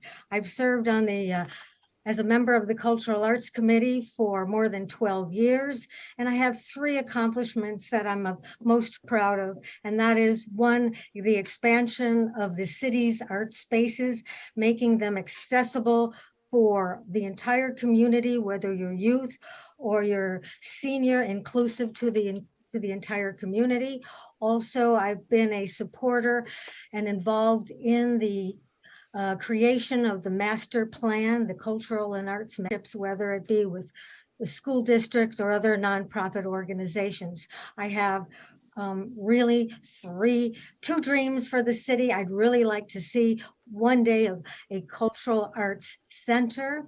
And also as a writer and a poet, I'd like to see our city more infused with the literary arts. Full disclosure, I currently serve on the PAX Commission, but if appointed to the inaugural Arts Commission, I intend to relinquish my seat that expires in January 2023. Thank you very much. Thank you. Anyone else on Zoom? No, Mr. Mayor. Okay, now we'll close public comment and we'll begin. Everybody's got their numbers. Everybody knows who my pick is. It's still Deborah Wondercheck. And let me clarify, that term would be expiring in January 2024. That sounds right. And who has number 1? Who is number 1? Councilmember. Oh, is it Councilmember Harper? Councilmember Harper's not here. Oh, did he? So what happens if who picks for Councilmember Harper? Oh, that was my number? Okay. Oh. Who has number 2? I do. Your pick. You're on the clock. I appreciate the pressure, Mayor Stevens. I'm gonna choose Erica Lucia. Her name was spelled on the report, but Number 12. Okay, who's next? Number 3? Yeah, number 12. That was number 12. Erica. It's actually Erica Lucia. It says Luna Oh, do we have the name wrong? on here. That's wrong though, right? It should be Lucia. Oh, okay. You guys got on the staff report. It was spelled wrong. Okay, so that's number 12. So who has number 3? I do. Charlene Ashendorf. Okay, Charlene, the Mayor Pro Tem chooses Charlene Ashendorf. And that term is expiring 2026. And Councilmember Chavez's would be January 2026 also. Okay, so then, who's next? Number 4. I'd like to nominate Heidi Zuckerman. Okay. And that term is expiring January 2024. Okay. And then, who's next? I am number 5. And whom do you choose? I'm going to pick Allison Mann. Allison Mann, Lauren Gameros. So that leaves Councilmember Reynolds. Okay, so, oh, you take your time, but turn your mic on. Sorry, I didn't know. Should have told me. No, it's all right.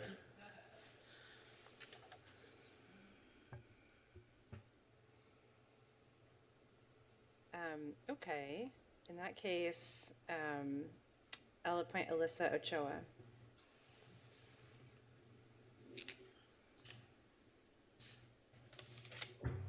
Okay, and so Councilmember Harper had to catch a plane.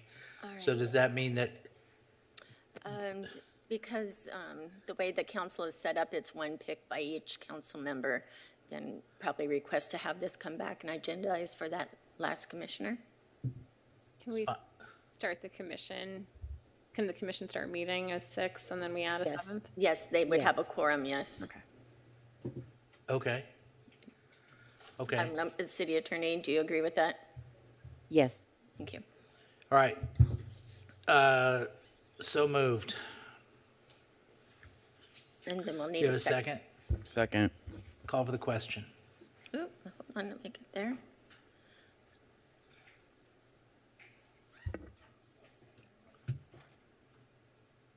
Gameros, please. Yes, my computer's frozen. Oh, all right, let me go into there then.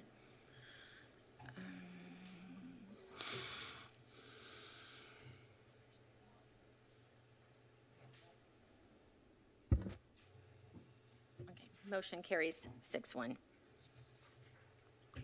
601. Okay, good.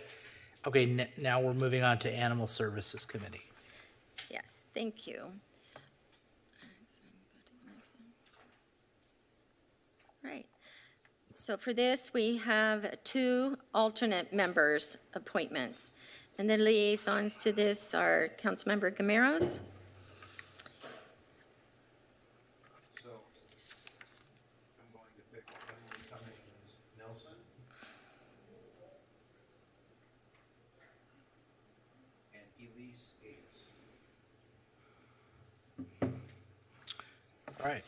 Okay. Elise will be the alternate. No, they're both alternates. Okay. Aren't they both alternates? Yep, actually, they're both alternate positions. Okay, so Stevens made the motion. I need a second. Mars, the second. Call for the question. Wait, just 1 minute, please. Let me try and. Mard made the second. Start vote.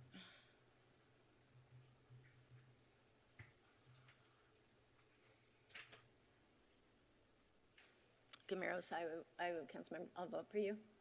Yes, my screen is. It looks like it might just be coming up. Okay.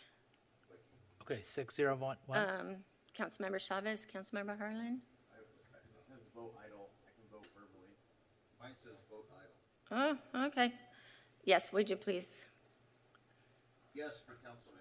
Okay, there we go. Motion carries 6-0. Okay, active transportation. Okay. Yes, go ahead. I'd like to nominate Robert Morse, Santa Bob. It's just for one alternate position. Right. Do I have a motion in a second? There we go. And start vote.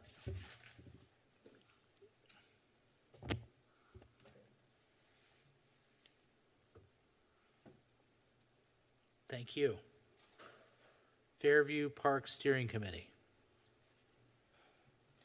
All right, the Fairview Park Steering Committee has one regular member, terms expiring April 2025, two regular members, terms expiring April 2023, and then one alternate member, term expiring 2023, and one alternate member, April 2025.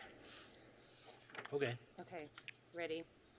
So for one regular expiring 2025, Edwin Glover. Okay. For the two regular positions expiring 2023, Cynthia D'Agosta and Cole Crescelius. Okay, regular. Applicant number 7. Okay. For the alternate position expiring 2025, Matthew Garcia. For the alternate position expiring 2023, Daniel Baum. Okay. All right. We need a second. Start vote.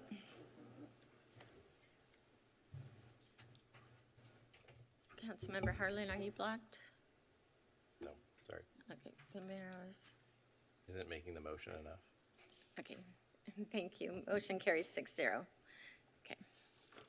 Next one is the Historical Preservation Committee. That is my appointments. 2 alternates, 2024 for Lampert and for Janice.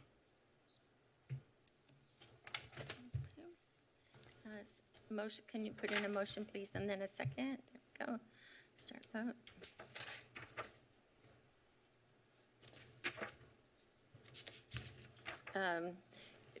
Councilmember Chavez, Mayor Pro Tem Mar. There we go. Motion carries 6-0. All right, and the next one is the Mobile Home Park Advisory Committee. We have one appointment for one independent citizen at large with a term expiration of April 2023. And I did want to point out that number 3 on there, Joy Young, she is currently a mobile home park resident, but she did submit her application, and I did want to provide that to you. She's not an independent citizen at large, she's a mobile home park resident currently, Can she be appointed? if you waive that requirement. Okay. As So that's who I was going to nominate. As part of your motion. As part of my motion, I nominate Joy, and I waive the requirement that she be an independent citizen. I'll second. Yeah. Okay. Can you put in your motion? That's my motion. Okay, second. And start. Chavez seconds. Call for the question. Thank you. Mayor Pro Tem Mar, please. Motion carries 6-0. Wonderful, thank you very much. Okay. Does any council member have anything they wish to say that they didn't?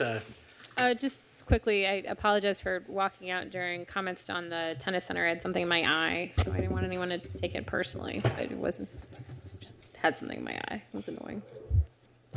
Apologize. Got it. That'll be in the record. Okay, so anybody else? Everybody else is good? Okay, let's adjourn.